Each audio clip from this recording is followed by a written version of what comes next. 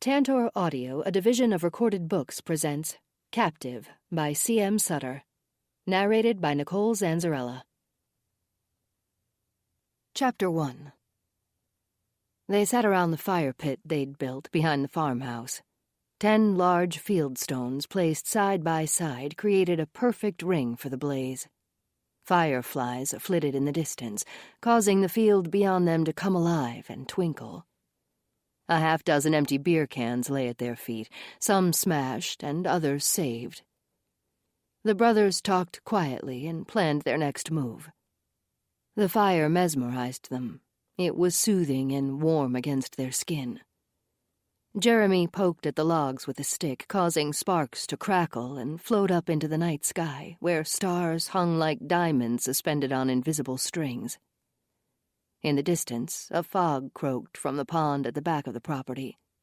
Serenity blanketed the night until a woman's screams for help broke the silence. Matt's eyes darted across the fire pit, waiting for a reaction. Of the two, Jeremy had the more volatile personality. He was the oldest and had shouldered the responsibility of protecting his brother during the years with an abusive father, and then, later, with an absentee mother. Matt spoke first. "This farm was a good choice. No neighbors for miles. I've told her 1,000,000 times to shut the hell up. I can't stand that screeching anymore. She's got to go." Jeremy stood and shoved back the cheap aluminum and plastic-webbed lawn chair. It fell over and folded up. He stormed toward the house. "We haven't had any luck with her anyway." Matt followed on his brother's heels. The heavy thud of Jeremy's work boots hitting each step echoed off the cement walls as he descended the wooden staircase from the kitchen to the basement. The steps protested, creaking and groaning with age. He flicked on the light and disappeared around the corner. A wooden dry sink stood against a primitive jelly cupboard. Those antique essentials were likely as old as the farmhouse itself and probably held years of canned goods back in the day. Jeremy sorted through the supplies he retrieved from the upper glass doors of the cupboard. He set what he needed on the dry sink, then he poked the tip of the needle through the rubber stopper and into the vial. He drew back the plunger and filled the barrel. Looking with approval at the quantity of liquid inside, Jeremy put the protective cover back on the needle's tip and dropped the syringe into his front pocket. He turned the corner and headed to her cage. The other 3 women cowered at the back of their confinements. They pulled their knees up against their chests and made themselves look as small as possible, clearly hoping to go unnoticed. Jeremy jerked his chin toward Matt. "Hold the syringe." Matt pushed off the cracked cement wall where he stood and did as told. Rianne screamed and kicked the sides of the cage, trying to stay out of Jeremy's grasp as he approached. He stopped and quickly glanced around the room, spotting exactly what he needed propped against the wall. He reached for it and grinned. In 2 strides, he was at her cage and jammed the cattle prod between the chain-link openings. He zapped her twice, hard and long. She squealed, grunted, and fell back, stunned and moaning. "Open the gate." Matt pulled the keyring off the nail on the wall and pushed the brass-colored key into the padlock. He gave the key a turn, unlatched the padlock, and pulled the gate open. Jeremy grabbed the nearly unconscious Rianne by her legs and yanked her out. "Give me the syringe." He turned toward Matt and reached for it. Jeremy held the syringe's end between his teeth and pulled the protective cover off. He knelt by Rianne's side and sank the needle into her carotid artery. She lay motionless within seconds. "There, that should do it. Go on upstairs, bro. I got this." "Are you sure?" "Yeah, she won't give us any more trouble." Jeremy waited until he heard the upstairs door close before continuing. He had filled the syringe of xylazine with far more than he needed to knock Rianne out. Chances were she was already dead. He turned his head and gave a warning glare to the rest of the caged women. "There. Now you can sleep, and I don't want to hear a peep from any of you." Jeremy grabbed Rianne's lifeless arms and pulled her around the corner to the bathroom. He turned the bathtub's faucet to the hottest setting and waited. When the temperature was perfect, a scalding hot, sending steam to the room's ceiling, he closed the drain, stripped off her clothing, and rolled her into the tub. Her body scorched a brilliant red while he stared at her, watching for movement. When he saw none, he shrugged with satisfaction and walked out. Back around the corner at the bottom doors of the jelly cupboard, he pulled out everything else he needed. 2 bottles of bleach, rubber gloves, a roll of duct tape, and a plastic tarp were jammed under and in his arms and hands. He scowled at the other women when he heard someone whimper. "Don't try my patience." Jeremy returned to the bathroom and cracked the seal of the first bottle of bleach. He tipped the gallon bottle and emptied it over Rianne while she lay in the hot water. He left her like that for a few minutes, stewing in the scalding bleach water. He folded back the sleeve of his yellow rubber glove and checked the time. Another minute should do it. There was a method to Jeremy's madness, and his routine was always the same. He didn't vary from the process that seemed to work well for him. The women he killed never had evidence left on their bodies. The bleach destroyed all of that. He looked at his watch again. Here we go. He twisted the lid on the second bottle of bleach until the plastic seal cracked open with a turn of his wrist. He lifted the foil tab and threw it in the trash can. Jeremy sat on the edge of the bathtub and poured most of the bleach over her head. He stared at her for a moment, then lifted the chain attached to the drain plug. The water ran toward the drain and swirled down the hole like a small, forceful cyclone. He watched Rianne's chest. It didn't rise and fall. To make sure she was dead, he poured the remaining bleach from the second bottle down her throat. No gurgling or sputtering sounds. Good to go. That should quiet things down around here. With each corner of the tarp grasped between his fingers, he gave it a quick flick and draped it across the bathroom floor. His rubber gloves helped hold her firmly as he pulled Rianne's slippery body out of the tub and dropped her onto the tarp. He rolled her tightly in the plastic and secured it with duct tape. With a heave, he tossed Rianne's lifeless body over his shoulder, then exited the basement through the cellar doors that led upward and outside to the driveway. He shouldered the double wooden doors open and walked out into the dark night. The flicker of the porch light caught Jeremy's attention as he dropped Rianne into the back of the van. He slammed the doors closed and looked back in time to see the living room curtains flutter. He knew Matt was watching. Chapter 2. Here at the sheriff's department, we were still getting over our nightmare with Doug, the medical examiner, which had ended just 2 months ago. He was a sick man with demons that had plagued him for decades. None of us were aware of it until the end, when he was beyond help. Everyone had tried to make sense of it, but it was impossible. We later realized he had been sick for most of his life. The DNA results had confirmed that the bones we found in his basement, hidden behind a wall, belonged to his mother. He had murdered her years prior, and she was possibly his first victim. Doug had harmed my sister, Amber, and since her physical wounds had healed, I hoped her emotional ones had too. With that incident as a reminder of the dangerous people in all walks of life, and her determination, Amber would go forward with her goal of becoming an FBI profiler. I was certain she'd get there in record time. She had returned to work at Joey's restaurant part-time for now. With school out for the summer, she wanted to relax, plant flowers, and enjoy our beautiful new condo in Ashbury Woods.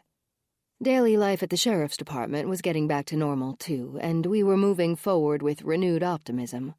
Speeding tickets, domestic disturbances, fender benders, and closing out the solved cases filled the days for our deputies and us detectives in the bullpen. Nobody complained, and I was thankful. "Did you hear about the interviews for Chief M.E.?" I asked as I pushed back my roller chair and walked to the coffee station. Jack appeared to be deep in paperwork. His desk was cluttered with file folders. "Huh? Hang on. Okay, what did you say?" He closed a folder, looked up, and gave me his attention. "I said, today 2 people are going to interview for it. Of course, Jason would love to lead, but he doesn't have enough experience under his belt to be the chief ME yet. No, but that's cool. Where are the people from? I guess one is a woman from Indianapolis, and the other is a guy from Newark. I hope the guy gets it. I gave Jack a scowl and filled my coffee cup. I made sure to walk past him without offering to fill his cup as I returned to my desk. Are you being a male chauvinist pig? I chuckled at my own quick wit. That was sort of funny, but no. It's just that Newark is at the bottom of my favorite cities list. I feel for the guy, that's all. Well, let's see if either of them gets it. So far, the quiet and the lack of bodies in the morgue have been nice. I got back up and filled Jack's cup anyway. He grinned at me. Clayton entered the bullpen in a huff at 8:30. Heads up, guys, we have to go. Why? I pushed back my chair, stood, and then secured my shoulder holster. I could tell by Clayton's demeanor something bad had taken place. There's a DB in a ditch just north of Highway 60 on Wayfair Road. A motorist in a high-rise truck called it in. He said he saw something odd and got out to take a look. He realized it was a body when he got close enough. I stared at Clayton. What does that mean? Wouldn't you just know it's a person? I guess it's wrapped in plastic, rather suspicious in nature, Clayton said. He rubbed his brow, and anxiety covered his face. I could read his mind, and I groaned in agreement. Sounds like another body dump. Wayfair Road is on the county line. It's ours for sure? He nodded. Apparently. All I know is the guy called it into 911, and they forwarded it to us. Guess it's on our side of the road. Jan just got the call. Lieutenant Clark opened his office door and craned his neck out. What's going on? DB in a ditch out near the county line. Suspicious circumstances, boss. We're on our way. Clark scratched his chin and heaved a sigh. I hope there is more to follow. I think this county has had its fair share for a while. Get Jason, Kyle, and Dan out there. Tell them to get a move on and keep me posted. Will do, Lieutenant, I said. Jack and I took a final gulp of our coffees and headed out. Clayton said he'd run downstairs and give the location to Jason, Kyle, and Dan. He and Billings would be a few minutes behind us. I grabbed a set of keys and we left the building. Outside, I clicked the fob and the lights flashed on the first unmarked cruiser in the lot. I walked around to the driver's side and slid in. It was my turn to drive. Jack opened the passenger door, got in, and fastened his seatbelt. Wayfair Road and Highway 60 fell right at the county line between Washburn and Wasaki counties. The road literally divided the counties, Washburn extending west from there and Wasaki heading east, ending at Lake Michigan. If the body was lying in the ditch on the west side of the road, it was our jurisdiction. The east belonged to Wasaki County. From the sound of things and the call coming into dispatch, I already knew the case was ours. The radio in the car squawked. Tim Donnelly, one of our daytime patrol deputies, was at the scene with the motorist that called it in. Dispatch forwarded the call. Yeah, Donnelly, what do you have? Jack asked as I drove. DB for sure, wrapped in a plastic tarp. I can only see the top of the head, probably a female. Looks like long brown hair. I don't want to touch anything, so that's all I really have, Jack. Also, there's dew on the plastic, so I'm assuming she's been out here all night. Jack glanced at me and raised his eyebrows, clearly impressed. Good observation, Donnelly. Okay, get a statement from the motorist. We're 15 minutes out. Jack clicked off the radio. A body wrapped in plastic and dumped in plain sight. That's odd. There are plenty of secluded spots around here. It doesn't make a lot of sense. I smirked. Just when I thought life was getting back to normal. We reached the intersection where Wayfair Road headed north off the highway. I clicked my left turn blinker and waited until the approaching line of cars had passed. It seemed that every oncoming car was spaced just right, so there wasn't enough time to scoot across between them. I'd have to wait for all of them to go by. After the fifth car, I turned left off Highway 60. According to Donnelly, the body was about 3 miles up. Wayfair Road was the typical narrow road out in farm country, void of a shoulder save a small strip of gravel. Someone had one of two reasons to be driving on it. Either they were lost or they lived back there. I pulled up behind Donnelly's cruiser and parked. Then I grabbed my sunglasses off the dashboard and slipped them on before exiting the car. The sun was bright and harsh, and I wanted to see the body and the motorist up close and personal without squinting. The man standing with Donnelly next to his cruiser looked like the average farmer that lived in this neck of the woods. I gave him the once-over. He wore a sweat and grime-stained baseball cap, carpenter jeans, and a plain green T-shirt. I checked his shoes, dirty work boots. His cheeks had a red, chafed appearance. Too much outdoors, I imagined. His neck was as thick as my thigh. The blue pickup truck parked along the side of the road was definitely lifted, with oversized tires and a raised suspension. Running boards lined each side. Donnelly made the introductions. "Sergeant Monroe, this is Brad Hendricks. Brad, this is our sergeant and her partner, Detective Jack Steele." We shook hands with Brad and got a quick recap of the statement he'd already given to Donnelly as we walked toward the body. "So you live where, Brad?" He turned and faced north, then he pointed up the road. "Just beyond the second house on the right, ma'am. We have an 80-acre dairy farm and 40 Holstein milking cows. Our family has lived there since my grandpa bought the place in 1965. "Okay, and where were you going when you spotted the body?" I shaded my eyes with my hand as I looked up at the 6-foot-plus man. The sunglasses obviously weren't doing their intended job. "I was heading to our south 50-acre parcel of hay to see if it was ready to cut." I turned my head to follow the direction where he pointed. "Sure, I understand. Please wait here on the road." Jack and I approached the wrapped body lying at the bottom of the ditch. We watched our footing to make sure nothing important was stepped on. We knelt and peered into the top end of the plastic tarp. We couldn't see much other than her hair color and obvious slim shape. It appeared she had been rolled several times, making the plastic tarp difficult to see through. "Let's wait for forensics," I said. Jack and I climbed the bank back to the road to wait for Kyle, Dan, and Jason. I jerked my head toward Brad and approached him as he stood near his truck. I pointed at his rig. "May I?" Brad looked surprised. "You want to get into my truck?" "If you don't mind, I'd like to see how obvious the body was from the perspective you had when you saw it." "Yeah, knock yourself out." I glanced at Jack and smiled. Brad apologized. "Sorry, ma'am. I guess I'm not used to talking to cops, especially female sergeants." "No problem." I grabbed the handle above the driver's door and pulled myself up. 2 vans and another cruiser arrived and parked just as I climbed into Brad's truck. Kyle exited the driver's seat of the forensics van and grinned. With a head jerk my way, he addressed Jack. "What's she up to now?" Jack looked at the truck and, with a hand wave and a chuckle, explained what I was doing. "She's checking out how things look from a higher point of view. Anyway, the body is over here." Jack led the way 15 feet ahead.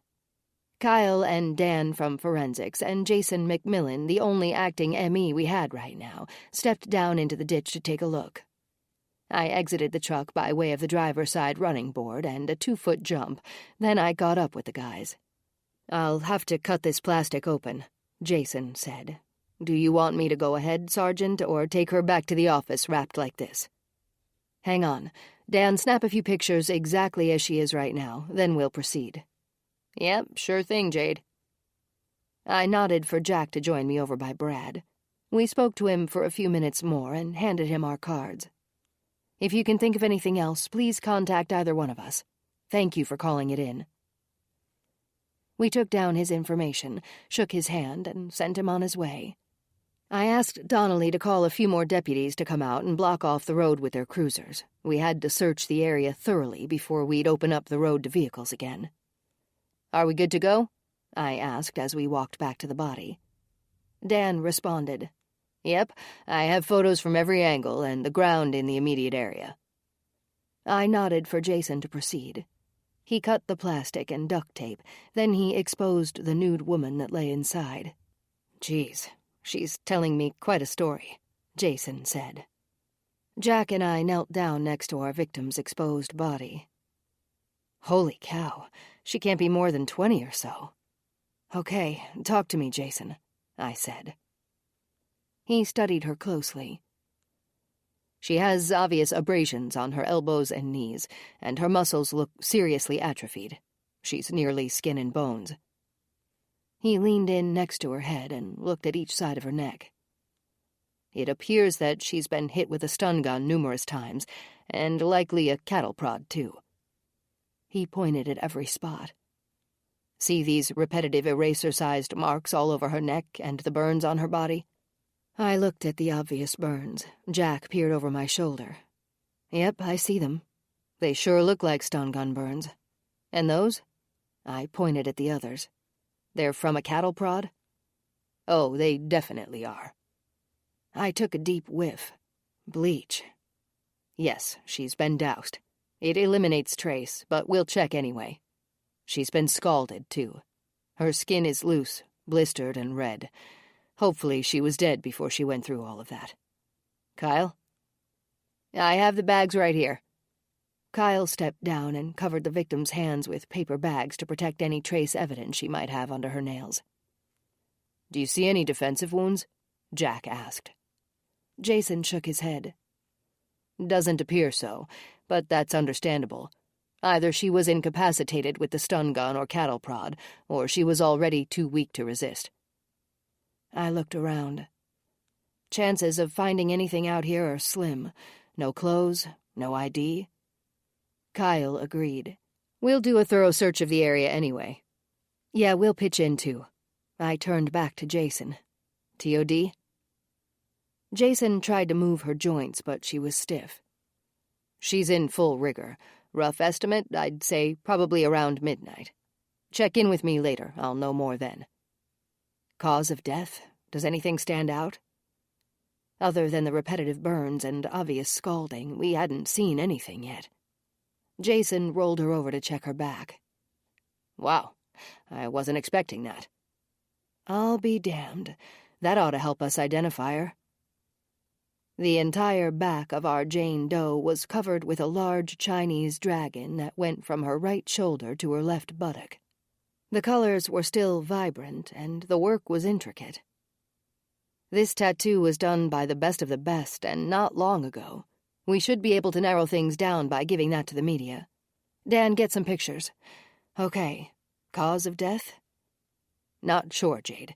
I don't see anything obvious yet. I'll likely have an aha moment after reviewing the tox report. I nodded. Okay, she's all yours.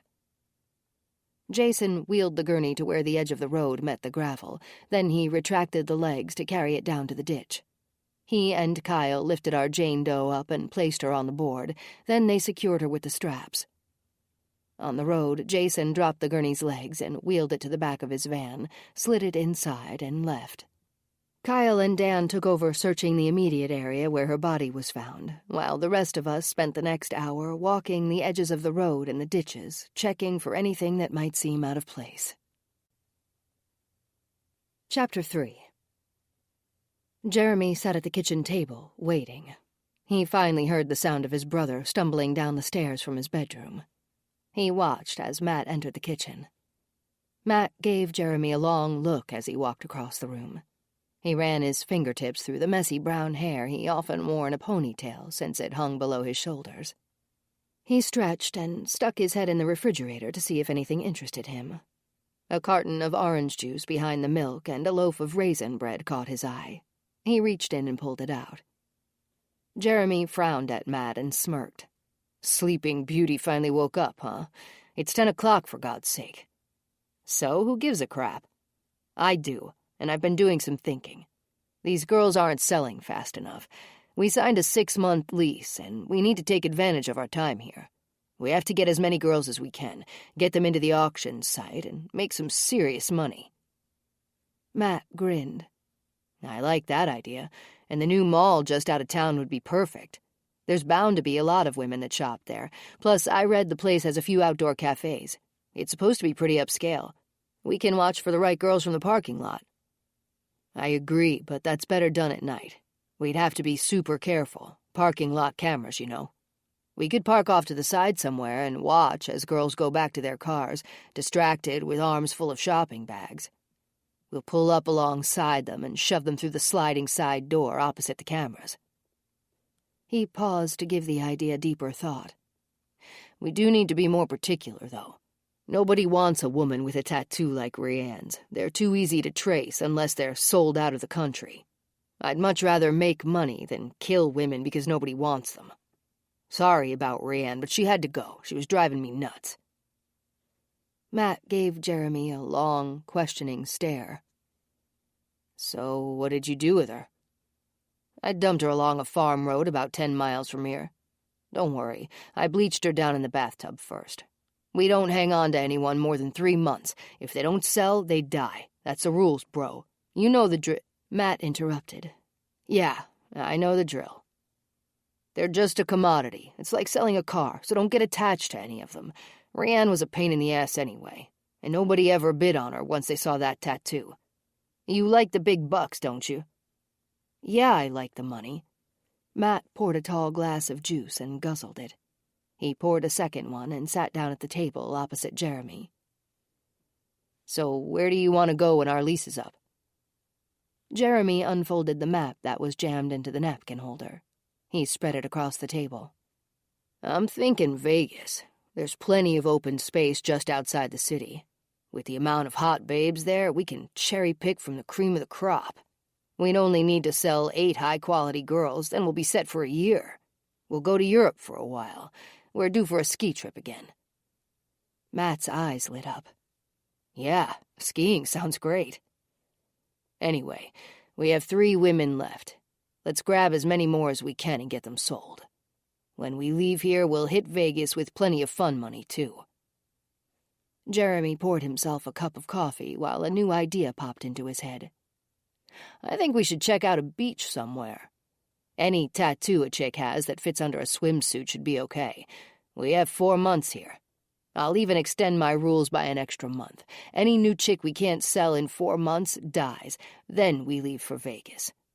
Beth is on the chopping block, though. We've already had her too long." Matt nodded, then dropped 2 slices of raisin bread into the toaster. "Okay, so what's on the agenda?" "We'll give them breakfast first, and then clean them up and take new videos and still shots. They'll be for sale on the auction site later. This will be Beth's last chance." Matt ate his toast while Jeremy made the preparations for the girls' breakfast. Jeremy reached into the upper cabinet door and pulled out a box of breakfast bars. A bottle of alprazolam sat on the counter. He dropped 6 tablets into a mortar, then closed the bottle lid. With a pestle, he ground the pills into a fine powder and divided it into thirds. He scooped each amount into a bottle of water and handed them to Matt. "Here, shake these good."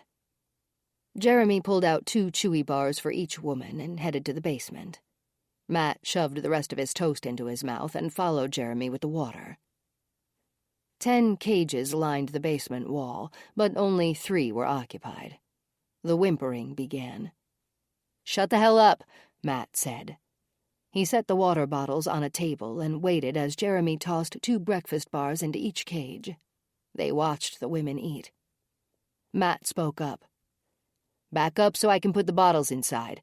Don't do anything stupid either. Drink all of it. Each of you will take a shower and put on clean clothes. It's auction day." Matt turned the keys and opened the padlocks. He set a bottle in each cage and stood there to make sure the women drank the water. Jeremy went to the bathroom and returned with 3 towels. "Strip off those clothes and put these towels around you. We'll be back in 10 minutes. After your showers, you'll get clean outfits to put on." Matt clicked the padlocks closed, and the brothers disappeared around the corner. The door to the next room creaked when Matt opened it, and they walked in. "Damn mice," he said when he heard something scurry by. Jeremy hit the light switch. The room was full of camera and video equipment. The computer sat on the desk next to a closet-sized area used as a photo booth. A bright light hung above the space. The women couldn't be given too much room in case they tried to run.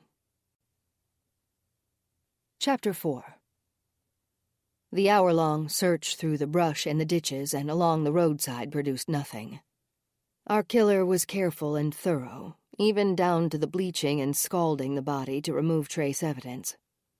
We returned to the station to brief the lieutenant on what we had, which wasn't much. I went downstairs and passed Kyle in the hallway. He told me he had just fingerprinted our Jane Doe. He would enter her prints into the IAFIS database, and he'd know soon enough if she was in the system. Without a match, we'd have no idea who this young lady was. We'd have to depend on the tattoo to give us answers. Let me know as soon as you find something out. I will, Kyle said. I entered the cold autopsy room to check on Jason's progress. Our victim lay on the stainless steel table, her head resting on a block. A cart containing scissors, forceps, a bone saw, chisels, bowls, and a scale sat alongside the body. I tried not to give their use too much thought. Jason pulled a sheet up to Jane Doe's neck and paused his preparations when I entered. Jade. Hey, Jason, how's it going? Just getting underway. I walked over to the table our victim was lying on and gave her a long, thoughtful stare. I wondered who she was and how she ended up in this terrible predicament. She had family somewhere. Weren't they looking for her? So what more can you tell me? I asked. Jason pointed at the table in the corner. Let's have a seat. I have a few hours of work to do, but I have an interesting theory. It might actually hold some weight. Okay, I have an open mind. I sat at the table and rested my hands in my lap. Go ahead. I'll get to the obvious first. I'd say she's in her early 20s, no defensive wounds, has been deceased for about 15 hours, and other than the tattoo, she has no identifiable markings such as birthmarks, scars, or piercings. She has plenty of stun gun burns, yet I don't see what would be the COD. She wasn't stabbed, shot, or strangled. She hasn't expelled any water, so even though she was scalded, she didn't drown. I'm thinking the submersion in water and the bleaching was done post-mortem. I noticed evidence of bleach in her mouth, too. I'm certain something will pop on the tox report. Now, on to my theory.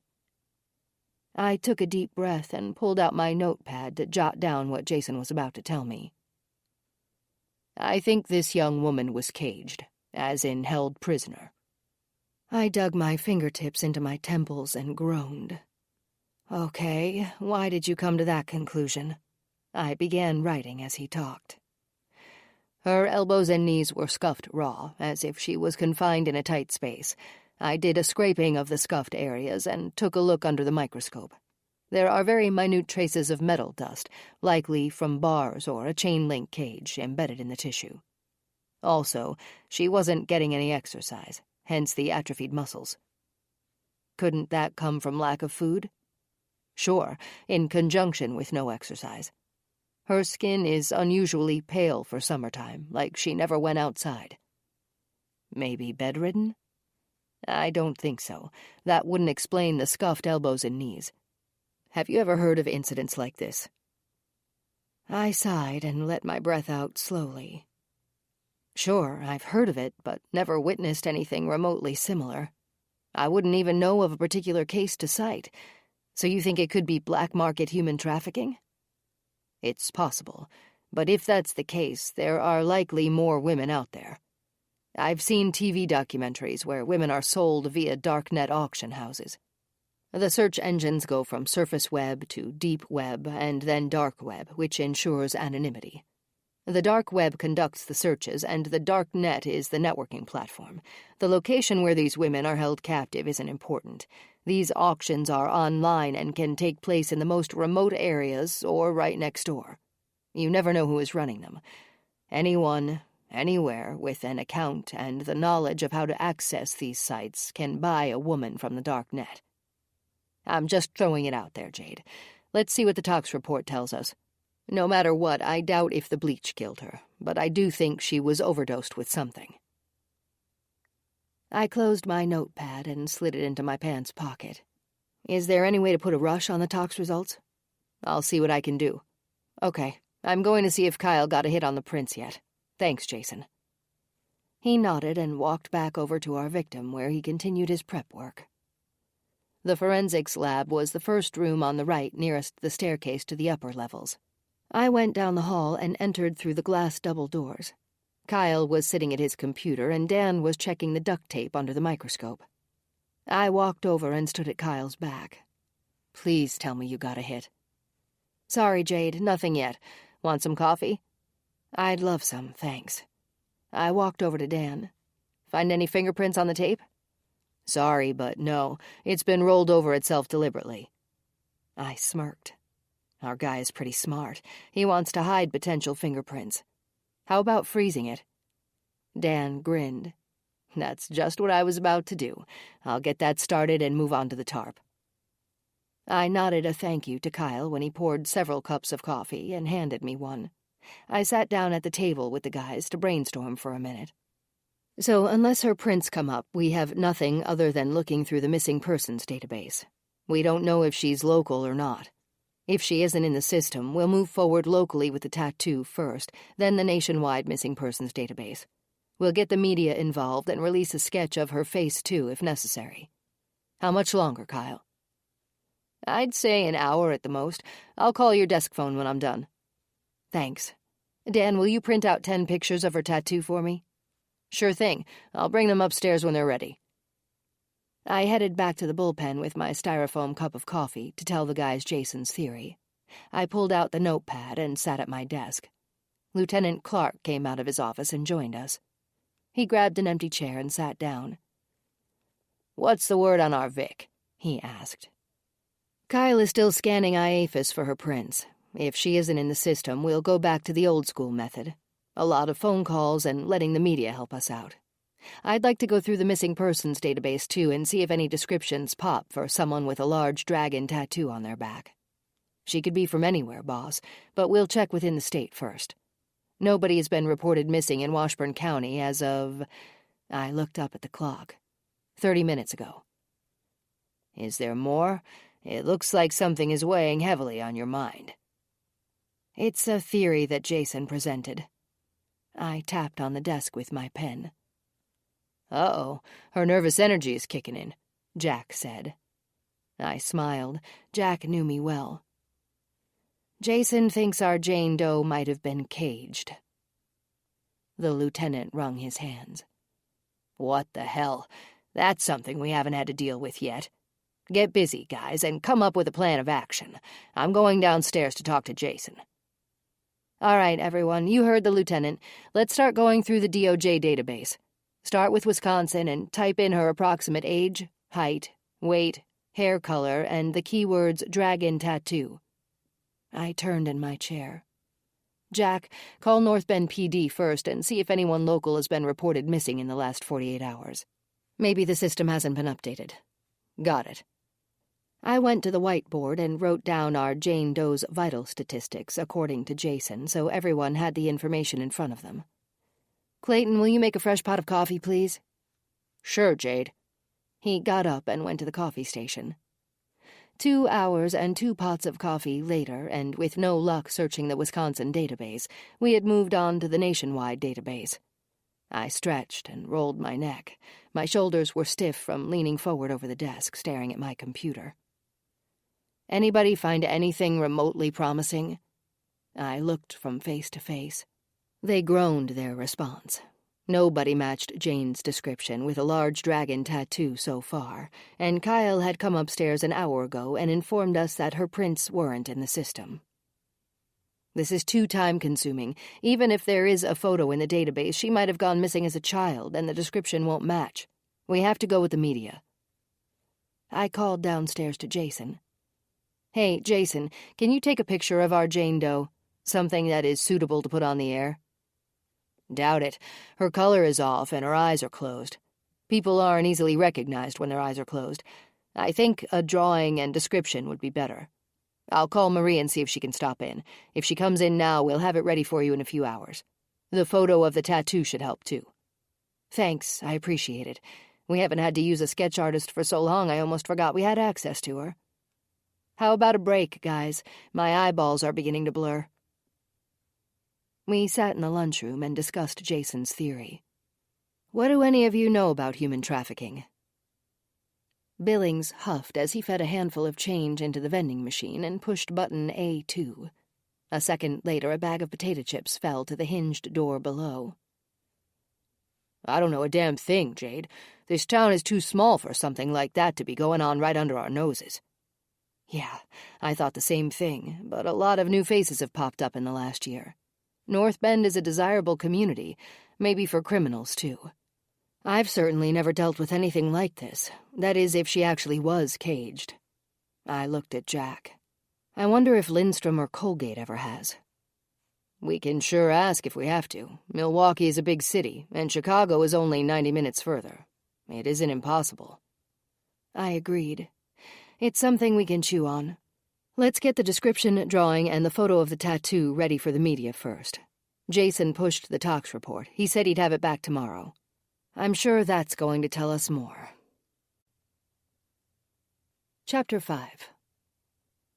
Melanie and Liz are getting bids, but it's moving pretty slow, Jeremy said. It doesn't look like anyone wants Beth. Shit, I can't lower her age now. Everyone already saw what I wrote, and this is the third time I've listed her for sale. If she doesn't sell this time, she's going to disappear too. Guess nobody wants a woman over 24. Jeremy looked at the clock on the computer. There's only 2 hours left, and the numbers aren't even close to the reserve. He pounded his fist on the desk. That jerk from Miami is still the top bidder for Mel and Liz. There's no way in hell we're giving him a package deal for both of them. The brothers sat at the computer and refreshed the bids every few minutes. In a few hours, the clock would stop counting down, the bidding would end, and the fees would still be owed, sale or no sale. The bidding has to move $5,000 for Mel and Liz before the reserve is hit. We're going to owe money on Beth. Jeremy jotted down notes to himself. No large tats, and nobody over 24. He was getting agitated. Get them back out here. I need them to look excited. Better yet, they have to look hot. Matt chuckled. Got it. He left the video and computer room and headed to the dimly lit area where the girls were held captive. Get up. He rattled their chain-link cages with the cattle prod. Let's go or I'll zap you. We need a do-over, and it better be good. Look seductive and hot. If you don't get sold, it'll be your fault, and you'll pay the price.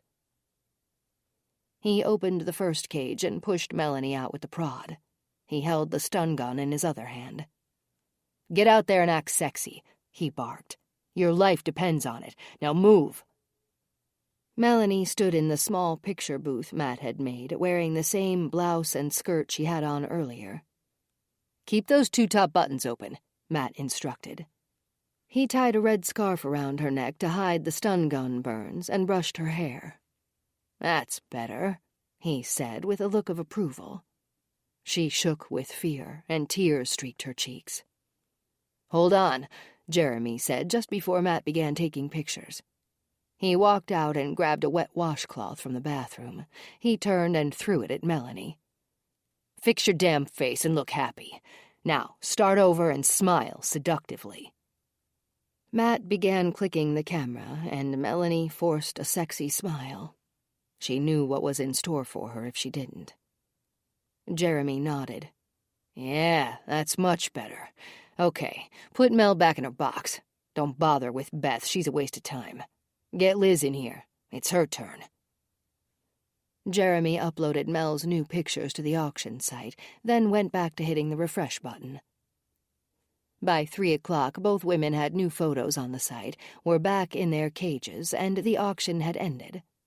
At least the reserve had been met on Melanie. She would be gone by Friday, and the confirmation had just come through for $8,000 via wire transfer. A man from Morocco bought her and was sending a representative out of New York to pick her up at an agreed-upon location. Jeremy shut down the computer and walked into the darkened room. He rattled her cage. It's your lucky day, Mel. You'll have a new owner as of Friday, and you'll be living in Morocco. How cool is that?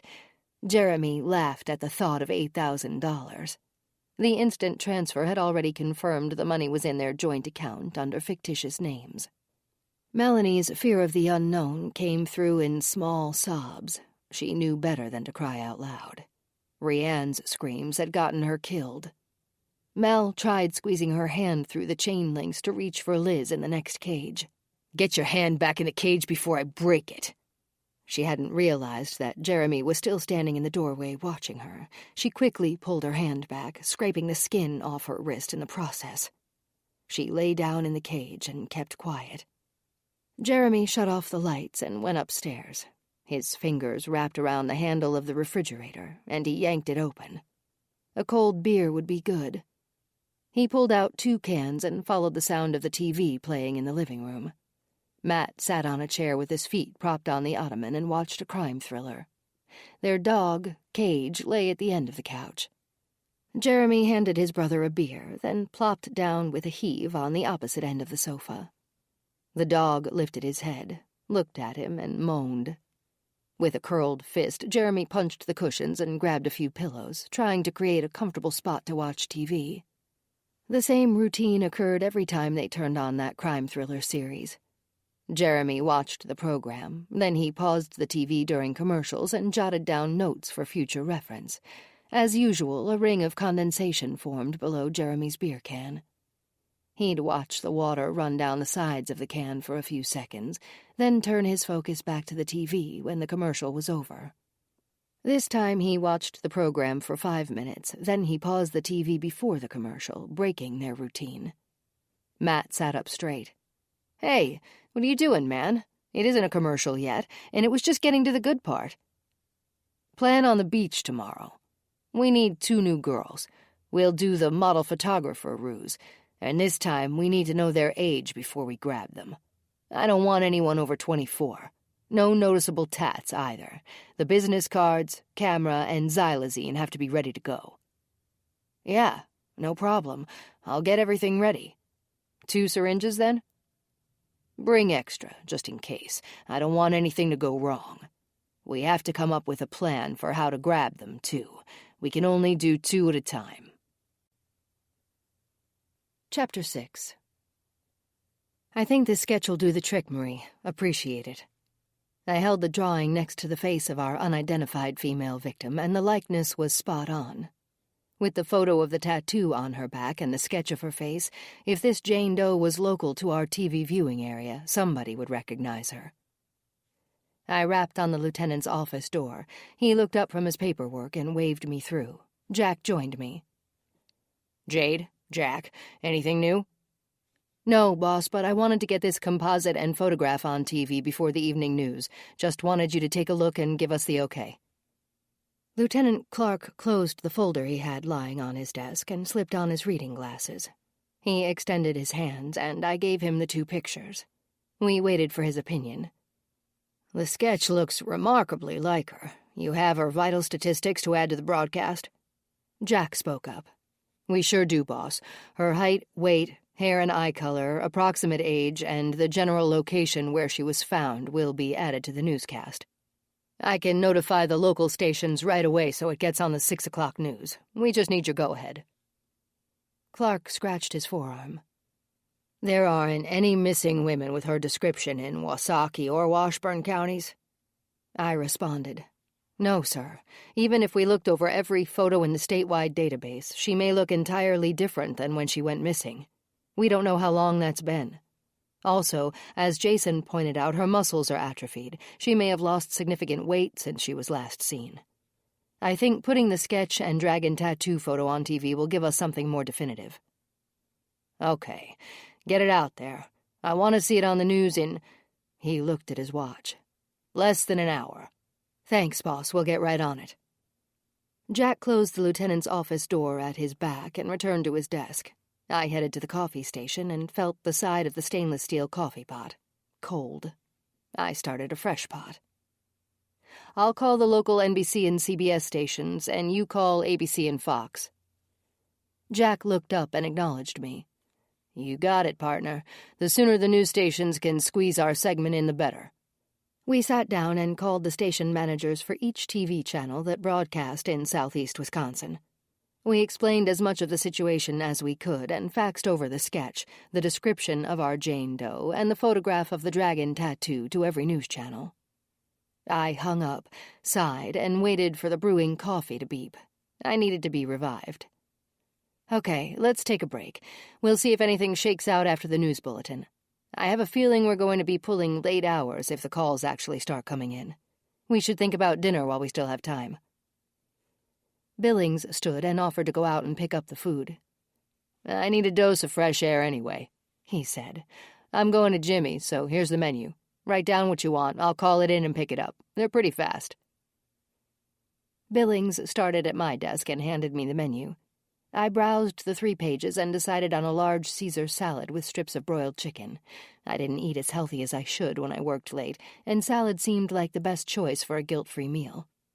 I wrote down my order and tossed the menu across my desk to Jack's. Have at it, partner. You're up. Thanks for the offer, Billings. I appreciate it. I leaned back in my chair with my eyes closed.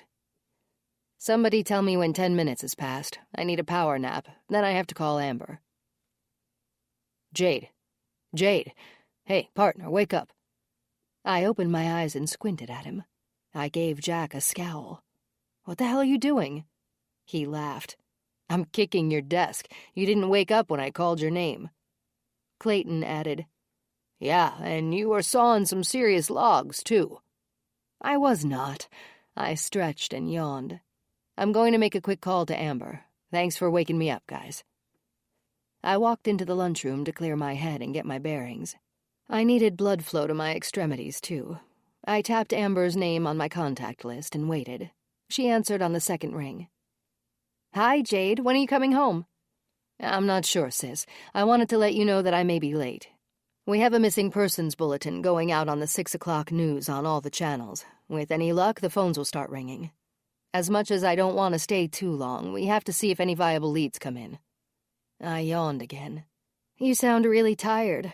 Yeah, I am, but I think I'll hang around for a few more hours. It's nothing that a pot of strong coffee can't fix. Jameson and Horbeck can take the calls after that. Anyway, we're ordering takeout, so go ahead and have dinner, honey. Don't wait for me. Okay, I'll feed the kids and lock the doors. Thanks, sis. See you in a few hours. I hung up and heard Billings' voice coming from the bullpen. He was back with dinner, and in 30 minutes the news would start. I returned to my desk and saw a steaming cup of coffee waiting for me. My salad sat next to it. There is a coffee and food fairy after all. I plopped down in my chair and dug in. Chapter 7. Check it out, man. Hurry, get up here. What's going on? Jeremy ran up the stairs and followed Matt into the living room. Watch the news. They showed a picture of Rianne. The segment is coming up right after the commercial. Jeremy rubbed his forehead. Shit, I have to think about this. This is just the local news, right? Yeah, only the Milwaukee stations. Okay, we should be good then. Nobody from North Dakota is going to see this. Man, they're quick around here. I figured a small podunk town like this wouldn't put anything on the news, let alone on the same day. The last girl I dumped never got her 15 minutes of fame at all. The third commercial ended and the news was back on. The anchorman showed the sketch of Rianne's face and the photo of the dragon tattoo. Woohoo! There she is! That drawing is pretty damn good. Just look at her. Matt, shut the hell up. I'm trying to think. I wasn't expecting this. What's the problem? We aren't in North Dakota anymore. Yeah, I know, but that was just stupid on my part. How could I be so careless? From now on, they're getting buried. Jeremy was angry with himself and went back downstairs to finish passing out dinner. He glared at the women. One peep from any of you, and you'll all be buried in the woods. With the twist of a key, he released each padlock and opened their gates. Get to the back of your cages, he ordered. The women complied. Jeremy put a plastic plate with 2 hard-boiled eggs and 2 pieces of bread in each cage. A bottle of water was tossed in, too. He checked the time. You'll get a bathroom break in an hour. I'll be back then. Jeremy turned off the light at the top of the stairs and slammed the basement door. The chair cushion in the living room caved in when he sat and reached for his laptop. He did a Google search while Matt watched a sitcom.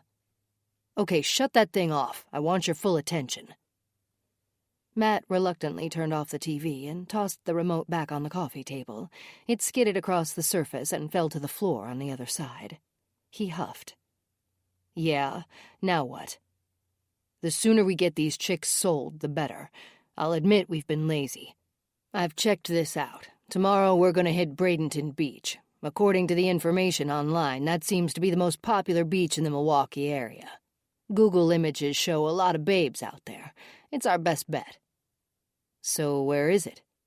It's right on Lake Michigan near downtown Milwaukee. It's a popular place for sunbathing. We're taking Cage along.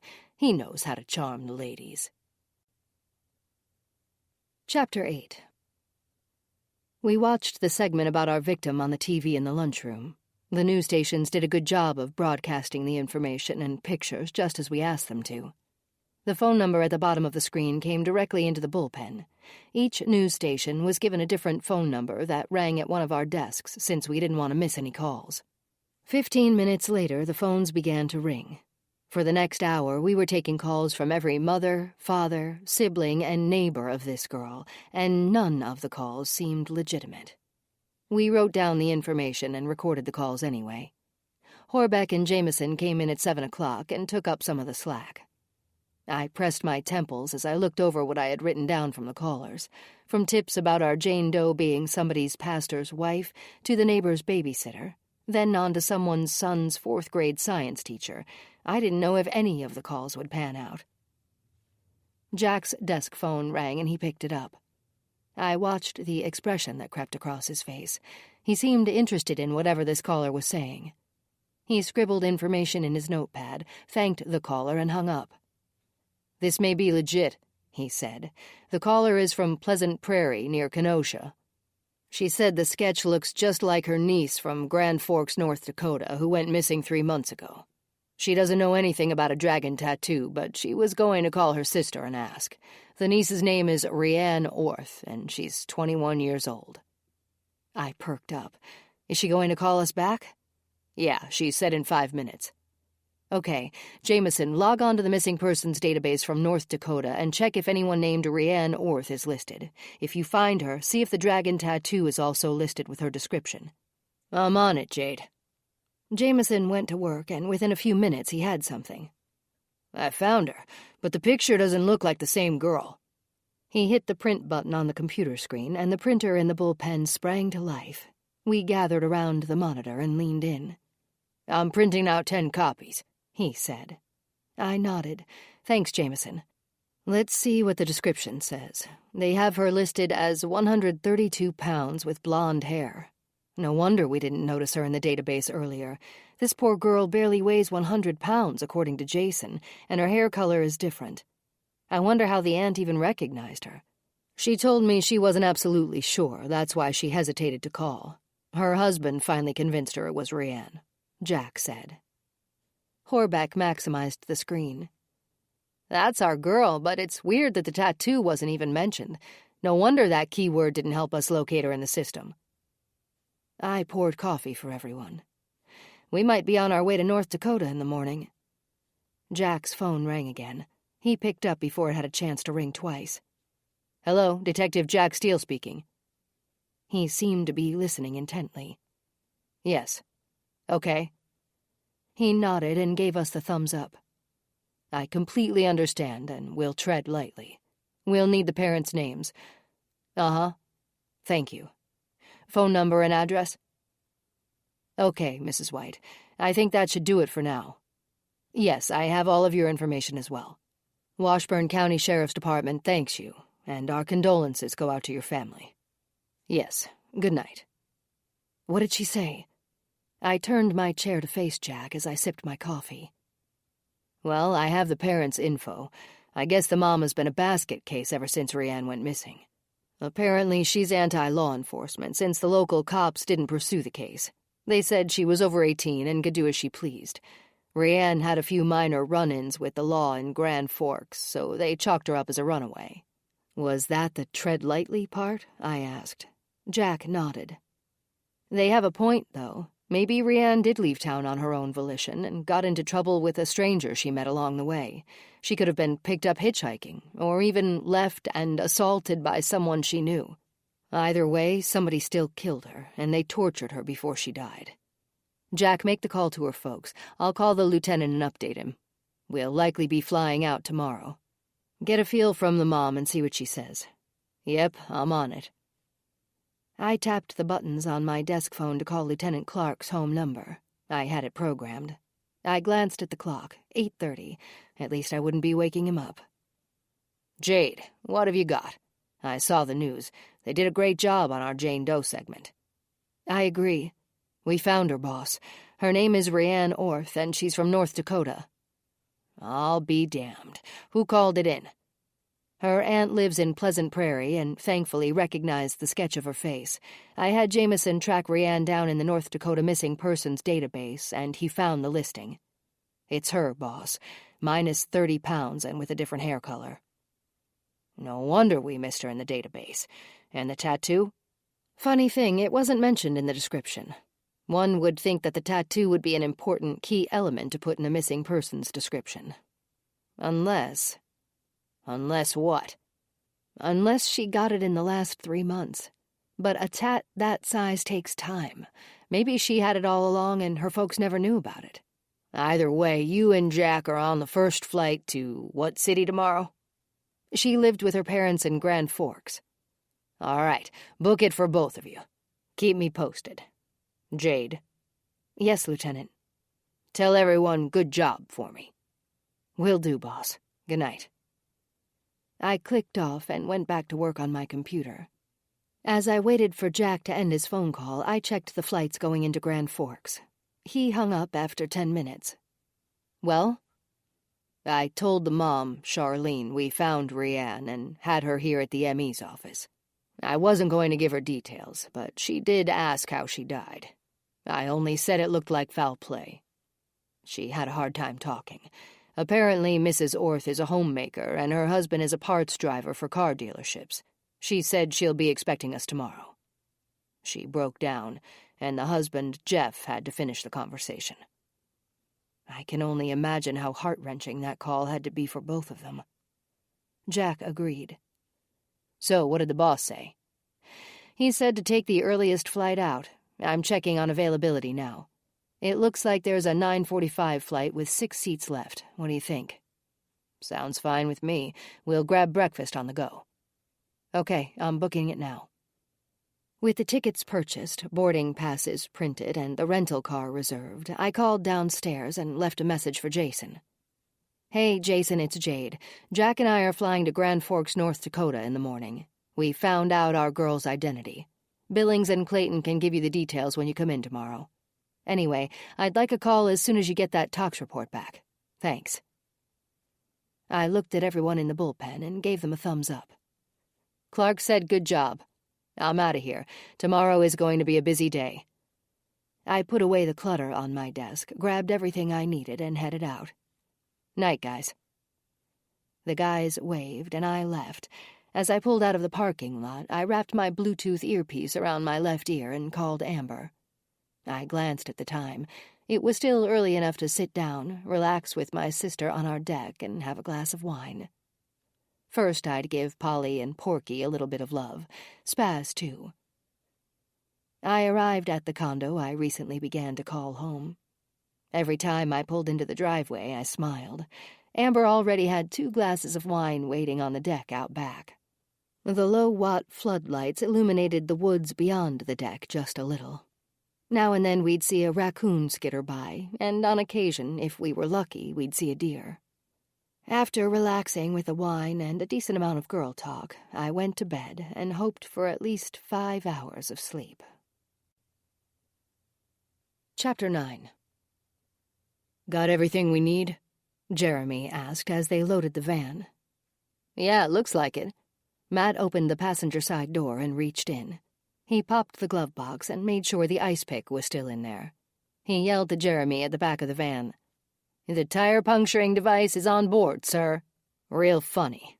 Just don't forget your role today. I'm the schmoozer and you're the photographer. We have to locate the best 2 girls arriving at the beach together. Knowing which cars is theirs is the 3rd most important thing. What's 1 and 2? Damn it, Matt. You're supposed to know these things. Dude, calm down. I'm just kidding. No visible tats and nobody over 24. I got it. Trust me. Jeremy puffed out a sigh. Sorry. I'm a little edgy. As soon as we get 2 new girls, I'm getting rid of Beth. Nobody wants her anyway, and she's costing us money. Is she going in the woods? Matt's eyes lit up with intrigue. Definitely. Jeremy looked left and right, then he exited the long gravel driveway and turned left onto the blacktop road. Soon he'd be merging with the freeway traffic and heading south to Milwaukee. I'm not taking any more stupid chances. Sorry, brother, that was my bad. Hope it blows over. Let's go over the plan one more time. Matt slapped his hands together. Okay, I'm ready. We sit in the van and do surveillance until we find the right girls. They're the ones we'll focus on. You're in charge of the camera and the cooler. I'll have my shirt off and my shades on. Cage and I will start playing on the beach. When I throw the ball, it will accidentally, on purpose, land on the lady's blanket. That's how we segue into the introductions. They both laughed. Pretty good idea, huh? Cage will love the attention. A wide grin spread across Jeremy's face. Yeah, Cage always makes it work like a charm. A dopey puppy and an alleged model and photographer? We're golden, man. Anything model-related draws women in. You know how they love being photographed. If we can't connect with the 2 we pick out, we'll find someone else. We might have to find a few sleeping beauties on the beach and give them a jab when they're least expecting it, Jeremy said. A plastic grocery bag filled with breakfast bars and apples along with a thermos of hot coffee would be enough to hold them over during their surveillance. It could be hours of sitting and watching, but it was a price they were willing to pay. Getting there early gave them plenty of parking options, and once they arrived, Jeremy found the best parking spot along the curb on the main road. The beach and Lake Michigan were only 50 yards to their right. They drank coffee and waited as Bradenton Beach began to fill with sunbathers. Chapter 10. I pulled into Jack's driveway and honked 3 short beeps. We had 2 hours and 50 minutes to get to the airport, take the shuttle to our terminal, get through security, and find our gate. General Mitchell International Airport was just over an hour south of North Bend. We'd be fine as long as we didn't hit morning rush hour traffic. That was where my driving expertise came in. My pop taught me years ago how to be an aggressive driver when necessary. I figured it might be necessary if Jack didn't get his butt out here. I honked again, then finally saw the front door open. I laughed at the sight of him. I'd swear on a stack of Bibles that he had just woken up 10 minutes earlier. He opened the door of my Mustang and threw a backpack over the seat, then climbed in. "Why do people get up this early?" he grumbled. My best guess would be to get somewhere on time. I glanced at my watch. You're lucky you're predictable. We wouldn't have had time to stop and get coffee from Pit Stop, so I already did. He perked up. "You got coffee?" Yeah, it's right next to you in the cup holder." "Bless you, woman. Did you remember the boarding passes?" "Seriously? Women never forget anything, Jack. Remember that. It might serve you well someday." "Thanks for the coffee, partner." I glanced both ways as I backed out of the driveway. I gave him an eye roll and shifted through the gears as I headed south. "Have you ever been to North Dakota?" I asked. "Nope. Have you?" Jack sipped his hot coffee cautiously. "Not that I can remember. I've always imagined folksy people living there." "How did you arrive at that conclusion?" "Not sure. Probably because Fargo is nearby." "Yeah, I always thought of that wood chipper scene in the movie Fargo as pretty folksy." I laughed. "Smart ass. Guess you got me on that one. Traffic is light, so that's a good thing." "Yeah, because normal people are still in bed." "Get a grip, Jack. It's almost 7 o'clock. You're usually up by now anyway. You can take a nap on the plane. You'll have a few hours to relax." "Just giving you a hard time, partner." "I know. So what are you expecting from Rianne's family? Get any vibes from them?" "Only that they're really upset with the local cops. I'm glad we're intervening. I don't think they would have let the city boys talk to them now after the fact. If anything, they're probably angrier than before." We reached the airport, and I pulled into the park-and-ride and found an open slot. The shuttle stopped behind my car. Jack took my briefcase and his backpack and handed them to the driver. We boarded the van and were taken to the curb at departures. "What concourse are we leaving from?" Jack asked. "This way." I pointed to my left. "We're flying out of Concourse C." Getting through security was a breeze. No hiccups, thankfully. We found our gate and had 45 minutes before our flight. I pulled out the boarding passes and handed Jack his. Boarding would begin in 15 minutes. Several sections of the daily newspaper had been left behind on the seat next to me. Jack asked for the sports page. I took the cooking section and browsed through it for a recipe that might interest me. Someday I'd be as good a cook as Amber. Or maybe not. I'd probably just let her have that role permanently. I tore out a recipe for Swedish meatballs and gravy anyway and put it in my purse. We got in line to board the aircraft, and 20 minutes later we were taxiing down to the runway. Jack was sound asleep by the time he fastened his seatbelt. The engines revved and the airplane thrust forward. That was my favorite part of flying. I loved feeling that force and watching the ground disappear beneath us. I reclined my seat and closed my eyes, too. The voice over the intercom woke me. We were making our descent into Grand Forks and would be on the ground in 25 minutes. My neck ached, likely from sleeping in an awkward position. I reached back and rubbed it. Jack was still sound asleep. I leaned against his shoulder and whispered, "Jack, wake up. We're about ready to land." "Huh? What?" He ground his fists into his eyes and yawned. "We're going to land soon. Wake up." "Yep, I'm awake. Any coffee?" "It's too late. The flight attendants are already picking up the trash. We'll get some as soon as we're inside the terminal. We'll have plenty of time while we wait for the rental car." "Yeah, okay. Sounds good." We landed uneventfully, which I was thankful for. As much as I loved takeoffs, the landings unnerved me most of the time. Inside the airport at Grand Forks, we hit the nearest coffee kiosk, then took the escalator to the lower level where the rental car agencies were. I had placed the order for a subcompact last night after I purchased the airplane tickets. We wouldn't be going far, and the price was reasonable. "Jack, do you have the Orth's address programmed in your navigation?" "Yeah, it looks like their house is about 10 miles away. I'll drive." I smiled. "Sure, no problem." We found our small white rental car in row 5 and took off. The Orth home was on the edge of the city nearest the airport. We headed east toward the University of North Dakota. According to the navigation system on Jack's phone, their home should be just a few blocks south of the college. Finding the house was easy. Jack pulled up to a modest, white, single-story bungalow grouped on a street of similar-looking houses. With the large trees in the neighborhood, I assumed these houses were from the 1950s. Jack parked in the driveway, and we followed the sidewalk to the front door and knocked. A slender, middle-aged woman with blonde hair opened the door. She seemed like a nice lady at first glance. She was dressed casually in jeans and a floral top, and her hair was pulled back with several barrettes. "Mrs. Orth?" "Yes." "We're from the Sheriff's Department in North Bend, Wisconsin." We pulled out our badges. "Of course. Please come in." We stepped inside and made our introductions, then we shook her hand. She was alone and said her husband couldn't get off work. We nodded. Mrs. Orth pointed at the couch. "Please, have a seat. I made coffee. Would you like some?" "That would be great," Jack said. "Black for both of us." Jack and I had an agreement that whenever we conducted interviews at someone's home, we'd drink our coffee black. We never wanted to inconvenience anyone. Once Mrs. Orth sat down, we began the interview.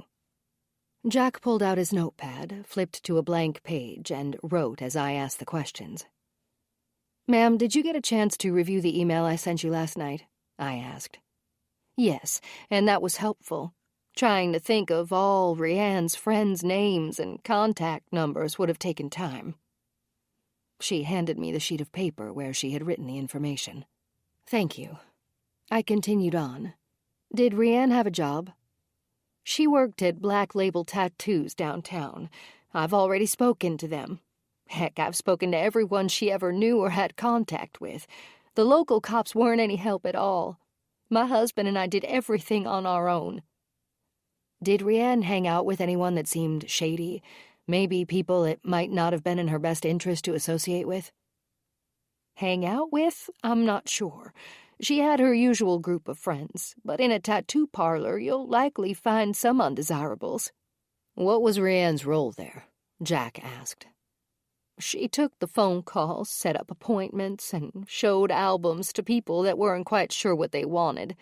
I guess you'd call her the secretary or receptionist. I opened my briefcase and took out the dragon tattoo picture. Ma'am, did you know Rianne had this on her back? Mrs. Orth broke down in tears. She reached for a tissue from the dispenser on the coffee table and wiped her eyes.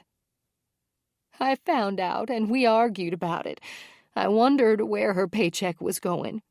She always seemed short of money. I lost it when she showed me the tattoo and said that was the reason why. Apparently the guys at the parlor had been working on it for months during their free time. It cost her over $1,000. I'll admit I was furious. She stormed out of the house and drove off. That was the last time I ever saw her. She left in a car? Yes, her own, but we got it back the next day.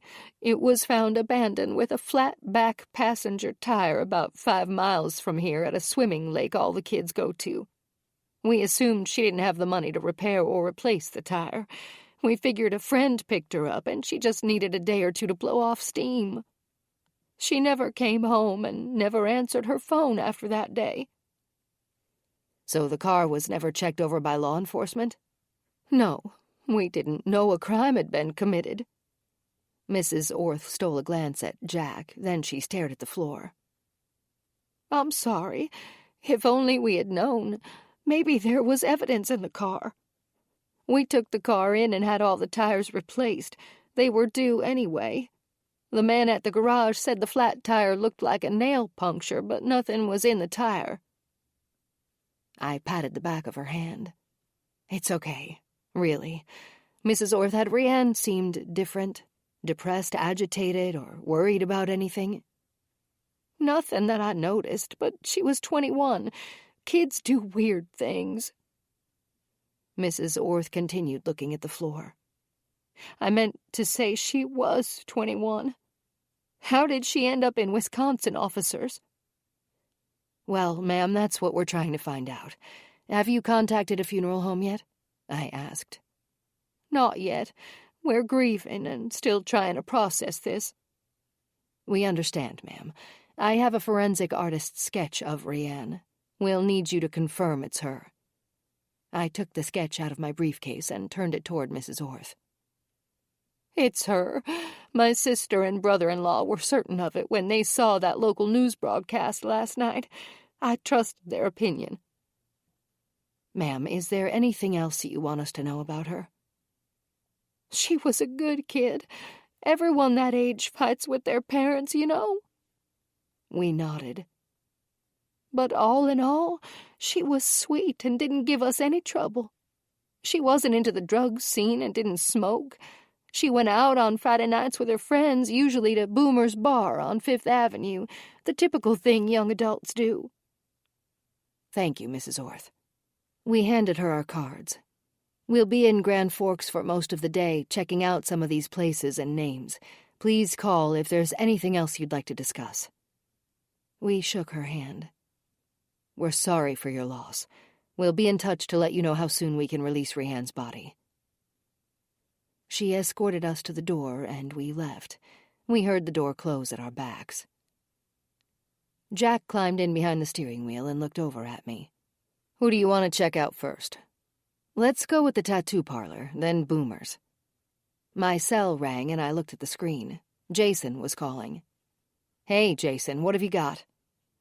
The tox report came in, and I'll admit I wasn't expecting this. And that's what? Xylazine overdose. Enough to put down a large animal. Holy crap. Horse tranquilizers? Yep. She must have gotten injected right in a major artery. It likely killed her within seconds. I didn't notice needle marks on the initial exam, but now that I know what I'm looking for, I'll check the carotid and femoral arteries under a magnifying glass. How does one get xylazine? It's available online to pharmacies and veterinarians. Whoever did this either has a fake license or they broke in somewhere and stole the drug. That would be nearly impossible to track across all of the pharmacies or vet clinics throughout the country. The drug could just as easily come from Canada or Mexico, too. So we know what killed her, but we can't track the killer from the drug? I asked. Yeah, it's unlikely. Damn it. Okay, anything else? Yeah, put me on speakerphone. I pressed the speaker icon on my cell. Okay, go ahead. We have a new chief medical examiner. I heard Jason chuckle. I turned my head toward Jack and grinned. Who is it? Jack asked. It's the woman from Indianapolis. I met her earlier, and she's pretty cool. She'll start next week. I laughed and gave a fist pump. Jack groaned. Okay, Jason. Thanks for the update. There's one more thing, Jade. Yeah, go ahead. Dan said he lifted fingerprints from the duct tape, but they aren't in the system. He checked nationwide. Damn it. Okay, thanks. See you later. I hung up. Chapter 11. Grab the binos. These two might have potential, Jeremy said as he leaned forward and pointed through the windshield. Matt slapped at the floor behind him, grabbed both pairs by the straps, and pulled them over the seat. He handed one set to Jeremy. Yeah, they look good. Never mind, the blonde has a sleeve tat. Whatever happened to the girls without ink? They're getting harder and harder to find. That should make them more valuable.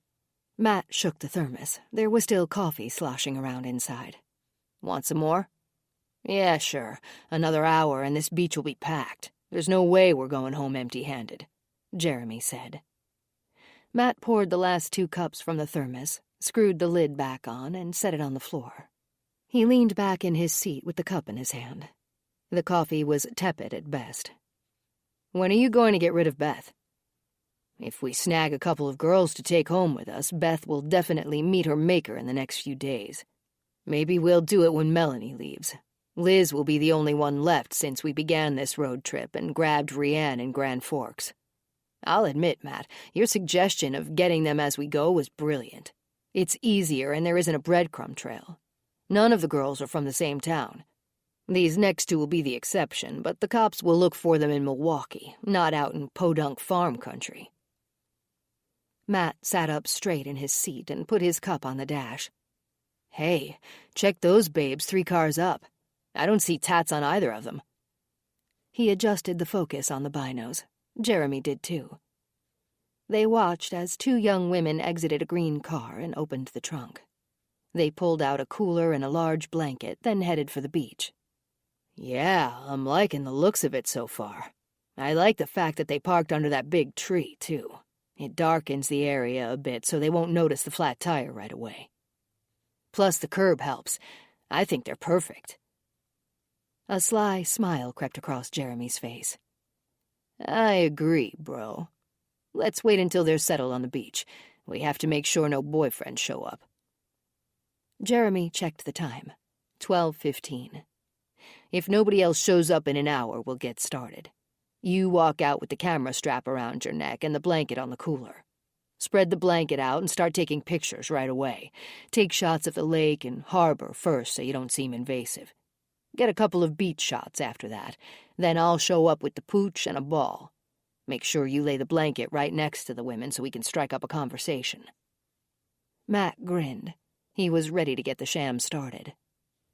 How much time are we going to give ourselves? A few hours.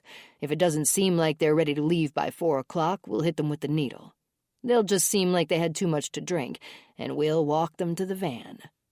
Remember, anything we touch goes in our cooler. Don't leave any bottles or cans behind. Wish me luck. Matt grabbed the door handle and stepped down onto the curb. The gear he needed was pulled from the back of the van. Then he took the sandy path to the beach.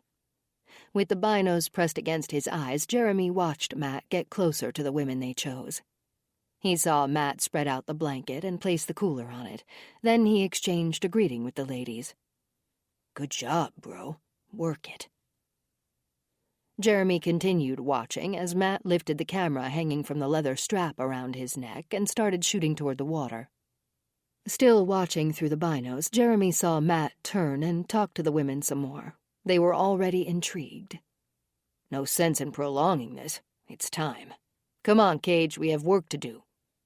Jeremy clipped the leash on the dog collar and put a bottle of water in one pocket of his cargo shorts and the ball in another. He slipped off his shirt, put on his shades, and locked the van. The man and dog headed down the path. Cage relieved himself in the bushes and sniffed a few tree trunks, then they continued on. The dog trotted alongside Jeremy, secured with the leash, as Jeremy walked across the warm sand, shirtless and looking as good as any male model. Both brothers were easy on the eyes. They were lucky that way. Jeremy had ice-blue eyes and wavy black hair that just skimmed his shoulders. Women fawned over him, and Matt, too, with his wild child long hair. Their good looks always worked to their advantage. Jeremy felt the stares of approval as he headed toward his brother. Their eyes made contact, and Jeremy gave Matt a subtle nod as he and the pup approached. Matt knelt and called out to Cage. With the camera on his subject, Matt snapped shots of the dog as it ran toward him. This ruse had been used often in the past and worked to perfection. A camera and a dog were all that were necessary. Aw, look at the cute pup. What kind of dog is that? The ladies were hooked already. Jeremy noticed how the women gave him an approving smile when he reached their blanket. Ladies, so you like my dog, huh? He's adorable. What is he? Cage is a rambunctious mountain cur. He's only 6 months old with an overabundance of energy. Jeremy extended his hand. I'm Jeremy, and it looks like you've already met my photographer brother Matt. We're Carly and Gina. Are you really a photographer? Carly shielded her eyes with her hand as she looked up at Matt. Yeah, I sure am. Actually, I photograph models, and my brother is one of my main clients. You're a model? Gina asked as she grinned at Jeremy. Yeah, I have been for almost 2 years. We're out here to do some magazine cover shots and let Cage have a few hours of exercise. Nice talking to you, ladies, but I have to stick close to Matt. He says when and where to set up. Come on, Cage. Matt waved Jeremy over. Right here, bro. The sun glistening off the sand is perfect. The photo shoot ruse had begun. Matt photographed Jeremy in the sand, against the water, and playing with the dog. Jeremy, throw the ball for Cage so I can get a few shots of both of you. Jeremy wound up and threw the ball toward the lady's blanket. Cage ran for it. The plan was flawless. Sorry, Jeremy yelled, his hands cupped around his mouth. Sand skidded over the blanket when Cage bounded across it, coating the ladies. Oh my God, Carly said. Your dog is too much fun. She instinctively wiped the sand off her arms and legs. Jeremy sat down, with Matt right behind him. Cage, come on, boy. Take a break. I'm really sorry about that. No problem, Gina said. He's so cute. Cage is an odd name. I hope he isn't always caged. Gina laughed at her own dim wit. She was already flirting as she flashed a grin Jeremy's way. He gave her the once-over. She had long, dark hair, nice teeth, pretty hazel eyes, and a good figure. She'll go for top dollar, he thought. Of course not. Cage is far too important to us to be confined like that. He has free reign of the house. Jeremy sized up Carly, too, while he sat on the blanket next to them. She had smooth, shoulder-length brown hair and brown eyes. Deep dimples popped on her cheeks when she smiled. Her skin was flawless. Do you brothers live together? Carly asked. Yeah, sure do, in a high-rise over there. Matt pointed toward a group of tall condos a few blocks in from Lakeshore Drive. Wow, that's so cool. Matt inched closer to Carly. Where do you ladies live? We live in River West. We're best friends and roommates. How about a beer? Jeremy asked. He opened the cooler and pulled out 4 of them before Carly and Gina had time to respond. Where are your boyfriends? Ladies as beautiful as you two must have guys lining up to take you out." They laughed. "School is more important right now. There's plenty of time for a serious relationship later," Gina said. "So, what are you both, 18? Matt asked to confirm their ages. "Maybe we should have asked before offering you a beer." That was smooth, bro," Jeremy thought as he gave Matt a subtle wink. Carly laughed. "I'm 20, and Gina is 21. "Nice age. Perfect, in fact." Jeremy glanced at Matt again and raised his right brow. Chapter 12. I looked at the time on our rental car's dashboard. 3 o'clock came and went, and our flight back to Milwaukee was at 6. We'd struck out with the tattoo parlor where Rianne worked, and at Boomer's bar. Mrs. Orth had been pretty thorough when she and her husband interviewed people at all of the places Rianne frequented. Everyone told us the same thing they had told the couple. Rianne disappeared without a trace. She never mentioned to anyone, including the friends we spoke with, that she had plans to leave town. The last communication she had was with her best friend Lacey Meeker. Then Rianne vanished. We interviewed Lacey after visiting the tattoo parlor and Boomer's. She showed us the last text she'd ever received from Rianne, which said that she was going to the lake to chill out and asked Lacey to meet her there. The text showed the message came in at 4:30 that day. "That's where her car was found with a flat tire the next day," Lacey said. "She wanted me to meet her, but I had to work. Nobody ever saw her after that." I wrote the information down. Lacey said she couldn't think of anyone that had a problem with Rianne. She had no enemies. I asked her if any of their friends were missing other than Rianne. Maybe somebody she was acquainted with abducted her. As far as Lacey knew, everyone Rianne ever hung out with was still in Grand Forks. Jack and I thanked her and left our cards. We got in the rental car and drove away. "Are you hungry?" Jack asked. "My stomach is doing some serious growling." "Yeah, I guess. Take your pick. There are plenty of restaurants around here." Jack turned in at a 24-hour diner, parked, and we walked in. The place was crowded for mid-afternoon. That told me the food was probably good, even though I usually thought of food as nothing more than sustenance, something that kept me alive. I never craved anything in particular, except maybe a chocolate bar slathered in goo and nuts. The hostess seated us at a dark red vinyl-covered booth. The seats were cracked with wear, but the decor was pleasant. I opened the oversized menu and chose a turkey club. Jack took his time and browsed every page. He finally decided on the steak sandwich on sourdough bread with a side of waffle fries. The waitress brought our waters and filled our coffee cups. She took our order and left. "So, it's pretty obvious that Rianne was snatched right in Grand Forks. Her car was left behind, and she disappeared in broad daylight. You'd think somebody at the park would have seen or heard something." I pressed my temples, hoping that would flip a switch. It didn't. "Sounds like the flat tire could have been a deliberate act to keep her from leaving. Mrs. Orth said the car was parked in the last open spot, and the flat tire was on the passenger side. Rianne wouldn't have noticed it. Somebody could have punctured the tire, then lay in wait and watched for her to return to her car. The friendly, concerned stranger could have pointed it out as a distraction," Jack said.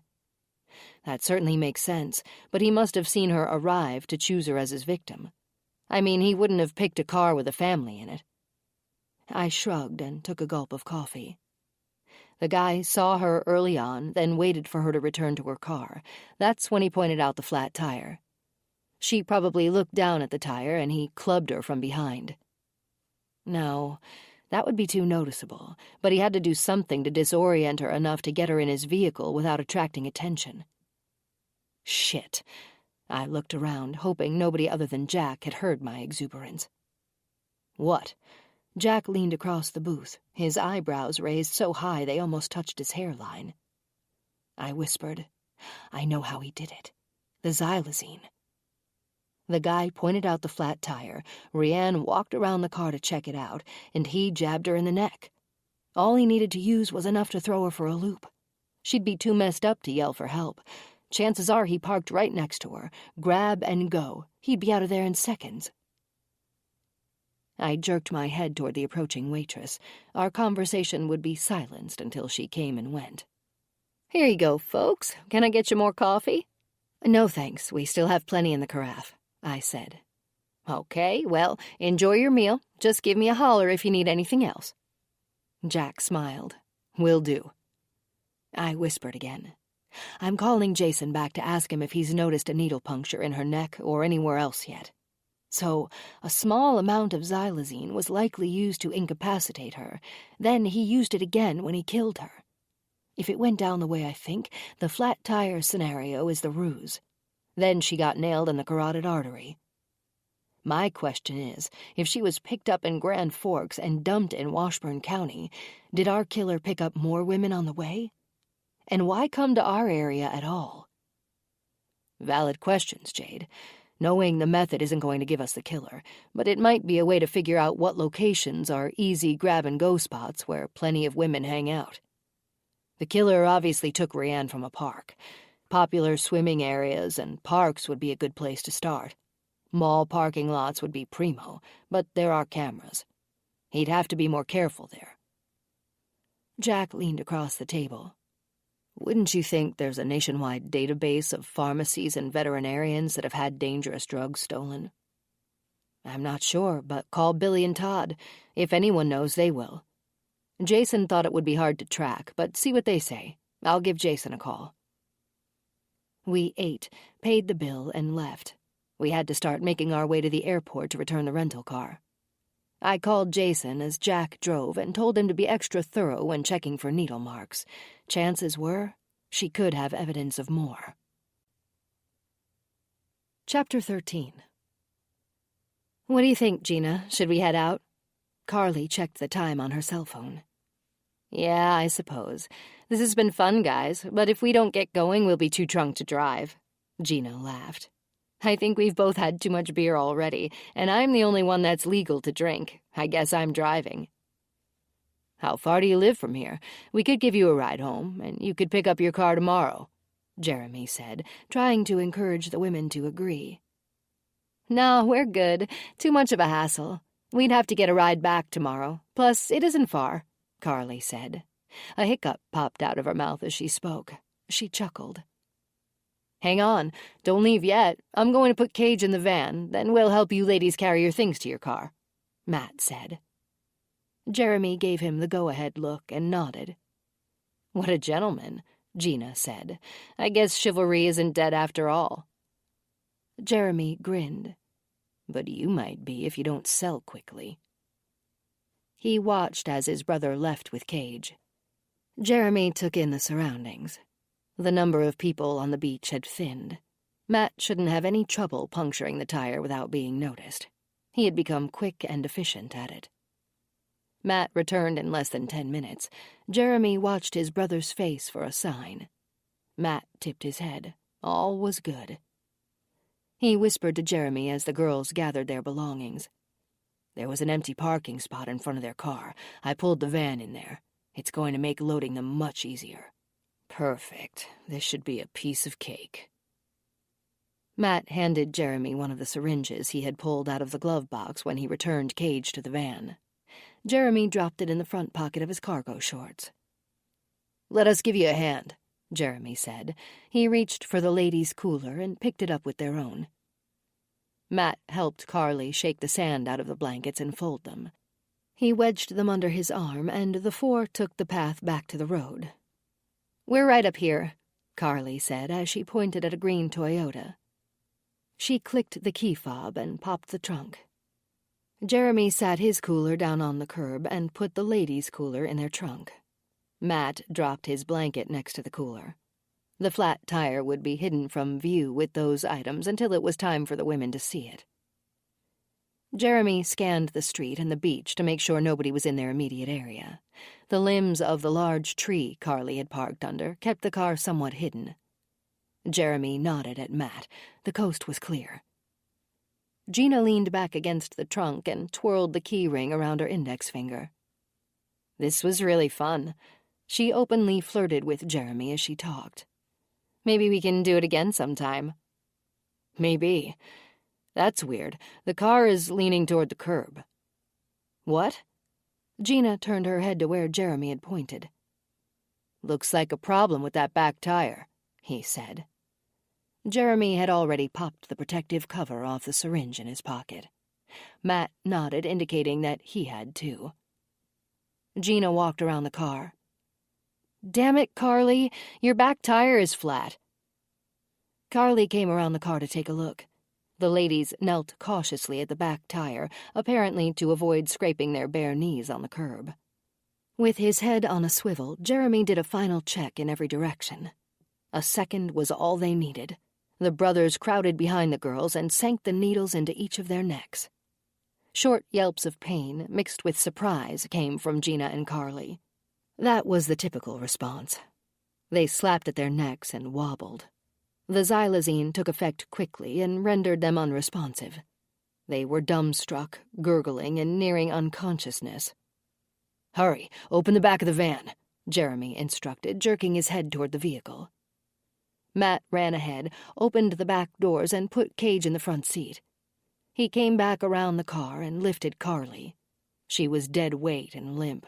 He threw her arm around his shoulder and nearly dragged her to the van. He did the same with Gina, shoving them both in and slamming the van doors behind them. Jeremy was already wiping down everything he touched at the car. With their coolers and blankets tossed in the back seat of the van, and after a final check of the surroundings, he nodded. "Let's go. Get in the back and tie them up." Jeremy climbed in behind the wheel and they took off. The quarter dose of xylazine the ladies got was enough to knock them out for a few hours. There would be plenty of time to get them back to the farm and introduce both of them to their new home. A dark, musty basement and a 3-foot by 4-foot chain-link dog cage would be their new digs until they were sold. At least they'd have roommates. An hour later, Jeremy pulled into the secluded driveway. Gravel crunched under the tires as he backed the van against the outer cellar doors. That entrance came in handy and was the easiest route in and out of the basement of the old farmhouse. A few moans sounded from the girls as they were pulled out of the van. Their arms were tied behind their backs, and their ankles were tied together. Duct tape covered their mouths almost to their ears. "Get the cages ready," Jeremy said as he flung Gina over his shoulder.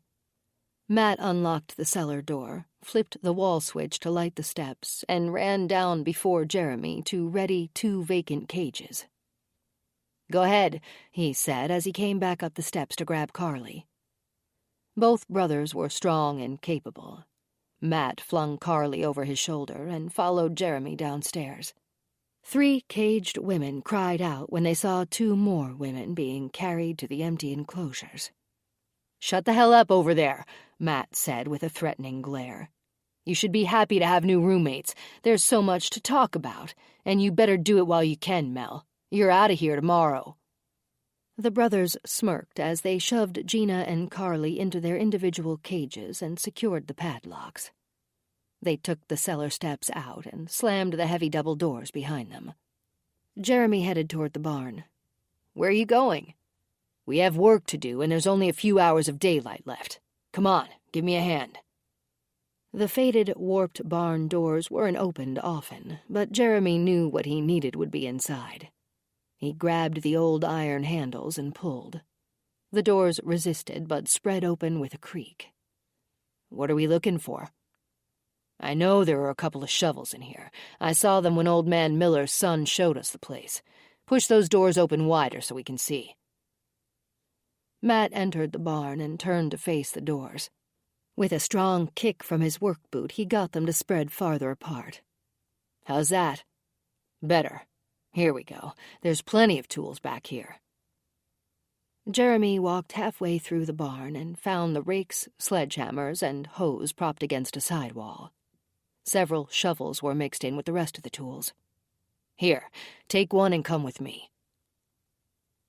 Matt never wandered around the property as Jeremy did. He wasn't one for the country life and wide-open spaces. He'd thought Jeremy was crazy when he said he wanted to rent the farm. Old Man Miller owned 100 acres that were part of the farmstead the brothers rented from him several months back. The house had stood empty for nearly a year until Jeremy saw an ad in the newspaper and called. The description of the secluded location was too good to pass up. It was perfect for their needs. Crops thrived on the farmland years ago, but these days only broken remnants of dried-out corn stalks stood in the fields. A rickety house in need of updating and a barn that had seen better days were all that remained of the 100-acre spread. For $600 a month it was a steal, and Matt reluctantly went along with it. Each brother carried a shovel, and Jeremy led the way. They stepped over the fieldstone rock wall behind the barn and entered the woods, where they continued on for 5 minutes more. Jeremy stopped, jammed the end of the shovel into the ground, and took in his surroundings. "This should do it. Start digging." "Is this for Beth?" "Yeah, it's for Beth." Chapter 14. We sat at our gate and waited. Boarding to Milwaukee would begin shortly. Jason called me back saying he did see several nearly faded puncture wounds on Rianne's neck, and one other that looked more recent. Once he had confirmed that, and with his theory that Rianne had been caged, we knew there might be a dangerous individual roaming freely, and possibly looking for more women in our area. The flight to Milwaukee wouldn't land until after 9 o'clock, and then we'd have another 45-minute drive to North Bend. I glanced at Jack, sitting to my right. He looked tired.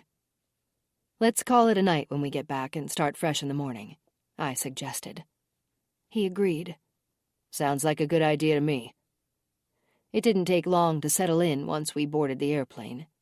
We taxied out to the tarmac and waited our turn. The pilot announced we were third in line. Once the engines revved and the plane thrust forward, it was a little over a 2-hour flight back to Milwaukee. The first hour was spent with coffee as we went over everything we had learned from Rianne's family, workplace, and friends. We rewrote the day's events in an orderly fashion, listing the most important notes from the interviews we conducted. That information had been scribbled in our notepads. Tomorrow we'd sit in the bullpen and have a powwow with our team. I put the legal pad back in my briefcase and slid it under my seat. I looked at my watch. 7:15. The flight attendant collected the styrofoam cups and pretzel wrappers from the complimentary beverage and snack service. Jack and I folded up the tray tables, reclined our seats, turned off the overhead lights, and closed our eyes for the duration of the flight. The aircraft wheels were lowered and the sound woke me. The flight attendants were already walking the aisle picking up last-minute garbage. We were reminded to stow anything we had taken out of the overhead compartments, raise our seat backs, and close our tray tables. Everyone should remain seated with their seatbelts fastened for the rest of the flight. I chuckled and thought how easily I could have been a flight attendant. I had their spiel memorized verbatim. I gave Jack's shoulder a nudge. "Hey, wake up. We're in Milwaukee." 2 slits opened slightly and a frown furrowed his forehead. "Man, I can't open my eyes. It's like they're super glued together." He fisted his hands and ground them into his eyeballs. I smiled. "Better? No." "Poor baby. Good thing I'm driving." "Yeah, no kidding. I'm beat." The plane hit the runway and the wheels screeched. We taxied to the gate, then the lights came on. I looked at the other passengers who groaned and had puffy, tired red eyes. "What's with everyone anyway?" I asked, whispering to Jack. "What?" "Well, it isn't like we just flew 20 hours from Tasmania. It was a 2.5-hour flight, for Pete's sake. Come on, let's go." We stood and waited our turn to exit. Jack hunched over so he wouldn't crack his head on the storage compartment above him. The process always reminded me of the way people took turns to go to the front of our church for communion when I was a kid. One row would empty before the next one could step out. On airplanes, I always insisted on an aisle seat so I could charge to the front before anyone had a chance to stand up. After years of dirty looks from other passengers, I'd mellowed slightly and learned to wait my turn. We walked through the near-empty terminal, down the escalator, and out the door to the park-and-ride shuttle stand. The green and black van approached, and we stepped aboard. I dug the green row reminder card out of my purse and handed it to the driver.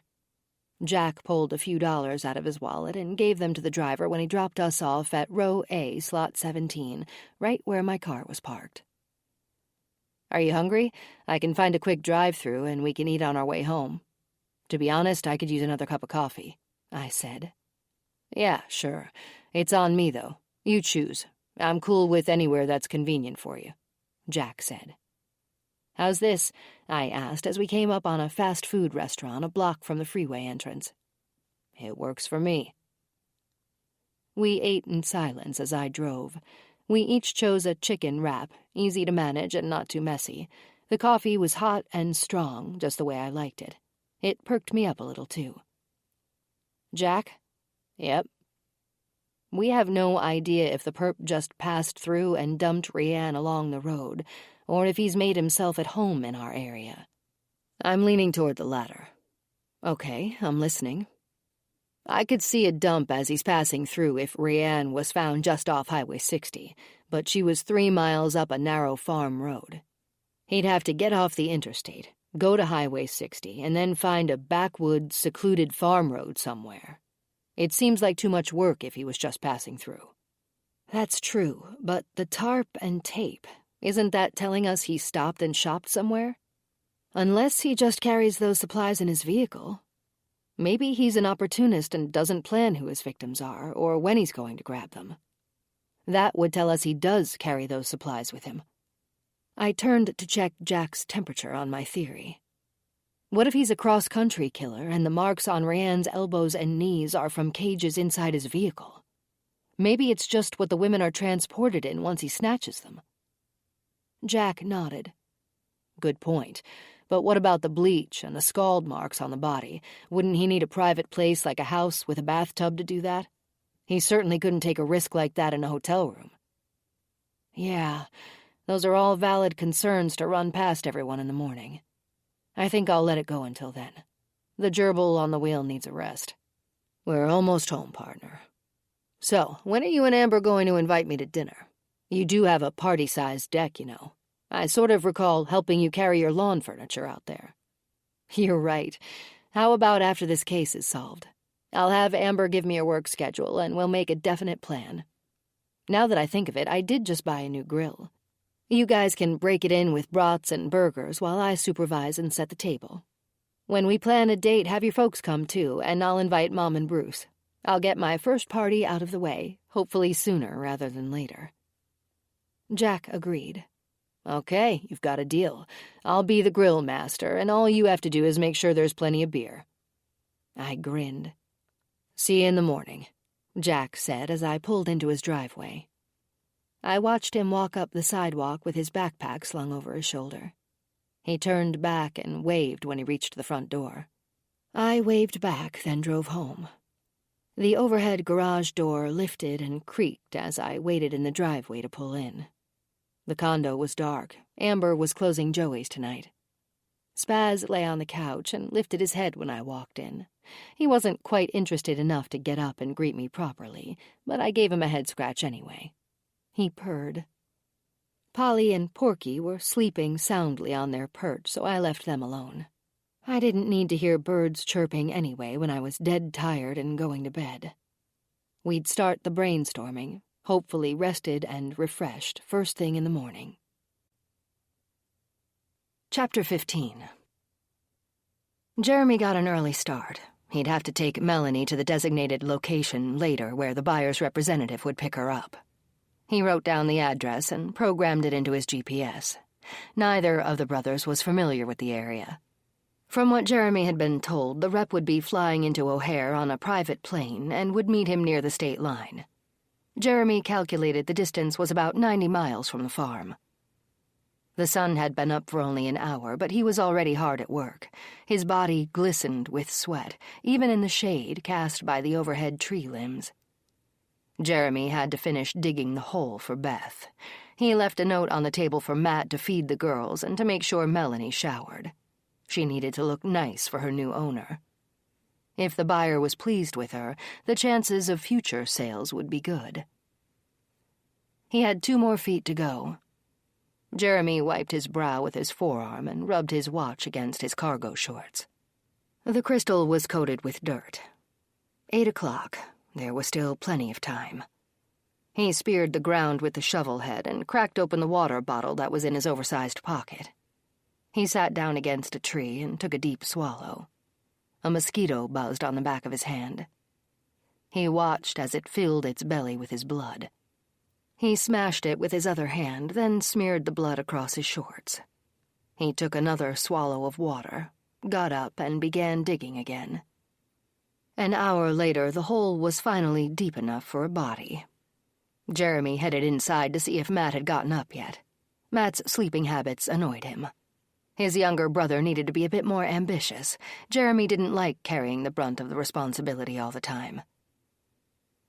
The kitchen screen door slammed behind him when he entered, but not before a few pesky flies managed to get through.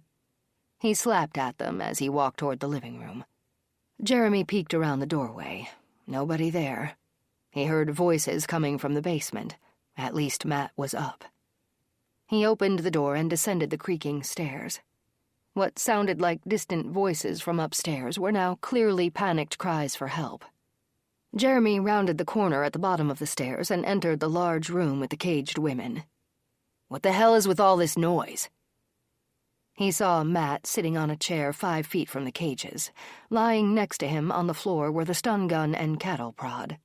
5 bottles of water and 10 breakfast bars sat on a small table to his right. Did you just come down? Jeremy asked. Yeah, sorry, bro, I got up late. Their food is ready, but these two? Apparently they don't know the drill yet. They can sure yell. Jeremy approached the cages that held Gina and Carly and crouched down in front of Carly's gate. Haven't your roommates gone over the rules with you yet? He stared at both newcomers.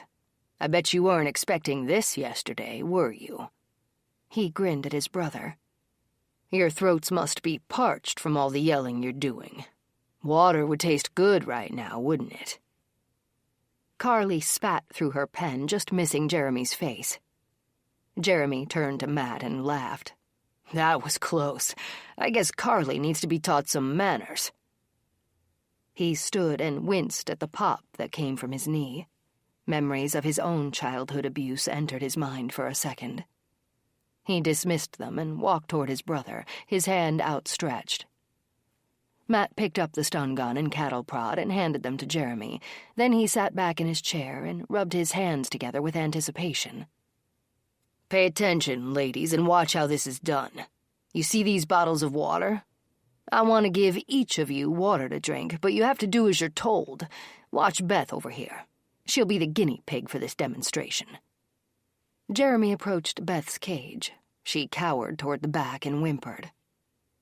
Okay, I'm going to open her pen and place the water bottle inside. If she makes a move toward the gate, she's going to get zapped. Let's show them how this works, Beth. Jeremy motioned for Matt to bring the keys over. Matt unlocked the padlock and opened the gate. He stood back and watched. Excitement was written across his face. Okay, come on, Beth. Come forward like you want to escape. Pay close attention, girls. You seriously don't want this happening to you. It really hurts, right, Beth? In a flash, Jeremy reached in and hit Beth with the cattle prod. She grunted, fell back, and twitched for a few seconds. He jerked his head to the sound of Gina screaming. She wrapped her fingers through the wire links and shook the cage.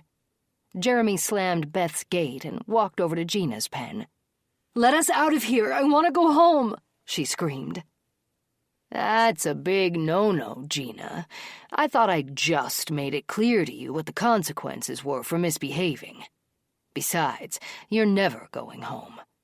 Now everyone is going to be punished for your behavior. Jeremy pulled the stun gun out of his back pocket. You're going first, Carly. Brace yourself. It's going to hurt. Jeremy grabbed Carly's hair through the wires and pulled her head back. He zapped her neck with the gun and gave it a few extra seconds. She screamed, grunted, and jerked as her body hit the floor of the pen. Who's next? Jeremy approached the cage with Liz inside and zapped her. Then he nodded for Matt to help out. Hit Gina with the cattle prod. You want to keep your distance from her. She looks like a fighter. I'll let you slide, Mel, only because you're leaving us. I'm sure your new owner doesn't want to see burns on your body when he gets you. Consider yourself lucky. Your roommates got your share instead. Now eat your damn breakfast. None of you are getting water, so you can thank Gina for that. We'll be back in an hour, and I don't want to hear a peep from any of you before then. Jeremy dropped 2 breakfast bars through the wires of each cage. He and Matt turned the corner, clicked up the volume on the baby monitor, and left. They slammed the door behind them at the top of the stairs. Let's see if these new girls have any bright ideas, Jeremy said as they entered the kitchen. Does it matter? Mel and Beth will both be gone. No, it doesn't matter, but it is amusing. Jeremy turned the volume up to high on the baby monitor that sat on the kitchen table, poured 2 coffees, and waited. The monitor came to life with conversations from downstairs. Laughter filled the kitchen as the brothers leaned in closer to listen. I have to get out of here. I'm going to make a run for it when they let me out to shower. It's the only chance I'll have before I'm gone for good. Mel, you can't leave me. I'm afraid. Matt said. That sounds like Liz. I'm leaving no matter what. They've already sold me. The sound of a cage shaking made the brothers laugh. Jeremy grinned at Matt. That has to be Gina. The others know better. Stop doing that, Gina. There's no way out. You're just going to get us zapped again. You're better off complying. Don't give them a reason to get mad at you. You won't win. Matt took a gulp of coffee and said to Jeremy, "Good advice." The voices continued. There has to be a way out. There isn't, and I want to live. They killed one of us a few nights ago. She screamed a lot, too, and now she's gone. That sounds like Beth and Gina talking, Jeremy said with a smirk. Sorry, Beth. You may want to live, but that just isn't in the cards anymore. We didn't dig that hole for nothing. Chapter 16. We had already been brainstorming for over 2 hours. 3 pots of coffee into it, we'd concluded that Rianne was snatched randomly from a popular swimming lake in Grand Forks. Now she was found dead over 600 miles away in our county. According to Jason, she hadn't been sexually assaulted, only zapped numerous times with a stun gun and cattle prod. We all agreed that Rianne had been caged. We just had to figure out if it was during her transport or if the killer had a place where he was staying. The motive could come from one of 2 directions. We were dealing with somebody who was moving across the country and snatching women as the opportunity came up. This method would be difficult to track since he could be a serial killer who would capture women in one location, then torture and kill them somewhere else. The other scenario would be that he actually was collecting women as he traveled. Once he had enough, he'd have to hunker down somewhere, keep them caged in a stationary location, and then sell them on the dark net. Lieutenant Clark leaned back, causing his chair to squeak. Okay, if our guy is selling women, why kill one? Isn't that like getting rid of the goose that laid the golden egg? I nodded. But maybe she did something that enraged him. Killing her might not have been his original intention. We need to find out if any other dead women have been discovered between Grand Forks and here with burns from a stun gun and cattle prod. At least that would tell us if he was killing them for fun, or if Rianne's death was the exception to his sick intentions. We'll have to come up with the most likely route between the 2 areas and see if anything pops. That's easy, Jack said. The most direct route is Interstate 94. I think we should check less obvious alternate routes, too. If he just kills and dumps them, he may not want to be on such a public stretch of highway. The lieutenant agreed. Okay, Clayton and Billings, you guys get started on that. If he is stationary, we'll need to establish a perimeter to stay within, meaning our own county. We'll focus initially on the eastern section of the county. Wasaki County could also be a possibility. I'll talk to the sheriff's department over there and give them a heads up. If he's transporting women, we're likely looking at somebody with a van or something larger. Boss? Yes, Jade. We could check into moving truck rentals that came from Grand Forks, but we have no idea if that was his starting location. True, but Rianne went missing several months ago. Would anybody keep a moving van for that long? He still needs a means to dump her body. I'm thinking this guy has his own vehicle. Okay, let's narrow down what we do know. Jack began. He may be familiar with the area just because of the dump spot. To me, that means he's found a place to stay, even if it's temporary. He's likely driving his own vehicle, so it has to be at least the size of a van, and he somehow has access to xylazine. Did we get anything on that? The lieutenant asked, looking between Todd and Billy. Todd spoke up. There was a report 2 years back about a break-in at a veterinarian's office in L.A. Nobody was ever caught on that one. Also, a pharmacy in Miami reported xylazine and a few other drugs stolen last August, but the thief has already been apprehended. The database goes back 3 years in the U.S., and those were the only 2 reports where xylazine was mentioned. Clark groaned. Whatever happened to good old-fashioned murders committed by jealous husbands in their homes? At least we'd have a location and a name. I poured more coffee for everyone. This isn't going to be an easy case, especially if we have no idea if the perp dumped Rianne and continued on or not. He could be in Ohio by now for all we know. What we do know is she's dead, and somebody has to be held accountable for her murder. Lieutenant Clark's phone rang on his desk. He turned and headed for his office. Clayton and Billings, get started on those routes. Todd and Billy, thanks for the help tracking down the xylazine. He looked at Jack and me. Excuse me for a minute, guys. I'll be right back. We watched through the glass wall as he sat at his desk and talked on his phone. This can't be good, I said. The expression the lieutenant wore told us something bad had happened. He hung up and came back out to the bullpen. That was Lieutenant Colgate calling us to give us a heads up. After seeing the news broadcast from the other night about Rianne, he thought we ought to know that 2 young women vanished without a trace from Bradenton Beach yesterday. Their car was left behind with a punctured back passenger tire. I hit the desk with my open hand. Son of a bitch, it's the same M.O. as Rianne's. What about tracking their cell phones? Not happening. They were left inside the trunk along with their purses. It looks like one of them had anti-seizure medication in her purse. I groaned. Shit, she's probably epileptic. Clark squeezed his temples. Jade, check the fax machine, please. Colgate sent over the photos and vitals on the missing girls. Our guy is obviously still in the area. Get Todd and Billy back up here. I want them sitting in on this. You got it, boss. I grabbed the sheets on the girls from the fax machine, then ran down to the lower level of the building. The tech department was down the hall. I stuck my nose in the door and saw maps on the computer screens. What are you guys doing? I asked. Clayton walked in. They're giving me a hand with the routes. We're looking for a few secondary roads leading from Grand Forks to our area. The interstate doesn't make sense. I was going to print them out and bring them up to the bullpen. Well, Clark wants everyone upstairs again. I think he has some questions for you guys. Billy pushed back his chair. Sure, let's go. Have a seat, guys, Clark said when Todd and Billy entered the bullpen. Clayton and Billings came in behind them. I handed the lieutenant the photos of the 2 girls that went missing yesterday in Milwaukee.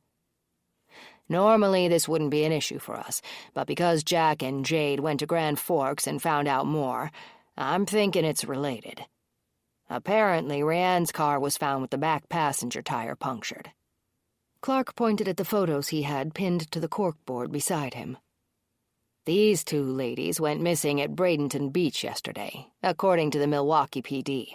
The car was left behind, and the back passenger tire was punctured. Lieutenant Colgate told me that the car was probably wiped down.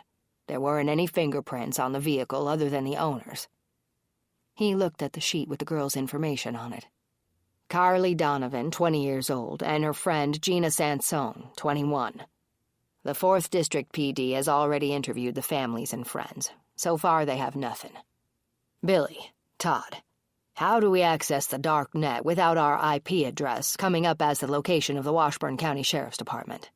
If our guy is actually selling girls, wouldn't he post photos of them? Yeah, he sure would, Billy said.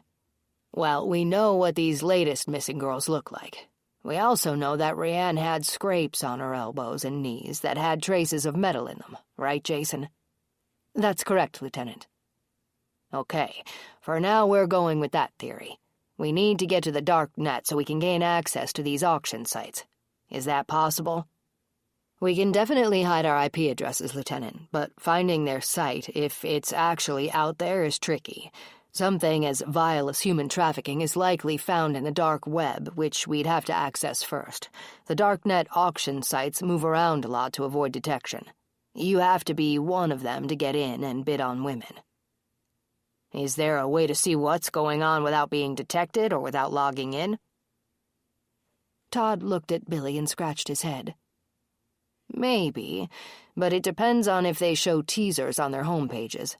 The administrator can add photos to it, but the viewer can't go beyond that page, meaning we couldn't get in, but we could see whatever is posted on the homepage. That also depends on if they actually update that page with real photos of girls they have held captive and who are for sale, or if they're just posting random pictures from the internet. If these people are smart, they'd never show real photos to anyone other than registered bidders. Can you guys at least try? Would their IP address be blocked? Yeah, they'd hide their IP address, but we can give it a shot. Chapter 17. Jeremy checked the clock above the stove. Beth had to be dealt with first. He'd get that out of the way and still have plenty of time to shower and clean up. Mel had to get ready, too. A freshly washed outfit draped across a hanger was for her to put on later after her shower. It's time. Jeremy pushed back the kitchen chair and opened the basement door. I'll get her. You fill the syringe with a double dose. Yep, got it, Matt said. The brothers took the stairs to the basement. Matt hung back and pulled the syringe and the xylazine out of the jelly cupboard. He spun the roller chair toward him and sat while he poked the needle tip through the rubber stopper. He pulled back the plunger and drew a double dose into the syringe. He checked the amount through the clear plastic barrel, then covered the needle with a protective cap. Matt looked around the corner and nodded to Jeremy that he was ready. Let's go, Beth. You're looking awfully pale. I think you need some sunshine. What? Why? I don't want to go outside. Please, I'm good. I like my cage. Tears rolled down her cheeks as she scooted to the farthest corner of her enclosure. That's nice. Let's go. Matt spoke up. Either come outside on your own or get the prod. It's your choice. Either way, we're going outside and you're coming along. Matt unlocked the cage and Jeremy grabbed Beth by the legs and pulled. She kicked, grabbed the sides of the cage and held on while she screamed for help. "Zapper," Jeremy yelled. "That skank just kicked me in the face." With the cattle prod between the links, Matt zapped Beth in the chest. Her hands twitched and fell to her sides as her grip on the cage loosened. Jeremy yanked her out and heaved her over his shoulder.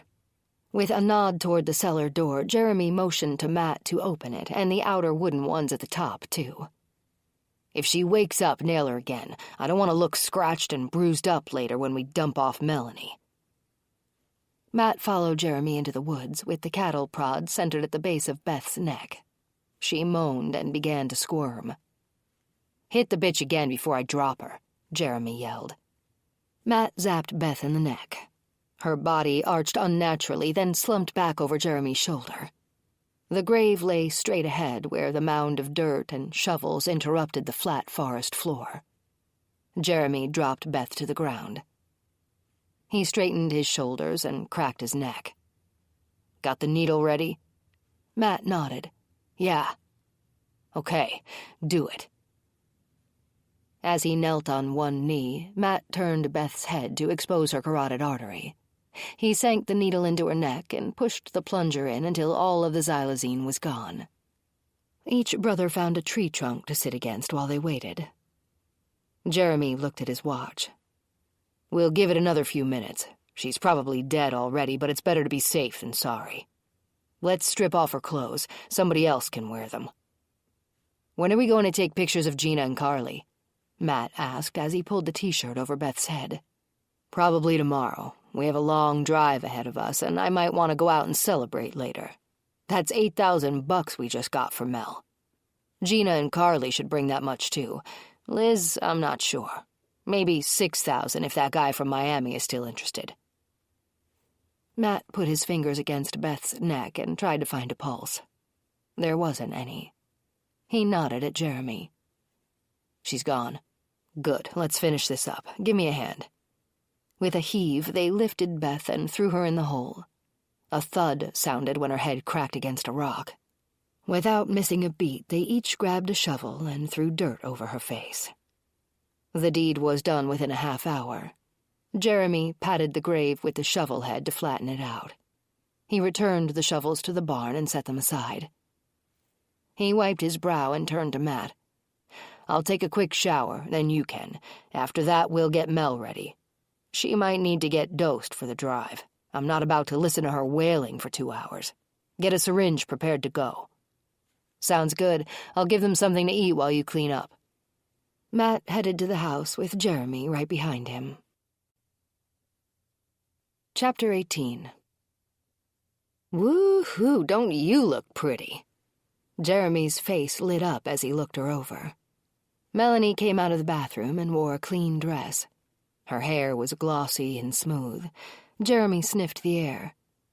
Man, you even smell good. Let me take a look at your forehead. He brushed her hair aside as she stood frozen in place. Yeah, it's just a little bump. Your hair will cover that. See what happens when you try to run. It didn't work out very well for you, did it? Hey, bro, come and take a look at the new and improved Melanie. Matt came around the corner and smiled. He had just filled a syringe for the drive to the state line. Wow, you should have gone for at least 10 grand the way you look now. Maybe we should keep you for ourselves. He licked his lips slowly and deliberately. Too late, brother. We've already been paid. Melanie trembled as she stood in front of Jeremy and Matt and looked over at the 3 women still caged. She had known Carly and Gina for only a day, but Liz had been with her for 2 months. Just think, Mel, you're going all the way to Morocco. Man, who knows what that dude is going to act like with a hot blonde babe like you. He's going to be out of his mind with ideas. Jeremy laughed. Okay, it's time to go. We don't want to keep your new owner's representative waiting. Say your goodbyes and make it quick. Melanie wiped her eyes with the back of her hand. Where's Beth? I want to say goodbye to her, too. Yeah, Beth is gone. She asked us to say goodbye on her behalf. Where did she go? Mel coughed between sniffles. Where is Beth, Matt? Jeremy looked at his brother with a questioning smile on his face. Oh yeah, the last time I saw her, she was in the woods. That's right, she's in the woods. Now say goodbye to your friends. It's time to go. Melanie began sobbing as she ran to Liz's cage and held her hands through the wires. You'll be okay, Liz. She leaned in and whispered. The cops will find you, all of you. You'll get out of this. Just don't make these 2 mad and do what they say. Tell the cops where they sent me when you're rescued. Okay, that's enough blabbering. Matt pulled Mel backward by the hair. Get upstairs. He pushed her toward the cellar doors with the prod. Jeremy opened the back of the van and set a cage inside. Mel and Matt stepped out into the late afternoon sun. The brightness made her squint. Get in. You have a choice, Mel, and I'm only going to explain it once. You can sit in the cage quietly and accept your fate. You can get zapped every time you make a fuss, or you can get hit with the needle. Which do you want? I'll be quiet. Good choice. Here's a bottle of water for the ride. Remember, 1 peep and you get the needle or the prod. She climbed up on the bumper and crawled into the cage.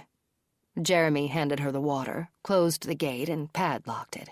He slammed the back of the van shut and got into the driver's seat. Matt set 2 bottled waters in the cup holders and got in.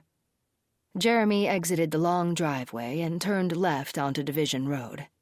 He headed south for 10 minutes on different country roads, passing an occasional tractor before reaching a main highway. Jeremy turned east and drove for another 15 minutes, then he merged onto the interstate. They would be at the Wisconsin and Illinois border in an hour. The rep they were meeting was supposed to be at an abandoned ski hill just west of Union Grove.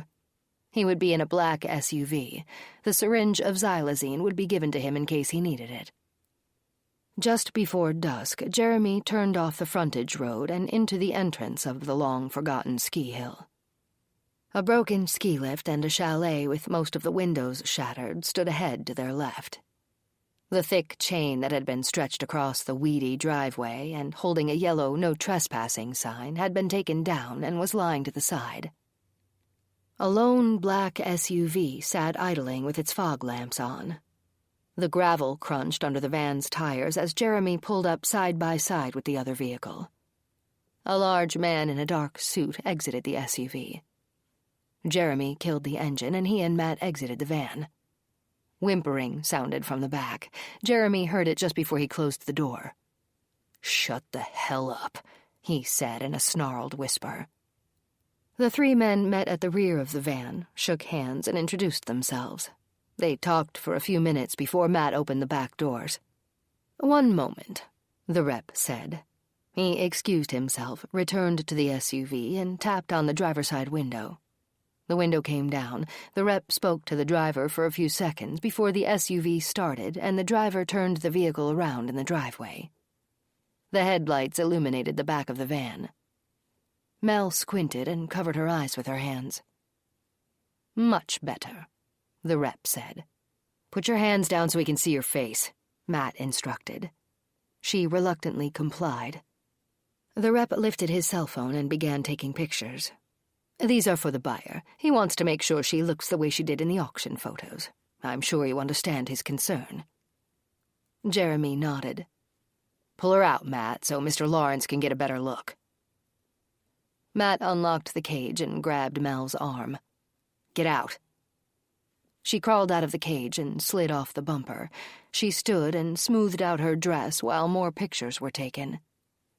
"Wipe your face, your makeup is running," Matt said with an air of disgust. He turned her in different directions while Mr. Lawrence snapped a few more shots. "It will be just a few minutes. I'm sending these photos to the buyer." "Sure, no problem. How about a bottle of water?" Jeremy asked. "No, thank you. There we go. The photos went through. It should only be a few minutes more, gentlemen." They waited in silence. "Yes, very good. Our buyer is pleased. Let's go." He took Melanie by the arm. Matt handed Mr. Lawrence the syringe of xylazine and showed him the amount in the barrel. "Half of this will knock her out for a good 3 hours. Don't give her all of it at once, it'll kill her." "I understand. Thank you, gentlemen. It's been a pleasure. I'm sure we'll be in touch." "See ya, Mel. Have a nice life." Jeremy turned and got into the driver's seat of the van. Matt walked around to the passenger side and climbed in. They heard Mel's wailing as they drove away. "How about grabbing a couple of beers on our way back?" Matt said. "Yeah, I like that idea. We have 8,000 reasons to celebrate." Jeremy turned to his brother and high-fived him. Jeremy's cell phone, lying in the cup holder between the seats, rang as he drove. He lifted it to see who was calling. Not many people had that number since it was a burner phone. The screen illuminated, showing the caller was Mr. Lawrence. "Crap, this can't be good." He grimaced as he answered. "Hello, Mr. Lawrence." "Jeremy, I just wanted to tell you what a spitfire you sold us. My client will be amused." Jeremy smiled. "That's good to know. What did Melanie do?" "She obviously had her own agenda. As you drove away, and before she was loaded in the SUV, she twisted out of my grip and ran toward the woods. My driver and I chased her down, of course, and quickly caught her, but not before we each got a few scratches and bites in the process. She's resting comfortably now." He laughed into the phone. "She'll be sleeping for hours, and by the time she wakes up, we'll be over the Atlantic. I doubt if she'll try to make another break for it at 30,000 feet." Jeremy breathed a sigh of relief. "Sorry about that. I did hear her threaten to make a run for it, but she tried that earlier, hence the knot on her forehead. What is it they say? If at first you don't succeed, try and try again. Good night, Mr. Lawrence. We appreciate your business." Good night, Jeremy." The brothers drove the 90 miles back to the outskirts of North Bend while drumming their fingers to the music playing on the radio. "Hey, check out that bar," Jeremy said as he pointed and slowed down. "Want to stop and have a few?" "Yeah, definitely. This looks like a pretty happening place." Matt scanned the parking lot when Jeremy turned in. Jeremy shut off the van and got out. "Let's see what makes this place so popular. It's gotta be the women. That might even give me some ideas." They walked toward the front door, checking the roof line as they got closer. "I don't see any cameras," Matt said. "Sucks for them. Let's see what's inside." They entered the jam-packed bar area. There was barely room to pass by another person and definitely no place to sit at the bar. 2 guys stood and Matt grabbed their bar table just before a couple got to it.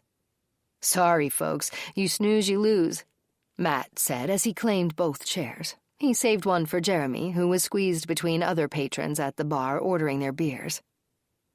"Pretty crazy place you've got here," Jeremy shouted to the bartender through the noise.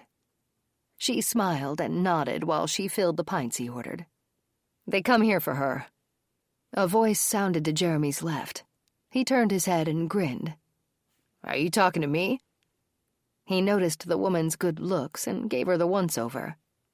"Yeah, I said she's what brings in the business." "Knock it off, Jade. You're embarrassing me." "Jade. Nice name. It matches your eyes." "Thanks. That was smooth. Back to her, though. It's true. Just look at that face." "I certainly can't disagree. I'm Jeremy, and new in town. May I buy you 2 a beer?" "Sure. And by the way, you better be nice to your bartender. Amber is my little sister." Jeremy looked back and forth from one beauty to the other. They were both gorgeous. The dollar signs rolled in his head. The playful spark in Jade's eyes made her look very appealing. "Oh, I intend to be nice to her. Amber, huh? So when do you get off work, Amber? I'm having a get-to-know-your-neighbors party at my house." He looked at Jade and gave her a dimpled grin. "I'd love it if you were both my guests of honor. Jade looks to be my age, older than most of our girls, but very hot. I bet she'd still go for a good price." Amber leaned forward over the bar. "I work until closing. Sorry, dude, but you don't need to worry about being nice to me. It's Jade you have to watch out for." "Really? Why's that?" He gave Jade another look of approval. "She's a sergeant at the sheriff's department, and she has a wicked gun." Jeremy's excitement quickly diminished, but he couldn't let on. He laughed instead. "Yeah, you look like someone who could easily handle herself." Amber passed the pints across the bar. Jeremy handed her $30 and told her to keep the change. "Nice meeting you, ladies." "You too, Jeremy, and thanks for the beer," Amber yelled out. Jeremy carried a pint of ale in each hand and placed them on the table. "Can you see that chick bartending from here?" Matt craned his neck, trying to look around the sea of people. "Nah, can't see shit." "Yeah, she's pretty damn hot. And young. She barely looks old enough to be a bartender. There's another hot-looking babe sitting at the bar. Long black hair, huge green eyes. She gave me a smile and started talking, so I bought her and the bartender a beer. Turns out they're sisters, and the one sitting on the bar stool is a cop. Damn it, they would have gone for top dollar. I think we should steer clear of this place. Drink up, brother. We need to go." Chapter 19. It seemed that whenever we solved a case, I'd finally have a weekend off. Lately, that wasn't happening very often. Other than the week I took off while Amber and I moved and she recuperated, we'd all been putting in extra hours. "Clayton, you're catching on," I said, joking with him when I walked into the bullpen. "It's about time somebody other than yours truly brought donuts in on a Saturday." He chuckled. "Yeah, I figured it was time I paid my dues." I walked over to the open box on the table at the back of the bullpen and peered in. "Oh, yum. French crullers, my favorite." I grabbed 2 and a napkin and sat at my desk. For a split second, I thought about that hot guy standing next to me at Joey's last night. I was flattered when he bought Amber and me a beer. I guess I still had something going on. And Amber, she would be gorgeous forever. I smiled, then forced my focus back on work. How's it going with the roads between here and Grand Forks? We've picked 2 alternates, but we're still checking out the Interstate, too. We'll split up the areas into counties and cities. It might take all of us working together, but we can make contact with the larger cities' PDs and sheriff's departments and see if anyone has been reported missing, or if any bodies have been found with the same M.O. as Rianne's, Clayton said while he chewed on his sugary treat. If anything pops, it will likely be handed off to the FBI. We can't get them involved unless we know there have been other crimes like this committed. I nodded as I tore off a piece of the donut and popped it into my mouth. Yeah, murders crossing multiple state lines, that's definitely the FBI's job, not ours. Jack walked in and headed directly for the donuts. You're amazing, I said. I am. He turned and grinned at me, almost blushing, and most likely expecting a compliment. I swear you're like a dog. You probably smelled those donuts before you even got out of your car. His smile quickly evaporated, and he was fast with a comeback. Yep, you're right, Miss Piggy. How many have you had already? I frowned. Just 2, and I'm done, thank you very much. I wiped my hands on the paper napkin, balled it up, and threw it 10 feet to the garbage can. Swish. Nothing but net, and another 3-pointer for me. Jack laughed. So what's on the agenda? Billings and Clark walked in, and they both headed directly to the donut box. I shook my head. We're going to divide up the cities and counties along the routes between here and Grand Forks. We should be able to complete that in a few hours if we all pitch in. We'll make phone calls and see if anyone has been reported missing, or worse, has come up dead in those areas, with obvious stun gun and cattle prod burns on their bodies. Clayton added, We're focusing on the towns around Interstate 94 and State Highways 10 and 75. Keep in mind, just because there may not be reports of missing or dead women between there and here, doesn't mean there aren't any. Driving from Grand Forks only takes a day. Our perp could have been staying somewhere in North Dakota or Minnesota for the last 2 months and recently headed our way. I think after we make these calls and either confirm or rule out other women between the 2 locations, we should begin knocking on doors in our own county, Jack said. We all agreed. We can start that next week. I got up and made a fresh pot of coffee. We'd be at our desks and making calls for a while. We divided up the police departments and sheriff's departments in cities with a population over 15,000 and dug in.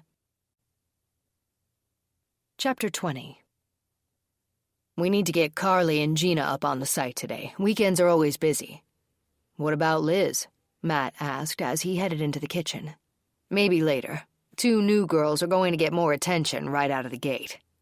Jeremy laughed at his own comment. Hey, that was funny, man. Right out of the gate. Like, literally. Matt chuckled and grasped the chrome refrigerator door handle, giving it a tug. Want breakfast before we start? He pulled eggs and bread and butter off the shelves. Sure, why not? It's the weekend. We have a few hours before the site really gets rockin'. The heavy cast-iron skillet clanked as Matt set it on the stove and turned the burner on. He sliced a pat of butter off the stick and whacked the knife against the skillet. The pat fell and sizzled across the heated pan. Matt twirled the skillet, coating the bottom with the butter, then cracked 4 eggs into it. He popped 2 slices of bread into the toaster. Jeremy busied himself making a pot of coffee while Matt cooked. He topped off 2 glasses with chilled, pulp-free orange juice, and Jeremy placed them on the table. So when do you think we can check out the new mall? Matt asked as he flipped the eggs. Tonight sounds good to me. I bet that place will really be busy. The outdoor cafes, too. It should be a warm night. Seeing tats isn't going to be easy, but we'll grab anyone that looks young and hot. They can go for a cheaper price, or we'll sell them overseas if we have to. We need to ramp things up. We can't forget our binoculars, either. They sat at the table and ate in silence. Jeremy cleared the plates and set them in the sink. He closed the drain with the stopper and turned on the faucet. These dishes can soak for a bit. Why don't you pick out a couple of sexy outfits for Gina and Carly? I'll go wake them up." Matt went to the closet down the hall and opened it. The basement door creaked. Jeremy flipped on the light and headed downstairs. With only one half-size window in the room, located at the top of the opposite wall, and with a window well around it, the girls were still able to see a small amount of daylight peeking in every day. At least they knew if it was day or night. "Time to rise and shine." Jeremy pushed a banana through the cage wires for each girl. "How about that? Something different, right?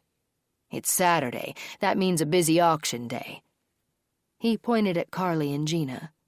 "You and you are going to get your bi-weekly shower. Matt is going to give you clean clothes to put on.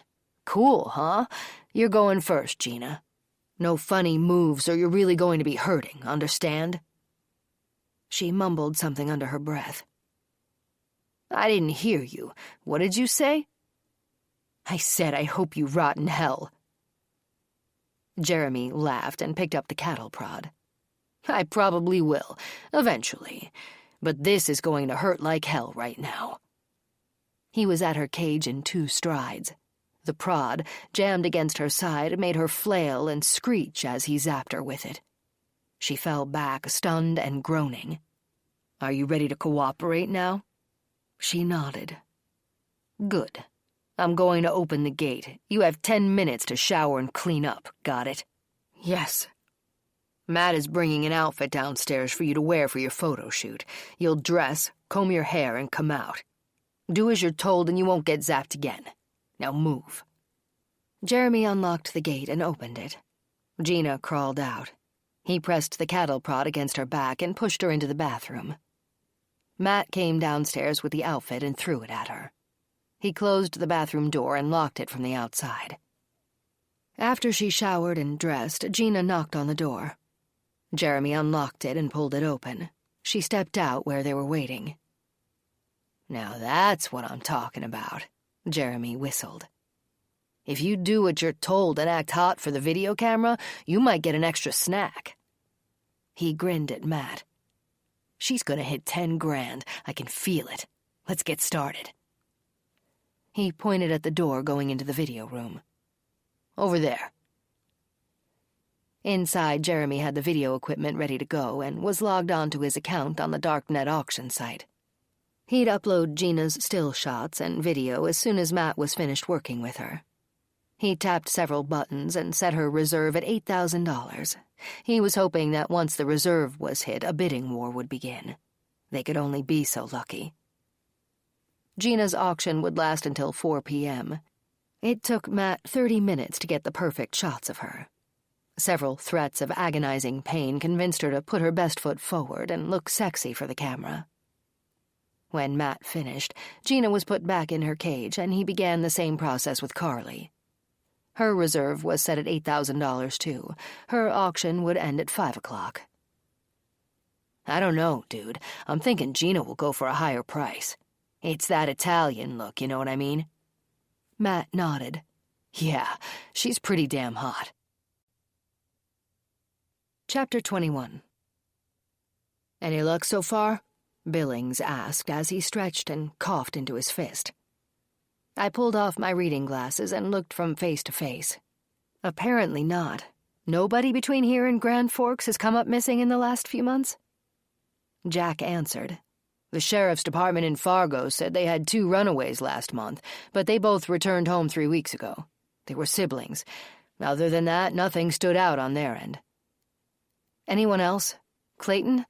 I pushed back my chair and walked to the water cooler. I filled my styrofoam cup. "Sorry, Jade. I've got 3 missing dog reports in Alexandria, Minnesota, and a wife that voluntarily left her husband in Rochester." Who would even report that? "Apparently the husband did, but they found the wife staying with her sister in La Crosse." I groaned. Are we at least halfway done? Jack tore open the cellophane and popped a chocolate chip cookie into his mouth. "Yep, I think we're close." "Having lunch? And I was going to suggest we all take a break and go out for a burger somewhere." Jack stood and folded the cellophane cookie bag in half.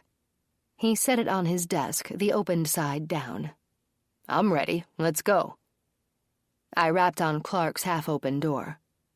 Boss, we're taking a lunch break. Want to join us? Nah, the wife says I need to lose a few pounds, but thanks. I'll stick to my celery and carrot sticks. He rubbed his expanding stomach for emphasis. You sure? He rolled his eyes. Don't tempt me. Maybe next time. I looked at the clock above the bullpen door. Okay, we'll be back by 1 o'clock. He nodded and went back to reading the report on his desk. We all walked to one unmarked cruiser. I had the keys. The guys chuckled. What? Is there a problem? No, ma'am, Clayton kidded. I didn't think so. Now get in. I smirked at the guys. I have shotgun. Jack climbed in the passenger side and looked over his shoulder at Billings and Clayton. Buckle up, he said when they got into the back seat. She's nuts behind the wheel. Hush, that's only when there's an emergency. I don't abuse the lights and sirens, even though I've been tempted many times. So, where do you guys want to eat? Let's go to Toucan Grill, Billings suggested. That sounds good to me. I pulled out of the parking space and gunned the cruiser through the lot. Toucan Grill was a funky little ice cream and hamburger stand along Main Street. The service was fast and the food was good. We sat at a picnic table facing the street and waited for our orders. You know, we may have to let this case go after a week or two. We have absolutely nothing to go on. Clark said the Milwaukee PD didn't have any leads with the 2 missing girls from Bradenton Beach either. I think we should establish a perimeter around the area where Rianne was found and start knocking on doors beginning on Monday. Somebody might have seen something that could be relative to the case and they don't even realize it, I said. The waitress appeared with a large tray full of red plastic baskets, each lined with waxed paper and filled to the top with food. We all ordered the same, a double cheeseburger, fries, and a large soda. I gave Jack my pickle. I took a gulp of soda to wash down my burger. My cell phone was vibrating in my pocket. I pulled it out and slid it across the table. Jack, answer my phone. It's Clark. My mouth was still too full to talk. Hey, boss. Jade's mouth is full. I kicked him under the table. He winced. Yeah, right away. We're almost done.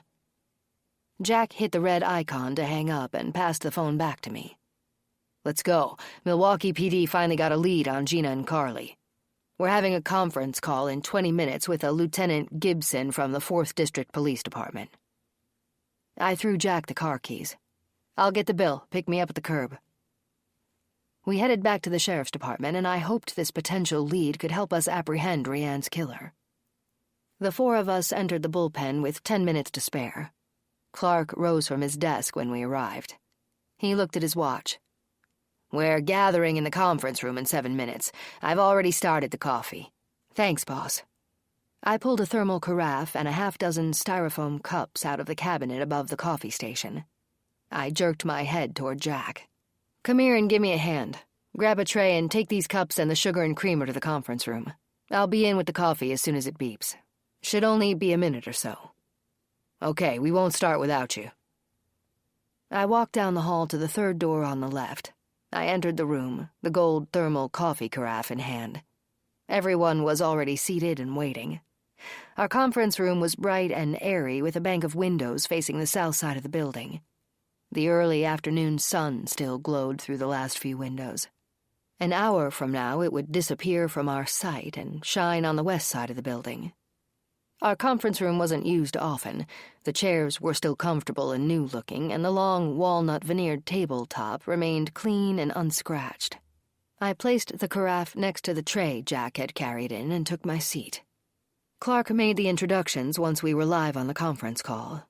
I went over the visit Jack and I had paid to Rianne Orth's family in Grand Forks, North Dakota. I explained to Lieutenant Gibson why I thought the cases were related. Sir, the way the perpetrator disables our victims' cars was too similar to be a coincidence. The girls were abducted from parks, swimming areas to be exact. Both cars had the back passenger tire punctured. The method was identical. Anyone could have used a screwdriver or knife, but according to your forensic team, it appears that an ice pick was used. The mechanic that replaced Rianne Orth's tire said it had been punctured by something resembling a nail, yet no nail was found in the tire. You're right, Sergeant Monroe. It does seem too coincidental to be anyone other than the same person in both cases. A call came in earlier. He cleared his throat, then continued. The caller wasn't quite sure what she saw was a crime until she read the article in the paper this morning.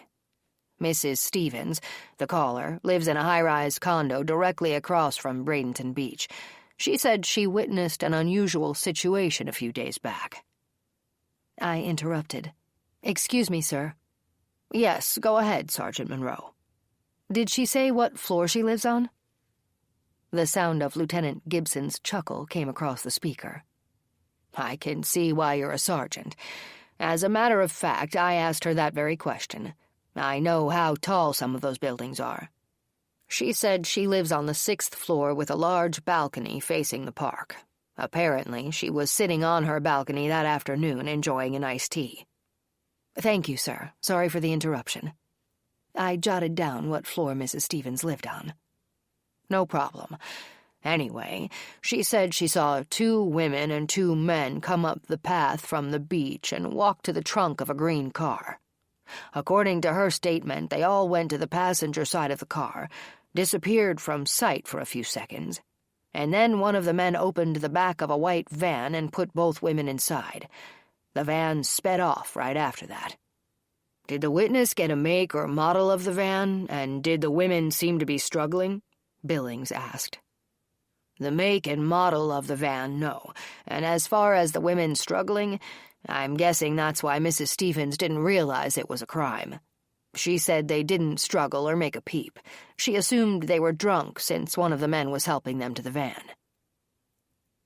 I poured a round of coffee for everyone, then sat back down. Jack was busy taking notes.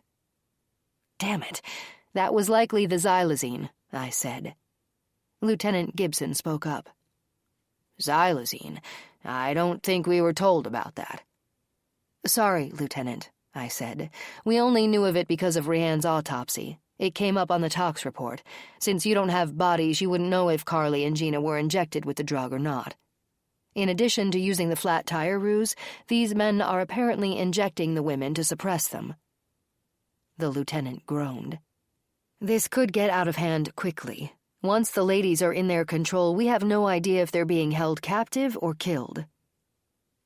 Lieutenant Clark said, We need to hold a press conference and get this up on the news. It sounds like we're looking for 2 men with a white van that are kidnapping women from beaches, parks, and the like. They're using the flat tire scenario to insert themselves into the situation, as if they're going to help a lady, or in your case, ladies, in distress. That's when the women are hit with the needle. Lieutenant Gibson, did our eyewitness get a good enough look at the men to give us any type of description or age? Sorry, not really, but she said they looked strong and fit. They both had on sunglasses, and they both had darker hair. She thought one had black hair and the other brown. She couldn't give us anything on approximate age or specific features, though. She said a tree obstructed part of her view. Okay, that's a start, Clark said. We'll check out white vans registered in Grand Forks and Washburn County. Meanwhile, we'll put a profile together and fax you a copy. You can contact the press and set something up. We need to get word out to the public and on TV. As soon as we hear back from you, we'll head to Milwaukee. Let's hold a joint press conference. Thank you, Lieutenant Clark, and your crew. I'll call my contacts at the news stations and see how soon we can set something up. You'll hear back from me within the hour. Clark clicked off the conference call and looked at each of us. Okay, guys, at least now we know more than we did. Jade, give Todd and Billy a call. See if either of them can come in for a few hours. I need them to run the van info through the multi-state database. Take a 10-minute break, fill up your coffee cups, and let's get a profile together for the press. We'll likely be heading to Milwaukee in a few hours. You got it, boss. I went back to my desk and called Todd first. Chapter 22. Hot damn, Gina's reserve hit and the bids are still coming in, Jeremy said. That calls for a beer. I'll get them. Keep refreshing the page. This is exciting stuff, man. Matt left the video room and closed the door behind him. Jeremy heard Matt's heavy boots taking the staircase up to the first floor. Cage slept peacefully on the rug to the right of the computer desk. Jeremy reached down and gave him a scratch behind his left ear. Matt returned a few minutes later with 2 cold beers. He pulled up the stool on Jeremy's left and knuckled him in the shoulder. Man, we're going to be rich. Jeremy grinned at his brother. We've got nothing to complain about. After nearly 2 years, we're still holding our own. Sure, we stay under the radar and don't flaunt, but that's what's keeping us in business, bro. Plus, our bank account is growing sizably. He hit the refresh button again. How much time is left on Gina's auction? 8 minutes. The last few minutes will likely be the best. The bidding war will shoot her price up like crazy. She might go for more than 10 grand. How's Carly doing? Jeremy clicked to the other open tab and maximized the screen. She's got an hour left. We're pretty close to the reserve on her, too. This is what we need, bro. Young, hot women. Luckily, they don't have tats either. As soon as both auctions are over and the money's transferred, we're heading to the mall. There are some nice young ladies out there just dying to meet us. They both chuckled. I'll give them dinner after Gina's auction is over. Jeremy nodded and clicked on the refresh icon again. Okay, it's down to the last minute. Watch the bidding go crazy now. They both leaned in closer to the screen. The mouse hovered over the refresh symbol, and Jeremy constantly clicked it. 30 seconds. Look how it's going up, man. 15, 10, 5, 3, done. He hit refresh a final time and saw the last bid. Jeremy whistled and high-fived his brother. Damn, she went for $12,000. They clanked their beer cans together and waited for a confirmation from the buyer. Jeremy noticed he'd gotten an email alert on his account. He always used a pseudonym as his login name, as did everyone that had accounts on the darknet sites. He clicked over to his account and read the email. Okay, here we go. The buyer is from San Francisco. The money is being wired as we speak. Jeremy sent off an email of his own asking when and where the buyer wanted to receive his merchandise. We still have an hour before Carly's auction is up. Let's have dinner, get ready to go, and leave as soon as hers is over. Matt went upstairs to prepare dinner for the 3 girls. Their meal would consist of bologna sandwiches and apples. Jeremy turned the corner into the room of cages. His hand slapped at the dark wall until he felt the light switch. He flipped it on. A grin spread across his face as he pulled up a chair to Gina's cage and sat down. Guess what, Gina? You're going bye-bye in a few days. Somebody from San Francisco just bought you, for a great price, I might add. That should make you pretty damn proud. You're worth a bundle to some perv. I bet you've always wanted to see the city by the bay, right? Now you get a free trip to the West Coast, except it's permanent. Gina cried quietly in the corner of her enclosure while Jeremy leaned back in the cracked vinyl office chair and smirked. Matt descended the stairs carrying a tray with the girls' dinner. He set it on the small table and ordered them back while he opened the cages. You'll get your bathroom breaks when Carly's auction is done. After that, it's lights out. We're going into town for a while. Liz, you'll meet your new roommates later. It's on you to teach them the rules. Chapter 23.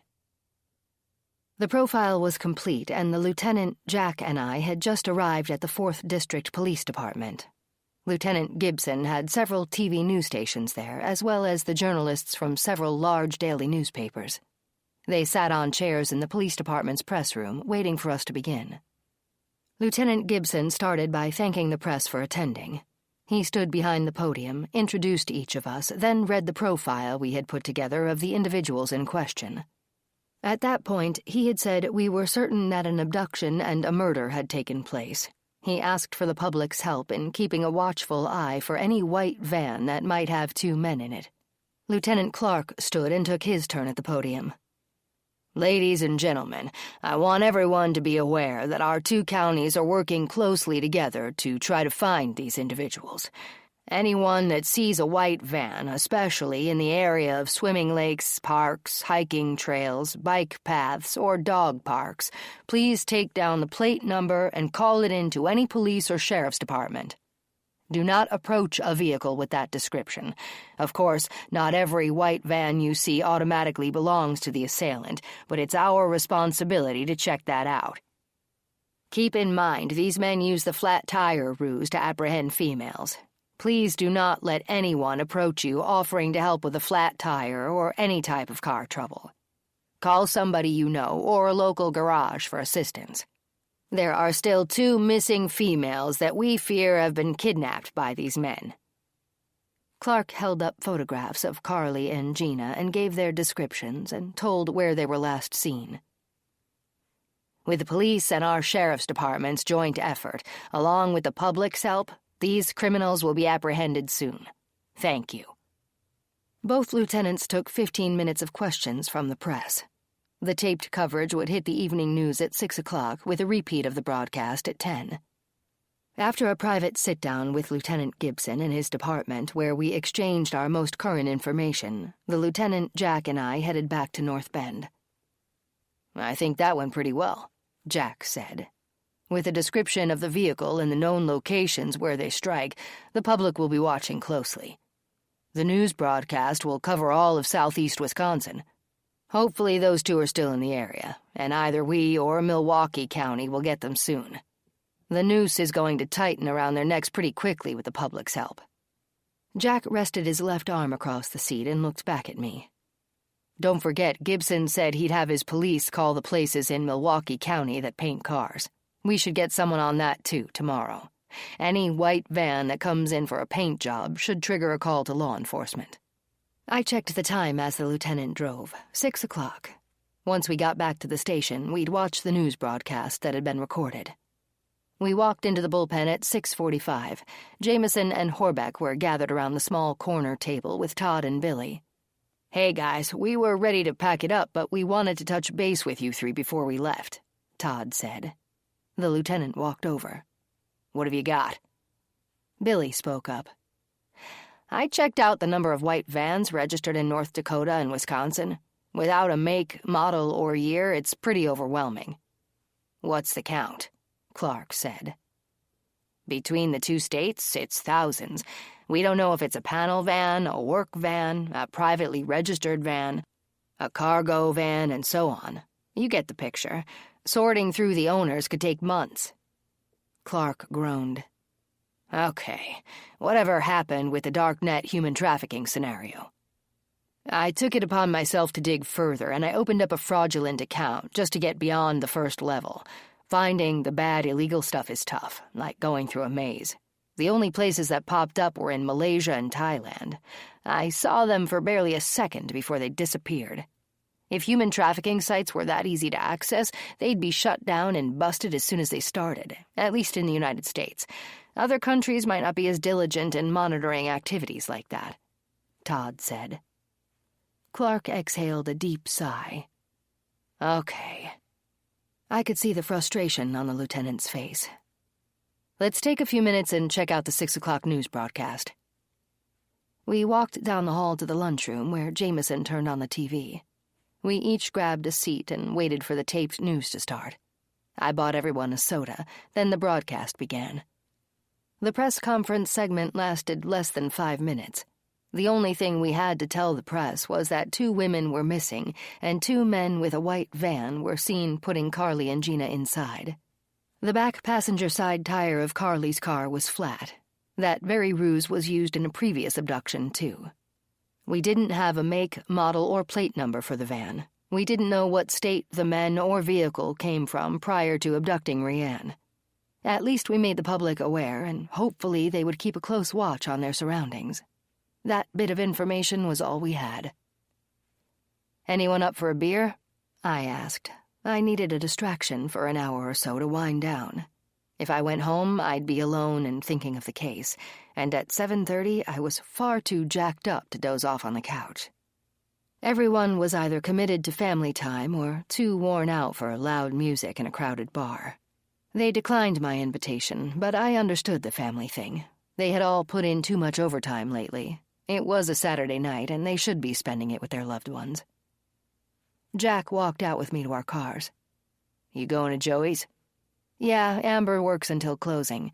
We haven't had a lot of sister time lately." I shrugged. "If it has to be at the bar, then so be it. Sure you don't want to tag along?" "Will you be mad at me if I don't?"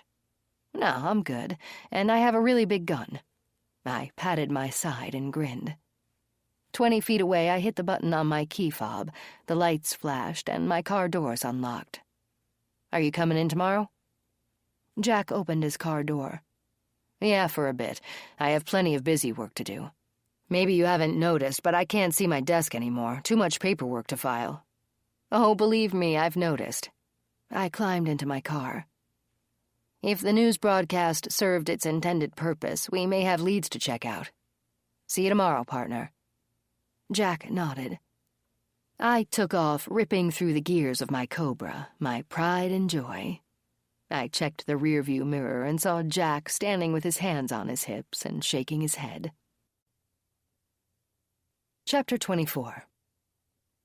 "I can't believe how stupid we used to be," Matt said as he and Jeremy watched from the mall parking lot.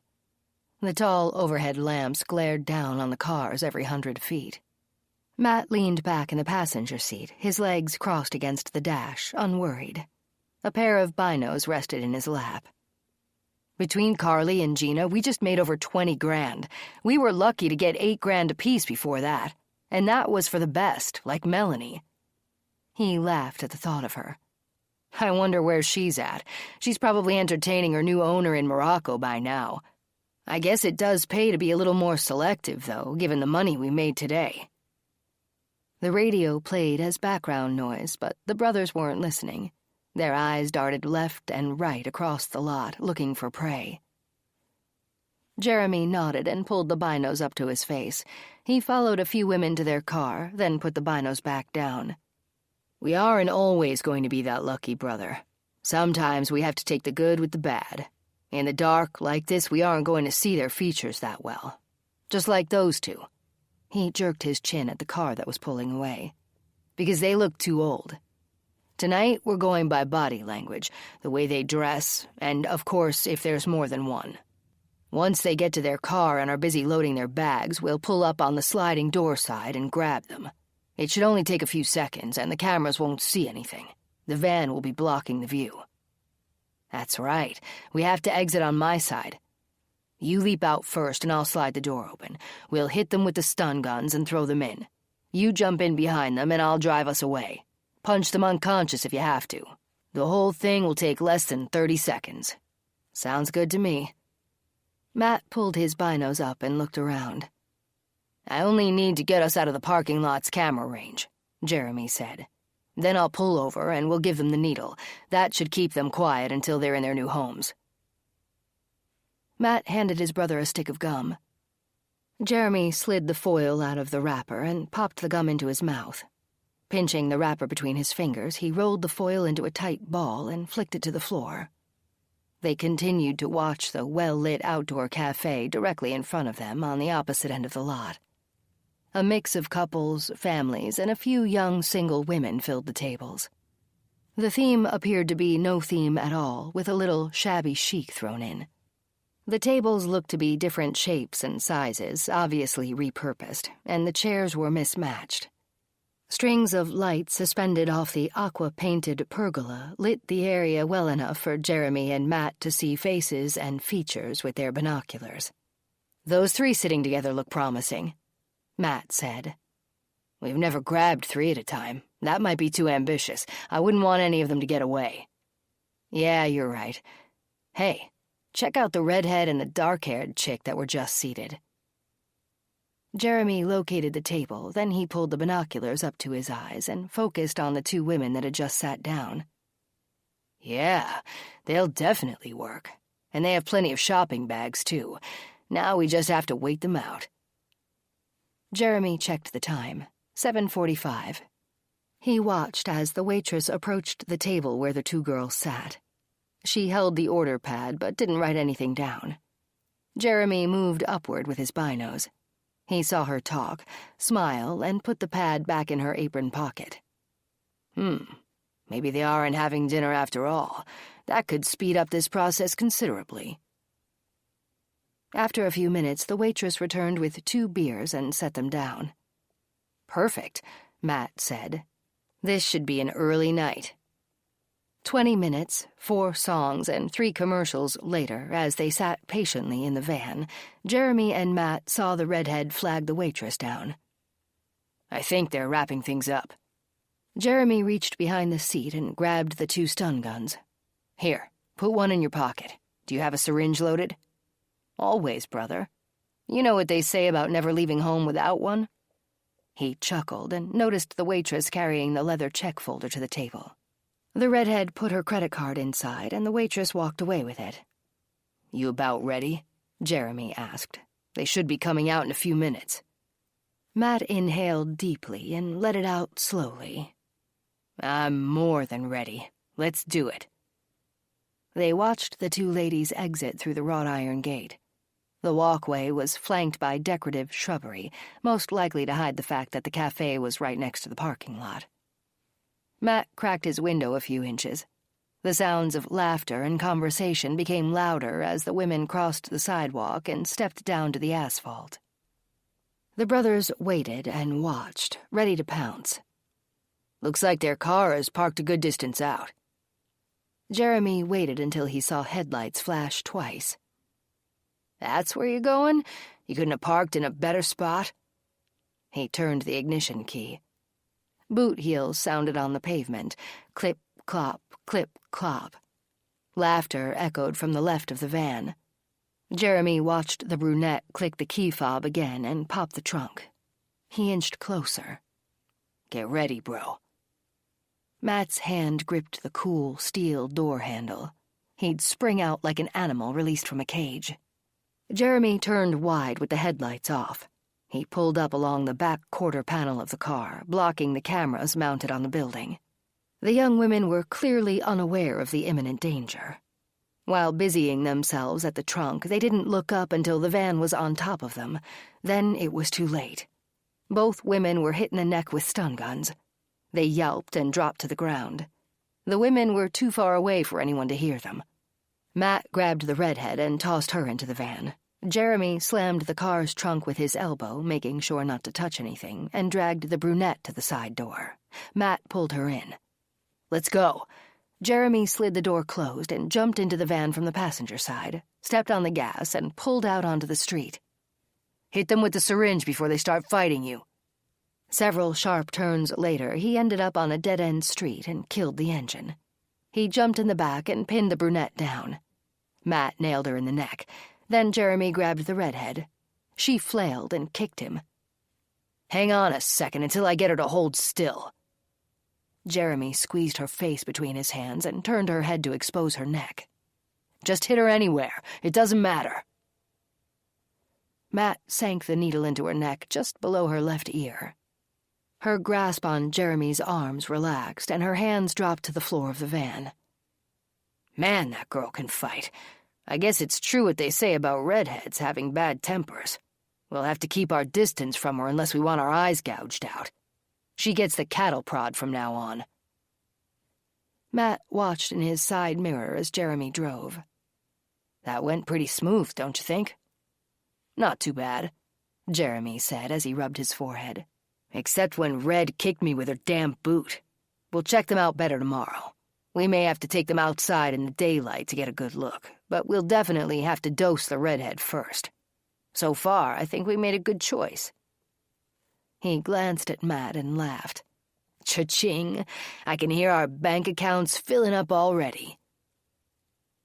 The long driveway was just ahead, and Jeremy turned in.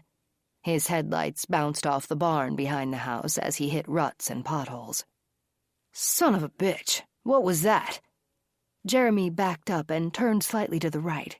He hit the brights, illuminating a person running toward the field. Matt craned his neck. "What the?" Jeremy yelled. "It's Liz! How did she get out?" "I don't know. What should we do?" Matt looked back at the floor of the van. The girls began to moan. "They're going to be wide awake soon. Is there any xylazine left in the syringe?" Matt pulled the syringe out of his pocket and flipped on the overhead light. "A little. Nail them again. There isn't time to deal with them. We have to catch Liz first." Chapter 25. Joey's was packed, and the music was loud, just the way I liked it. The cartridge made a familiar hiss when Amber cracked open the can and filled my glass with Scottish ale. "I'm glad you stopped in, sis. I wasn't expecting it." She looked around. "Where's Jack?" "The baby wimped out. He probably had to put a fresh coat of polish on his nails." I looked up and grinned at my sister. She laughed.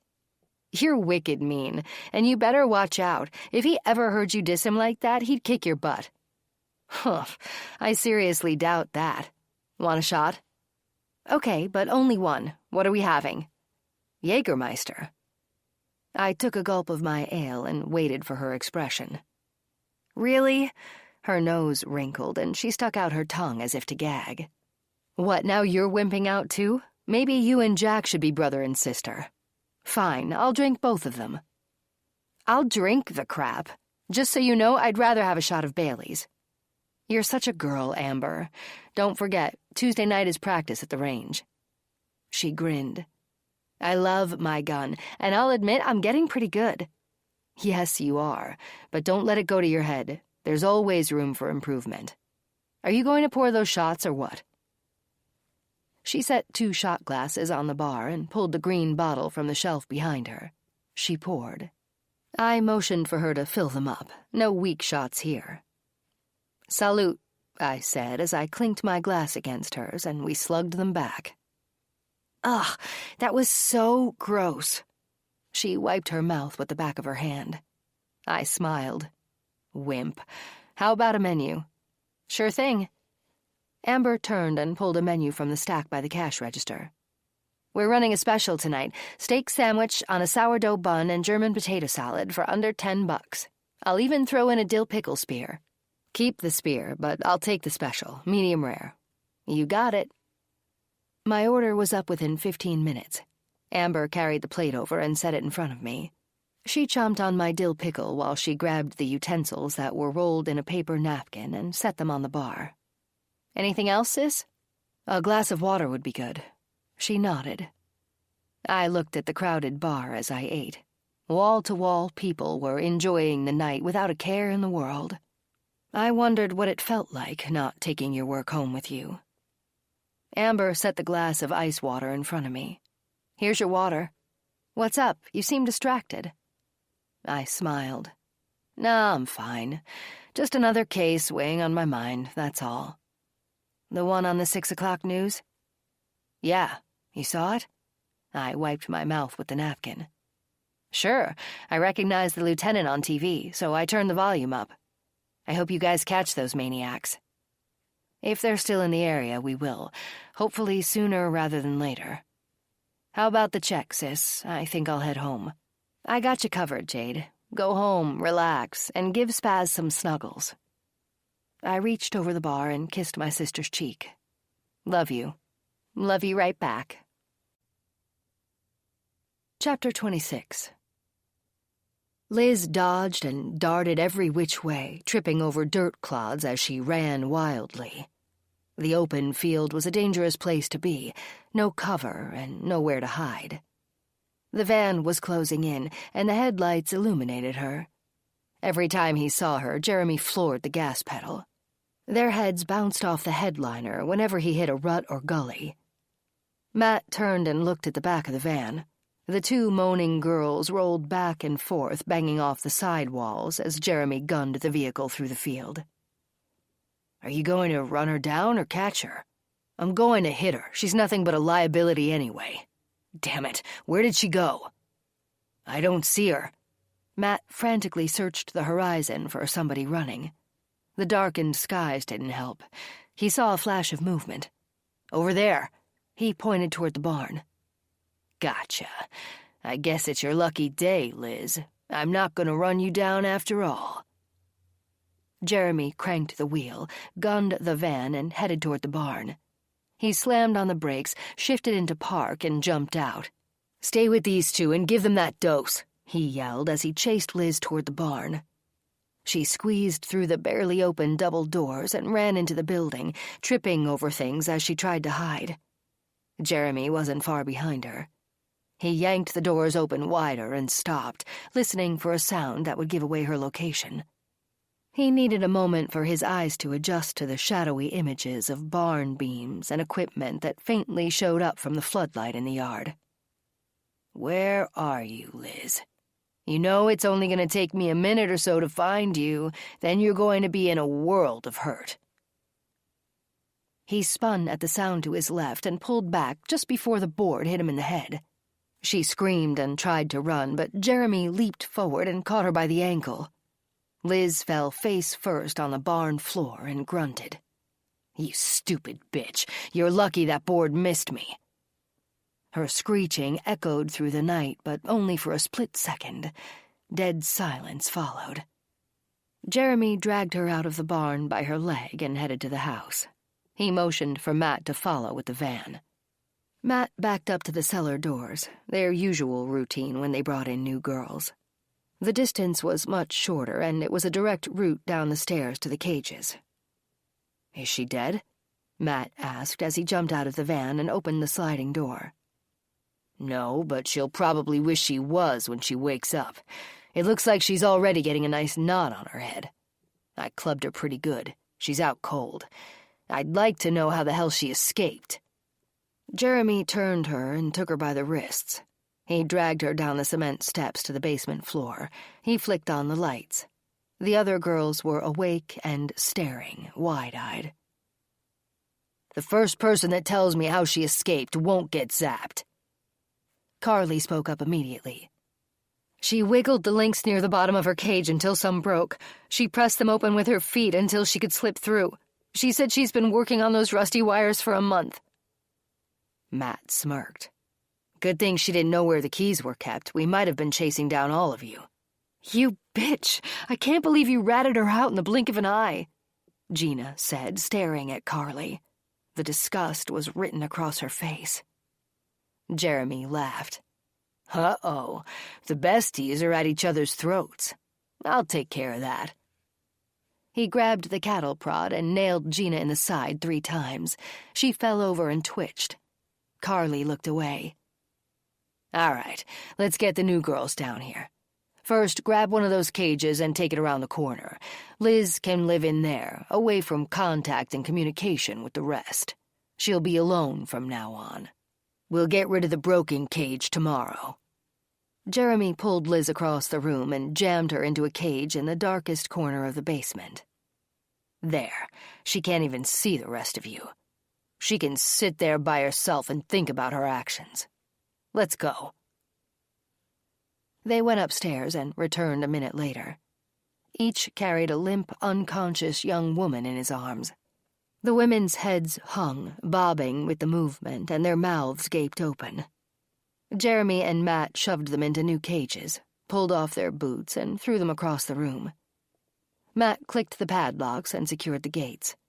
Carly and Gina cried when they saw the new girls. "Don't worry, you won't have to witness this for long.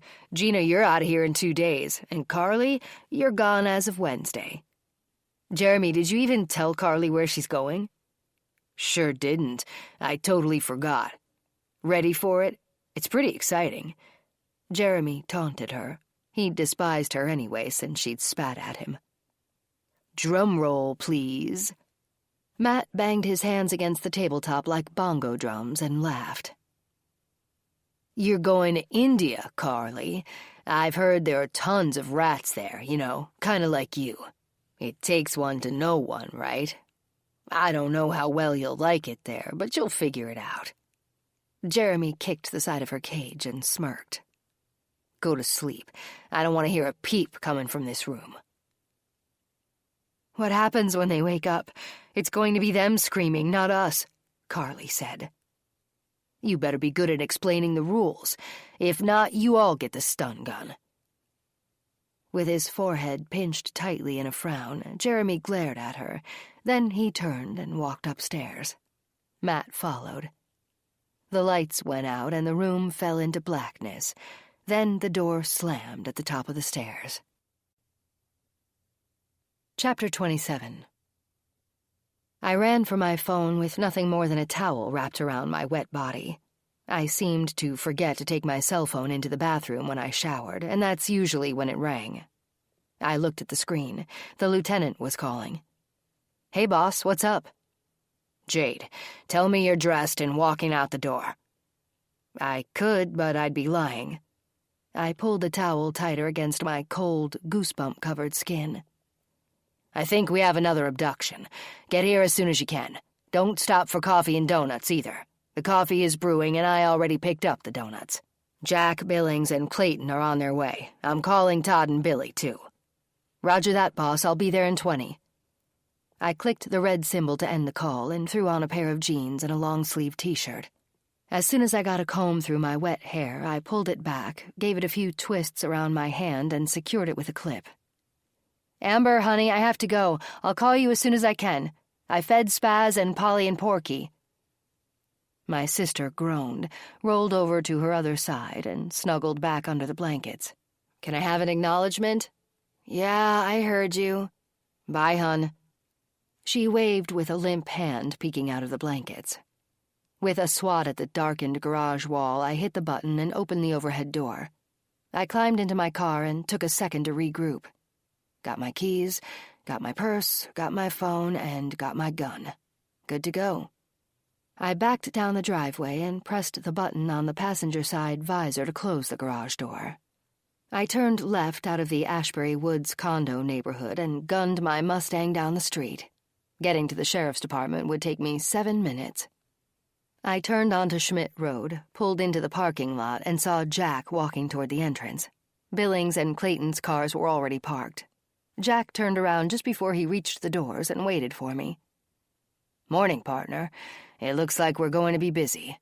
Guess my desk isn't going to see the light of day after all."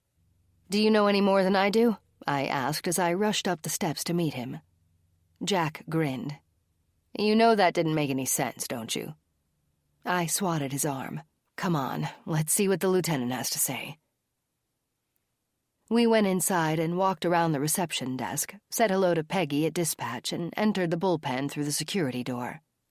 The lieutenant, Clayton, and Billings sat in Clark's office waiting for us. "Jade, Jack, maybe we should use the conference room. This office isn't quite big enough for all of us. Todd and Billy should be here any minute, too." We all got up and headed down the hall.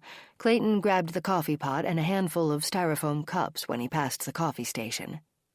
We went inside the conference room and sat. Todd and Billy had just arrived and followed us down the hall. "Billy, close the door, please." "Okay, guys, here's what we know. 2 young ladies went missing last night at West Chase Mall. The car is still sitting in the lot. Silver and Ebert have the area cordoned off, and Dan and Kyle are on the scene, going over the vehicle." "Was the back passenger side tire punctured?" I asked. "No, it wasn't. Kyle spoke with the mall security department, and they're going to pull up the camera footage from last night. Hopefully that's going to show us what we need. Todd, I want you and Billy to get out there right now and go over that footage. Get back here with a copy as soon as you can. The head of security is there now. He said he'd have the footage from yesterday available for you guys to view, and he'd have that copy ready for you, too. Go ahead, get on it." "You got it, sir," Todd said. "Is there someone we should ask for by name?" Clark checked his notes. "Yeah, the guy's name is Bob Schilling." Todd and Billy got up and left the room. "Okay, what do we know so far, boss?" I poured 5 coffees, kept 1, and slid a cup across the table to Clark, Jack, Clayton, and Billings. "The girls are Megan Falk, 22, and Jenna Davis, also 22. They were shopping at the mall, and according to Megan's mom, they left her house at 5 o'clock. The cafe facing the parking lot has a receipt for 2 beers paid by Megan's credit card at 8:15. The security guard noticed the empty car sitting in a spot near the end of the parking lot at 10:30. The mall closes at 10. According to Silver, the security guard didn't call anything in as suspicious. I imagine people leave their cars overnight in mall lots all the time, right? Jack asked. Clark rubbed his eyebrows. Yeah, it didn't raise a red flag with security. Cars get ticketed every 24 hours of not being moved, though. The parents are the ones that called it in. Peggy patched them through to me. Apparently, neither of the girls slept in their beds last night, nor did they answer their cell phones. I sent Silver and Ebert out to the mall, and that's where they found Jenna's car. They talked to security and found out the car had been sitting there since last night. They thought it seemed suspicious at a closer glance. The car wasn't locked. I told Silver I was sending forensics out there to check it over. We should be hearing from Kyle soon with an update. I wondered if we really had a crime on our hands. The M.O. wasn't the same as the others. The girls weren't abducted at a park of any kind. They went missing at night rather than the daytime, and all of the tires were fine. Boss, maybe the girls met up with friends and caught a late-night party at someone's house. They could just be sleeping it off. Maybe. Clark's phone rang and he pulled it out of his pocket. He looked at us. It's forensics. Hello, Kyle. I'm putting you on speakerphone. What can you tell us? Morning, everyone. We went through the car and nothing looked disturbed inside. Popping the trunk told us an entirely different story, though. We're listening. Go ahead. Clark sat back down with a heave. The trunk is filled with shopping bags, 2 purses, keys, and 2 cell phones. It definitely looks like an abduction, sir. Damn it. Okay, Todd and Billy are en route. They should be there any minute. Get the car back here to the evidence garage and go over it with a fine-tooth comb. Got it, Lieutenant. I'll call the flatbed right now. All right, there's nothing we can pursue until we see that video footage. Jade and Jack, get over to Megan's house. Clayton and Billings, you take Jenna's. Find out everything about these young ladies. Learn who are their friends, foes, and anything in between. You need the family statements and everything they can remember from yesterday. Here are both of their home phone numbers and addresses. Clark tore in half the sheet of paper he had scratched the addresses on. Get back here as soon as you're finished interviewing the parents. By then, we should have the video footage from the mall. We pushed back our chairs and filed out of the conference room. Outside, Jack and I took one unmarked cruiser, and Clayton and Billings took another. Okay, where are we going? Jack asked as he turned the key over, slid the shifter into drive, and pulled out of the parking lot. Looks like Megan's family lives just this side of Allentown, right off Highway 33. Take Washington Street out of town for 4 miles. That should put us pretty close. I'll give the parents a call to let them know we're coming. The drive took us 15 minutes. Allentown was a small, unincorporated village due west of North Bend. The mall on the far west side of North Bend was only a 10-minute drive from Megan's house. Turn here, I said, pointing to my right. Their house should be the 5th one on the left. I saw the last name on the mailbox next to the driveway. This is the place. Jack pulled into the driveway of a cookie-cutter ranch-style house. The subdivision didn't look to be much more than 5 years old. Although the homes were small and similar, they were all nicely kept up, and the lawns were freshly mowed. The Fox house was covered with tan vinyl siding and accented with dark green shutters, and the 2-car garage took up most of the front facade. Flower beds of daisies and dwarf mugo pines lined the sidewalk, and a fully flowered Russian sage surrounded the lamppost in the yard. We got out and approached the house. With the drapes spread apart at the front window, Mr. Falk appeared to notice us coming and was at the door before we even knocked. He pulled open the main door and pushed the screen door outward. I introduced myself and showed him my badge, and Jack did the same. "Please, come in," he said, and stepped to the side so we could enter. His wife leaned against the wall at the entry to the kitchen with her arms tightly crossed. They both looked worried. She came toward us and extended her hand. "I'm Mary, and my husband is Roger. Please have a seat." She pointed at the living room couch. "This is absolutely unlike Megan, you know. She wouldn't be gone overnight without calling. Of course, she's an adult, but she does live under our roof. She respects the rules, Sergeant." Mary sat next to Roger on the love seat across from us. "I understand. You told our lieutenant that the girls left here yesterday around 5 o'clock, and they took Jenna's car?" "Yes, that's correct." Mary took Roger's hand and squeezed it. Jack spoke up. "Would it be common for either girl to leave their phones or purses in the trunk and to leave the car unlocked?" Mary began to cry. Roger responded to the question. "Detectives, these are 22-year-old girls. They don't even sleep without their cell phones right next to them. Jenna just bought that car last month. She'd never leave it unlocked. She was very proud of her car and kept it clean and locked at all times, especially someplace like a mall parking lot. Megan always complained about how picky Jenna was with it. She'd park quite a distance from other cars just so she wouldn't get any door dingers." I stole a glance at Jack. "So it would be unlike either girl to leave her phone or purse behind?" "Absolutely." Mary wiped her eyes with the back of her hand. "Ma'am, do both girls work?" Jack asked. Mary nodded. "Jenna has a decent job. She's a medical assistant at a doctor's office. Megan is still in school. She has the summer off, of course. This fall will be her last year, unless she continues on to get a graduate degree. She wants to be a biology professor." "She sounds ambitious, and they're both responsible? 22 is still young," I said. Roger looked at both of us. "Megan is very responsible. Jenna has been her best friend since kindergarten, and we aren't her parents, but she seems very responsible, too. They're both good girls, detectives." "Is there anyone who is angry with Megan? Somebody she's mentioned that had a bone to pick with her?" "Nobody we can think of," Roger said. "Can we just get a quick list of names? Friends, schoolmates, that type of thing?" Mary got up and walked into the kitchen. She returned with a pad of paper and a pen. She and Roger took the next 10 minutes writing down every name they could come up with. "This is all we can think of at the moment." Roger tore the sheet off the pad and handed it to me. "Thank you. You've both been very helpful."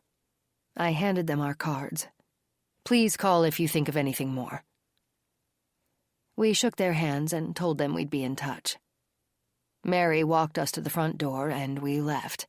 I called the lieutenant as Jack drove. Clark told me Kyle and Dan were back and going over the car in the evidence garage. He also said Todd and Billy had a copy of the parking lot footage, and they said it wasn't good. I hung up from the call. Crap. What? Clark said he was told the video footage wasn't good. I didn't take that to mean it was fuzzy footage. I think it's going to tell us exactly what we were dreading all along. Chapter 28. "Are you ready to go downstairs and check out our new guests?" Jeremy asked when Matt walked into the kitchen. Matt rubbed his eyes and dragged his fingers through his hair. "Man, I was out for the count. What time is it?" 10:30. "You need to start getting up earlier, dude. I've been sitting here waiting for you since 8 o'clock. Didn't you hear those two wailing all night long? I went down there twice and zapped everyone." "Seriously? I didn't hear shit." Matt poured himself a glass of milk and grabbed a piece of raisin bread. He sat down at the table. "Did you check them all out?"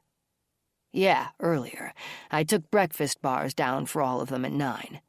They look good, but the lighting is pretty dim down there. We'll give them a quarter dose of xylazine so we can get them outside and take our time checking them over. I don't trust the redhead." Matt chuckled.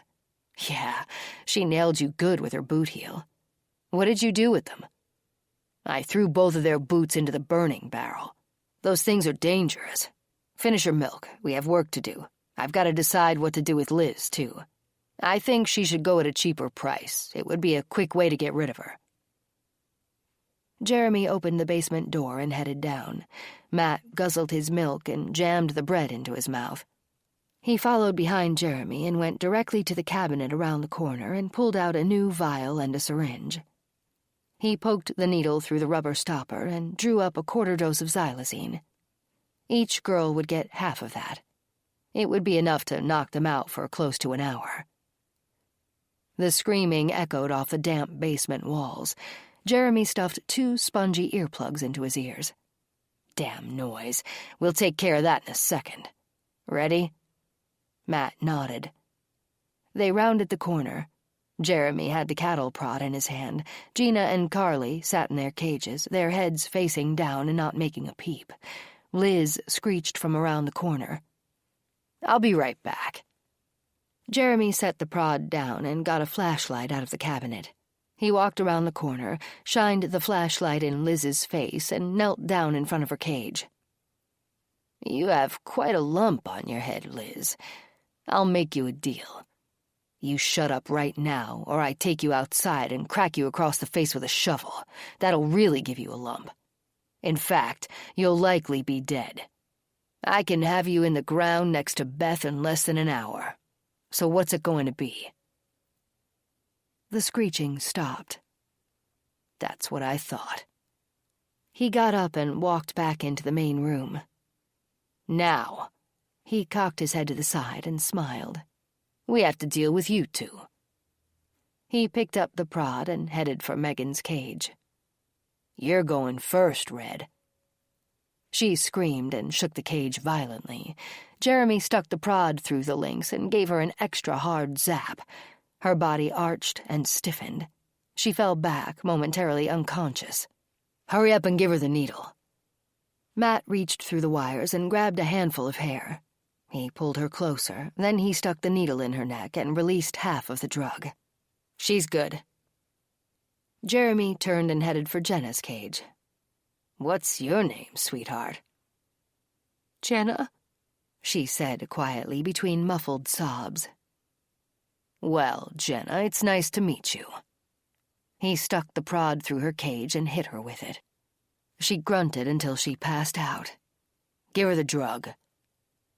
Matt repeated the same process he had used with Megan. He pulled the ring of keys out of his pocket and opened their cages. Jeremy had already opened the cellar doors. "Enjoy a little daylight and fresh air, ladies. It's beginning to stink down here." Jeremy yanked Megan out by her leg and tossed her over his shoulder. Matt did the same with Jenna. They dropped both girls on the lawn behind the house. That corner was hidden from view, even though they'd hear if a car came down the driveway anyway. They stood above the women and looked down at them. "What do you think?" Matt asked. He rolled Jenna over and looked at her arms and legs.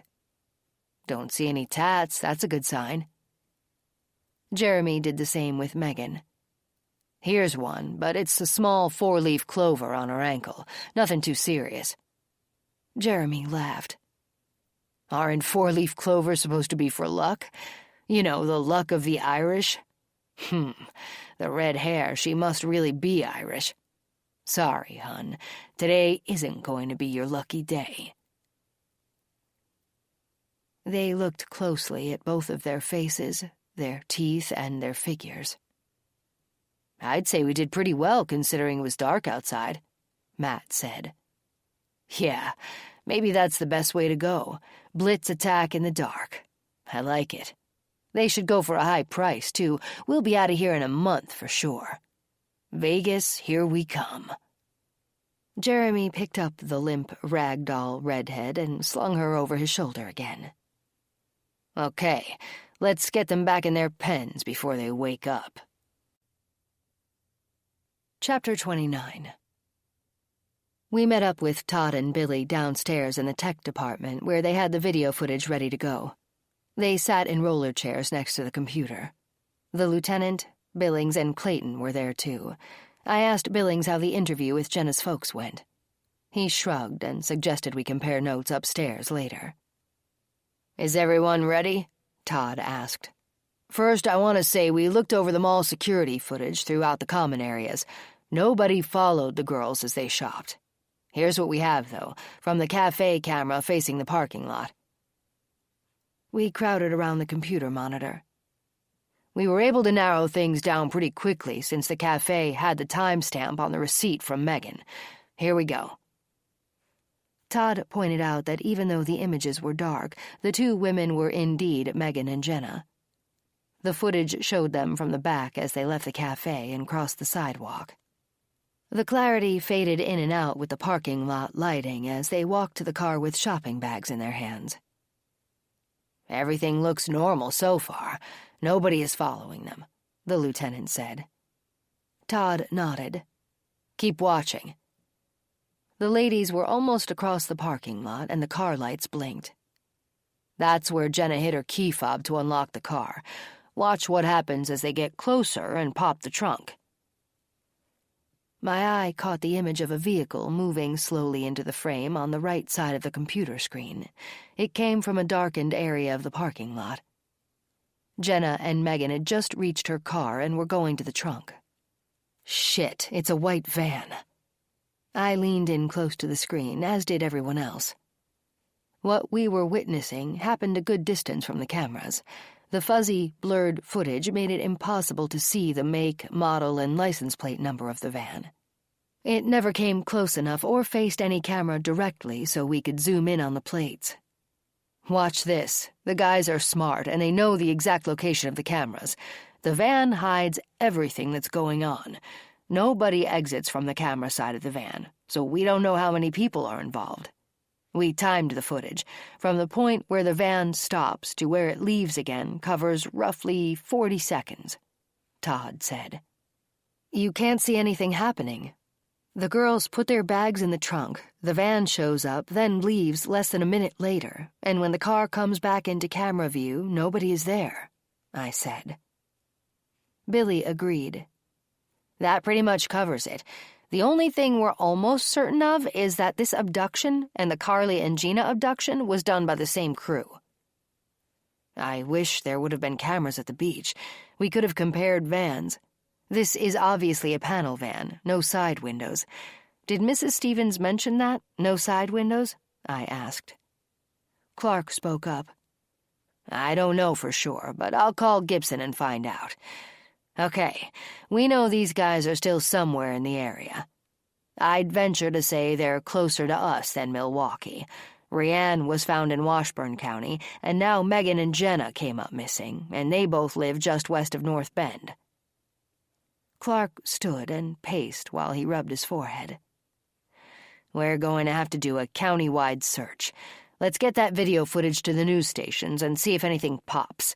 There could have been someone at the mall last night that noticed the van in the parking lot.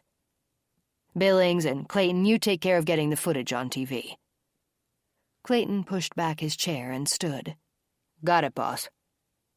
Jade, I want you and Jack at the mall. Find out who was at that cafe last night. Talk to the hostess, waitress, and customers. Interview everybody, even if you have to bang on their doors. Interview the security guard again that drove around the parking lot last night. See what he remembers before the mall closed. We're on it, Lieutenant. I jerked my head toward the door to get Jack's attention. We went back upstairs to get our necessities. With one swipe and a pull of the desk drawer, I had my cell phone off my desk and my purse out of the drawer. I dropped my cell phone in the front pocket of my blazer as I slipped it on over my shoulder holster. Jack secured his gun, too, grabbed his phone, and we left. I'm driving, I said as I took a set of keys from behind the reception desk. We walked outside, and I pressed the unlock symbol on the key fob. The lights flashed on the second black cruiser in the lot. We got in, and I pulled out of the parking lot. I drove only 2 miles before I pulled into the pit-stop gas station. Damn it, why did I grab the keys for an almost empty cruiser, and why wasn't this car already filled up?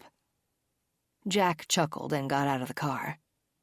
I'll grab a couple of sodas. He disappeared inside while I stood at the back of the car, squeezing the gas nozzle and watching the dollars add up. I was glad we weren't heading to an emergency. The car was bone dry. Jack returned as I waited for the gas pump to spit out my credit card receipt. He climbed in the passenger side, and I got in behind the wheel. He handed me a gooey, nut-filled chocolate bar and a soda. I grinned. Thanks, partner. I peeled back the wrapper of the decadent sugary treat and took a bite. Man, I love these things. 15 minutes later, we were parked at the mall just outside the cafe. The timing was good. The cafe had opened an hour earlier, and the staff had settled into their daily routine. Jack and I approached the hostess standing at the podium. She had already reached for 2 menus and gave us a welcoming smile. I looked behind me to make sure nobody was standing in line to be seated. I didn't want to hold anyone up, and I didn't want anyone to hear our conversation. Table for 2? I leaned in and flashed my badge. We'd like to speak to the manager, please. Her eyes widened. Oh, certainly, he's right this way. She motioned for somebody to come and take her place for a few minutes. The hostess led us down a short hallway opposite the kitchen. A closed door with a plaque that had "Private" written across it was directly in front of us. She knocked on it twice. The person on the other side said to come in. She peeked around the corner. Mr. Hughes, there are 2 detectives here to see you. Detectives? Send them in, Natalie. He stood when Natalie opened the door wider for us to pass through. I nodded and thanked her. Mr. Hughes looked to be in his late 30s, a handsome man with short blonde hair and a neatly trimmed mustache. He had curious but friendly eyes. He was dressed casually, wearing a pair of shorts and a cranberry-colored T-shirt. Behind that closed door and away from the crowd, he looked to be knee-deep in schedules and payroll paperwork. I doubt if he was expecting visitors on a Sunday at noon. He extended his hand to shake ours. Detectives, how may I help you? I introduced myself and Jack, then I gave Mr. Hughes a condensed version of why we were there. Sir, we're going to need to speak with the hostess and waitress that were on duty last night between 6 and 9 p.m. We also need to know any patrons' names that paid with credit cards and the names of anyone that made reservations last night. We'll have to interview them as well. Is this about the incident with the car being in the lot overnight? Why is that such a big deal? Sir, I said, it's a police matter and early in the investigation. We aren't at liberty to discuss much yet, but I can tell you the video footage from the parking lot last night is going to be on the news. All I can say for now is the girl that car belongs to and her friend are missing, so can we get those names? Of course. Mr. Hughes reached into the stack of receipts from last night and started separating the credit card receipts from the others. It's only going to help you if their names are on the receipts, right? That's correct, sir. The reservations list will help as well. May I see that while you're working on the credit card names? Certainly. He turned and opened the file cabinet at his back and pulled out a folder containing the current month's reservation list. Here's July's list. It goes by week, date, and time. Last night's reservation list is on the top. Thank you. If you don't mind, we'll sit on the patio for now and go over the names. That's fine. I'll be out as soon as I organize all of the credit card payments with names on them. Jack nodded as he held the door open for me, and we exited Mr. Hughes' office. Natalie seated us in a shady spot on the patio with a good view of the parking lot. Jack and I stared out, trying to replay in our minds what might have taken place last night. The girls exited right there at the gate and crossed the sidewalk. They walked 3/4 of the way across the parking lot without incident while they were watched and targeted as prey. As soon as they opened the trunk, the van pulled up, and within seconds they were overcome and thrown in the van. I looked at Jack and rubbed my temples. They must have been disabled somehow to make the abduction go so quickly. I pondered the event, wondering how it all went down. Jack spoke up. 2 men can easily overtake 2 unsuspecting females that are preoccupied with loading bags in their trunk. They didn't need xylazine at that point. All they had to do was get them in the van, then find some secluded spot to disable them. Yeah, you're right. I shook my head and thought about how fearful the girls must have been. Let's see which names on this list actually include phone numbers. We searched through the list and found 30 names that had reservations during our 3-hour window. 17 of those names included phone numbers. I wrote down each name, number, and reservation time. Calling them seemed far more efficient than driving to each house for a face-to-face interview. We'd pay a sit-down visit to anyone that sounded as though they might have seen something suspicious or questionable. Mr. Hughes met up with us at our table. He gave us the credit card receipts that had names on them. We compared them to our reservations list and ended up with an additional 3 names. Later, we'd deal with those names and the ones without phone numbers on the reservation list. Mr. Hughes, we need to speak with the hostess and waitress from last night. Would you mind calling them? We can have a sit-down interview with them as long as we're here anyway. He nodded. I'll get right on that. I'll have the waitress bring you a carafe of coffee or a few soft drinks. Which would you prefer? Even though we were in the shade, the day was warming up. A glass of iced tea would be great, I said. Jack decided on the same. How about something to eat? It's on the house. I looked at Jack and shrugged.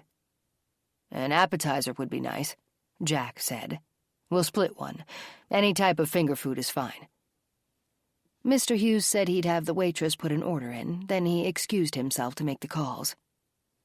I split the list in half, and we began calling.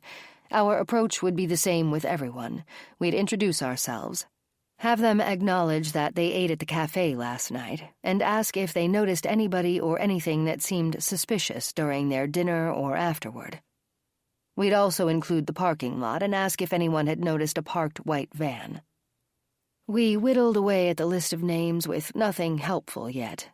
Mr. Hughes returned 45 minutes later with the waitress and the hostess from last night. He introduced us to both ladies. Sergeant Monroe and Detective Steele, this is Jillian, the hostess, and Tina, the waitress. Ladies, please help the detectives with as much as you can remember. If you need anything else, please don't hesitate to contact me. We thanked Mr. Hughes and left. I studied both girls. Their demeanor was casual, friendly, and open. Jillian looked to be in her 20s, tall, slender, and pretty. Her blonde hair was in a tight ponytail that fell just past her shoulders. Her makeup was impeccable, and she had flawless golden skin, likely from being a sun worshipper. Tina was cute and short, probably not much taller than 5'2". She appeared to be in her early 20s at best. Her style was a little edgy, but she was sweet nonetheless. Her hair was spiky and short, and she wore a diamond stud piercing in her right nostril. Jack motioned for them to take a seat, and the waitress on duty brought each of them a glass of water. We asked the ladies to tell us everything they could remember about Megan and Jenna, even if it seemed insignificant. They both admitted they didn't have very much contact with them since they ordered only 1 beer each and nothing more. I'm pretty sure they were only here for about a half hour. I do remember they had a lot of shopping bags, so I seated them against the wall, Jillian said. Most of the tables were full, and I didn't want anyone tripping over their bags. I wrote that down, even though the quantity of bags was already documented from the trunk contents. Which table were they sitting at? Jack asked. Jillian pointed at 2 tables away from where we were seated. Do you remember their demeanors? I took a sip of my iced tea as I waited for a response. Tina spoke up. They seemed happy-go-lucky. They were joking around about maxing out their credit cards with shopping and how they could only afford a beer. Of course they were kidding. I guess they weren't hungry, or maybe they ate inside at the food court. I wrote that down, too. So they left around 8:20, is that correct? Jillian nodded. Yeah, that sounds about right. We had an 8:30 reservation that sat at the table they had just left. Do you remember them actually leaving? Jack asked. Not really, Tina said. The redhead handed me the check folder, said they were all set, and I took it. I thanked them and took the folder inside. The busboy came out and cleaned up the table since we had that new group coming in 10 minutes later. I tapped the ice cubes in my glass with my straw. So you don't recall seeing them walk out to the parking lot? I looked at both ladies. Either of you? They both said no. We handed them our cards, thanked them for their time, and watched them walk away. "Want another iced tea?" Jack asked. "Yeah, I guess. We still have another hour of calls to make." Between the unanswered calls and the people who ate at the cafe but parked in a different lot, we came up empty. We had 6 people left to call on our combined lists. I told Jack I'd be right back and got up to use the ladies' room. He waved me off and dialed another number. "Jade, I think we have something," Jack said when he saw me heading back to the table. "Grab your purse, we're leaving. Let's make a quick stop inside and thank Mr. Hughes." What happened? What did they say?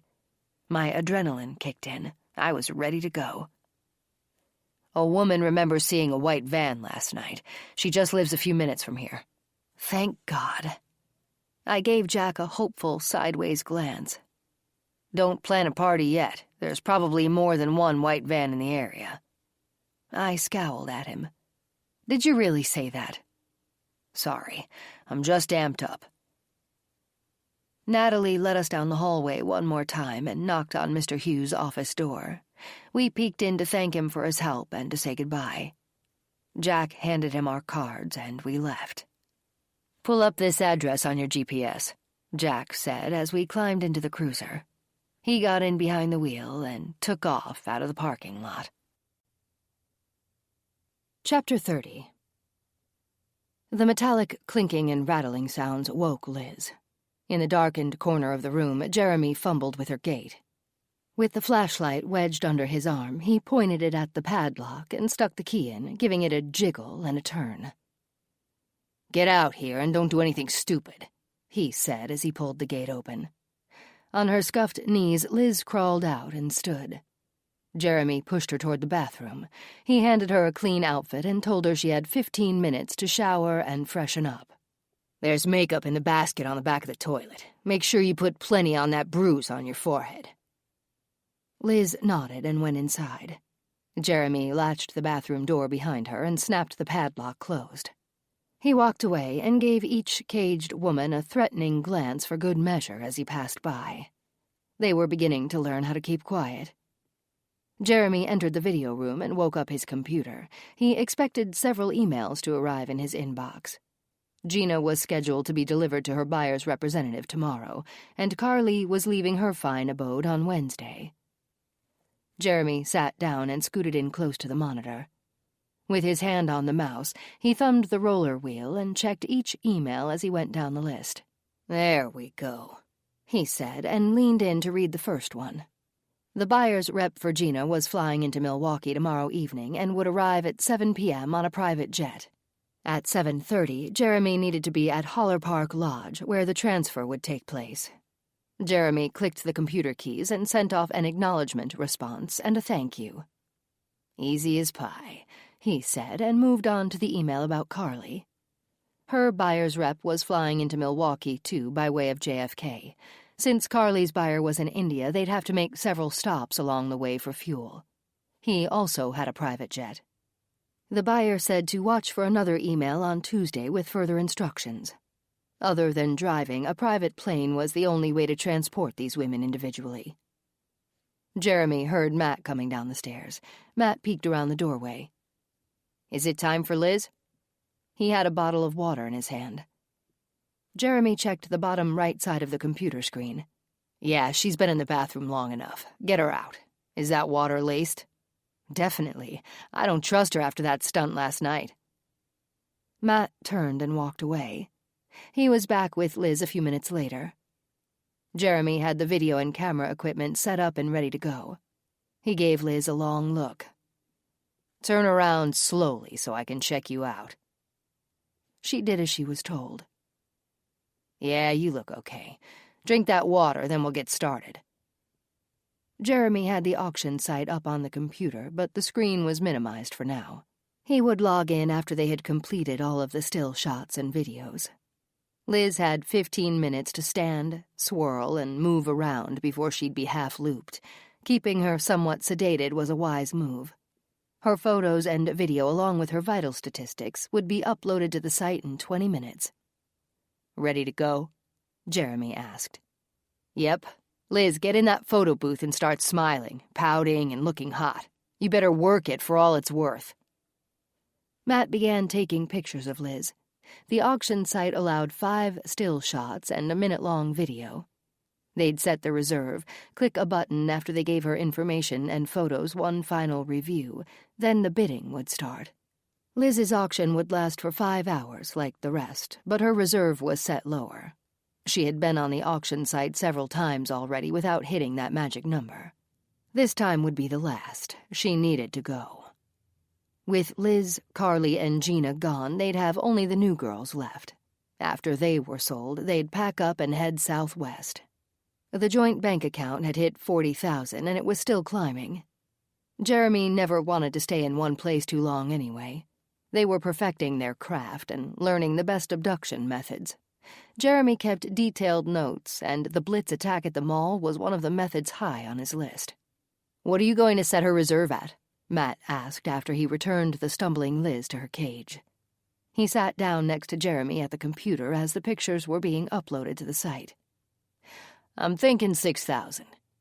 He needed to get rid of Liz and focus on getting as much as he could for the new girls. "Did Jenna ever say what the other girl's name was?" "Yeah, not to me, but I heard them talking to each other. Apparently her name is Megan." Jeremy's white teeth gleamed through his grin. "So she truly is an Irish hothead.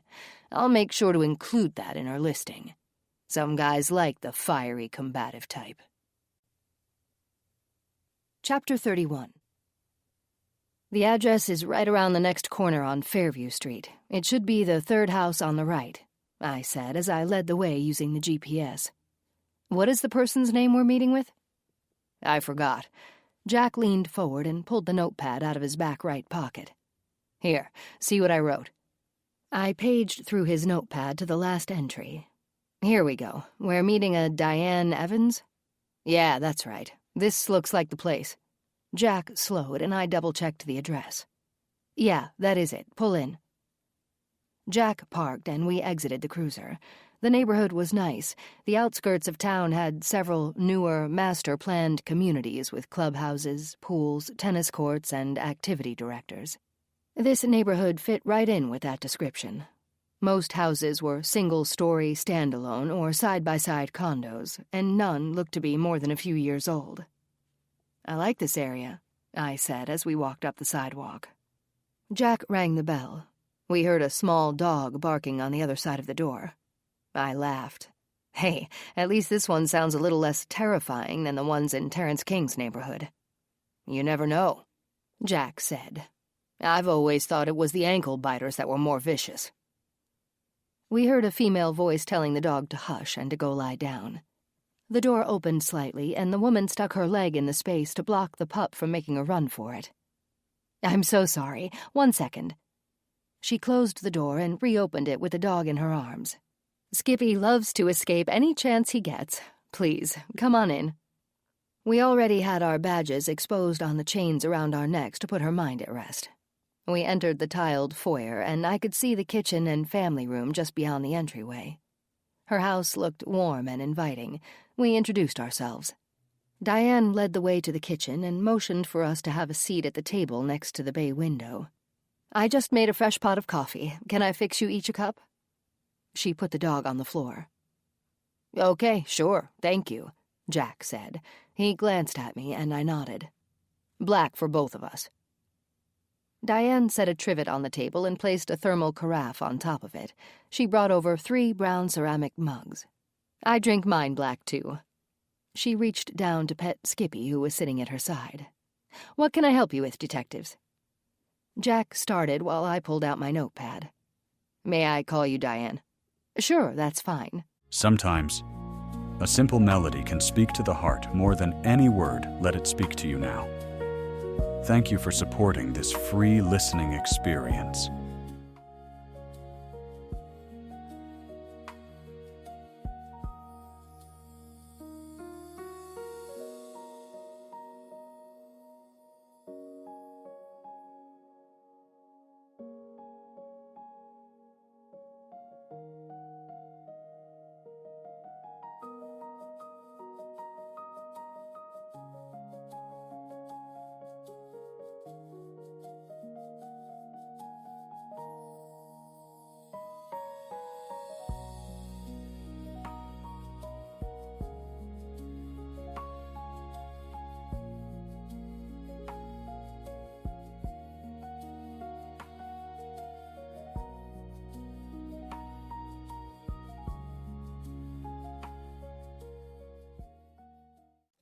Okay, Diane.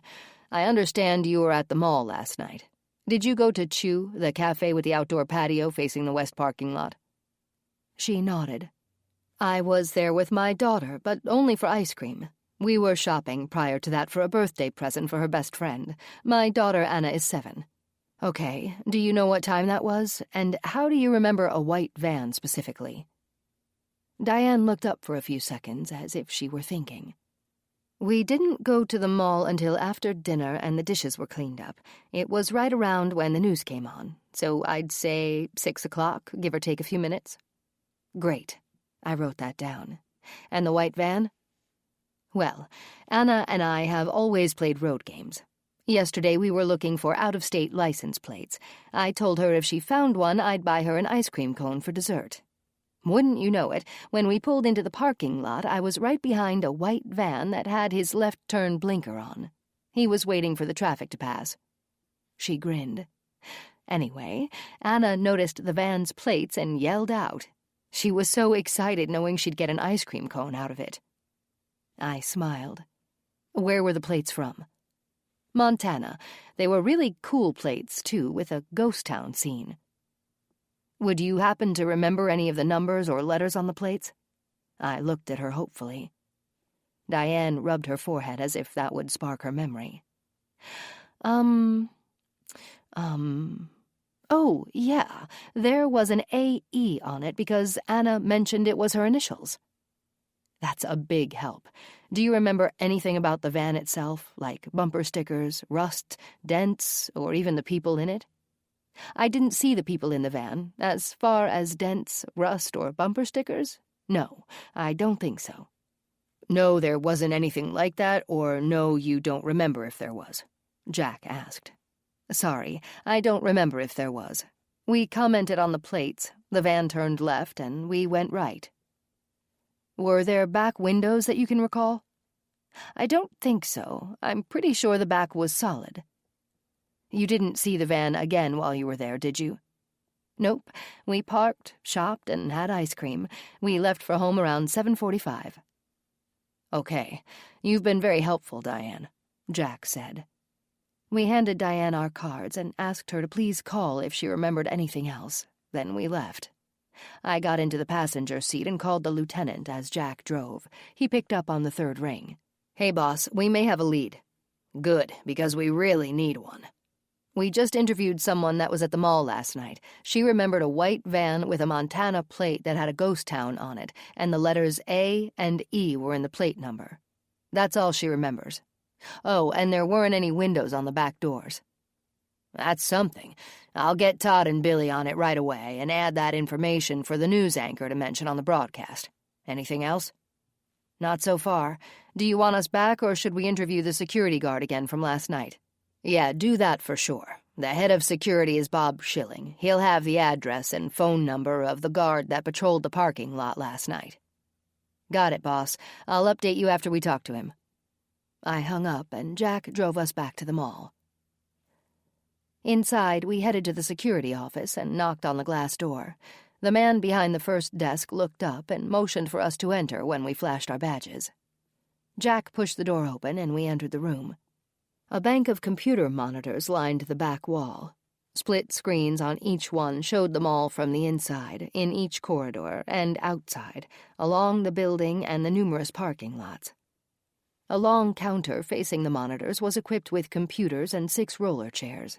4 individual desks took up the rest of the room. Officers, how can I help you? The portly man pushed back his chair and stood. He turned down the volume on the radio next to him on a short filing cabinet. Then he extended his hand and gave ours a strong shake. A thin ring of graying hair was all that remained on his head, and he had a gray mustache. He wore thick black bifocals, and a god-awful lime-green tie adorned his short-sleeved white shirt. "Are you Bob Schilling?" I asked. "Yes, ma'am. That's me." "Nice to meet you, Bob. We're here because we need the name, phone number, and address of the parking lot security patrol from last night. I guess you spoke with him after that car was left in the parking lot overnight, but none of our officers have talked to him yet." That's correct. Once your guys arrived earlier, I called the patrol officer and did a phone recap with him. He said he was just going by protocol. Which is? I asked, even though I already knew what he was about to say. Ticketing the car after 24 hours. Cars are left overnight often. It's never raised a red flag before. I understand. We'll still need to speak with that security guard. Sure. Give me a second, please. Bob opened the file cabinet behind his desk and pulled out a folder. Here we go. He handed me the file. I wrote down the security officer's name, phone number, and address. Thank you, sir. Here are our cards. If you think of anything else, please call us. We appreciate your help. I closed the glass door at our backs, and we left the building. We walked through the parking lot back to the cruiser. So where does this dude live? Jack asked. I opened my notepad. Let's see. His name is Ollie Miller, and he lives on the south side of town. Actually, he only lives a few blocks from me. I'll give him a call. Chapter 32. Jeremy sat near the barn on the bench seat of the splintered paint-bear picnic table. A half-dead basswood tree hung above his head and threw shadows across the yard. He drank a Mountain Dew as he stared out at the overgrown, weed-filled land to his south. The screen door slammed, causing him to instinctively turn his head that way. Matt and Cage were walking toward him. Smoldering embers kept the burning barrel hot, and smoke threaded up to the still sky. "What are you burning?" Matt asked as he passed the rusty 50-gallon drum. He threw a bright orange frisbee, and Cage took off after it. "The damn boots. Those girls will wear what we give them to wear. Something suitable, like nothing on their feet at all. That will keep them from running." Jeremy got up and chased the frisbee. He gave it a fling across the yard. Cage jumped and caught the plastic disc in midair. Jeremy looked at his watch. "Liz's auction ends in a half hour. Guess I should get back downstairs and see how it's going." "I checked 10 minutes ago." "And?" "And she still had $300 to go before the reserve would hit." "Damn it. If she doesn't sell this time, she's going in the ground next to Beth. $6,000 isn't asking too much for her. Sundays are slow, but I guess we'll see." Matt picked up the disc and gave it another hard throw. Cage was on it in no time. "What about the 2 new girls? Are we going to wait until next weekend before we list them?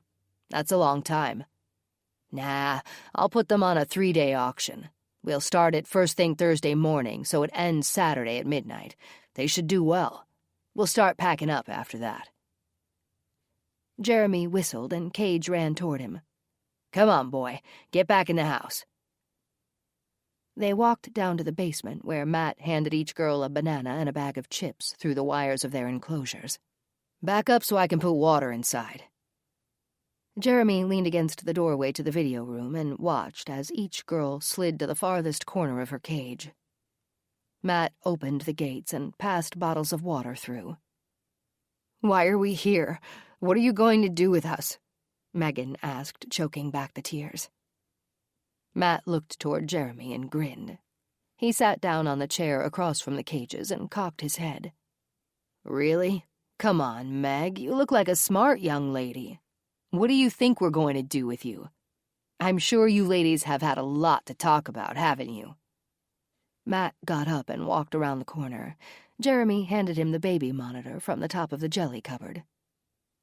"Do you know what this is, Megan?" Matt asked when he returned to the chair. "Yes?" She burrowed her head against her chest and quietly cried. "Yeah, that's what I thought. We listened to all of your conversations down here. Remember that. You and Jenna are going to be long gone in a week or so I'd suggest you enjoy our company while you can. You never know what kind of freak is going to snap you up at your auction." He smirked and walked away. "Come on, let's check the bids," Jeremy said. "The auction is going to end in a few minutes." Matt joined Jeremy in the video room and closed the door at his back. They both sat on roller stools and scooted in closer to the screen. Jeremy hit the refresh icon. 5 minutes left, Liz. Your life is hanging in the balance. Either someone is going to save you, or you're doomed to be worm food. At the 2-minute mark, the reserve button illuminated green. Check it out, man. She hit the reserve. Sweet. Matt high-fived his brother, and they both leaned back and relaxed with a sigh. Anything in the next 2 minutes is pure bonus. The bidding ended, and Liz went for $7,000 to somebody in Tennessee. That's cool, Jeremy said. I bet they'll just drive here to pick her up. It can't get much easier than that. Jeremy confirmed that the $7,000 was deposited in their account, powered down the computer, and they walked out. Matt hit the wall switch and closed the door behind them. You're sold, Liz. Guess you aren't going in the ground after all, Jeremy said as he reached for the handrail and went upstairs. Matt headed for the kitchen. He pulled the handle on the freezer door and knelt down to look inside at their dinner choices. Feel like a pizza? He asked. Jeremy had just settled on the couch and reached for the remote. Cage jumped up, spun a few times, and found a spot in the corner. Comfortable? Jeremy patted Cage's hindquarters, held down the channel selector with his thumb, and began scrolling through the stations. Yeah, pizza sounds good. What the hell? Jeremy sat up straight and hit the pause button. Shit. Matt, get in here. Matt looked around the doorframe. What's wrong? Sit down and watch this. This just came on the news. Matt sat on the chair next to the couch, his elbows resting on his knees while he leaned forward. With the remote in his hand, Jeremy rewound the news to where he'd started watching it. He hit play. The anchorman explained that the video on the screen had been captured last night at the West Chase Mall in North Bend. The image showed 2 women loading their trunk with shopping bags, then a white van came into view. It stopped at the car, blocking the camera, then sped off less than a minute later. The women were gone and the car remained. Jeremy was thankful that the video was somewhat grainy.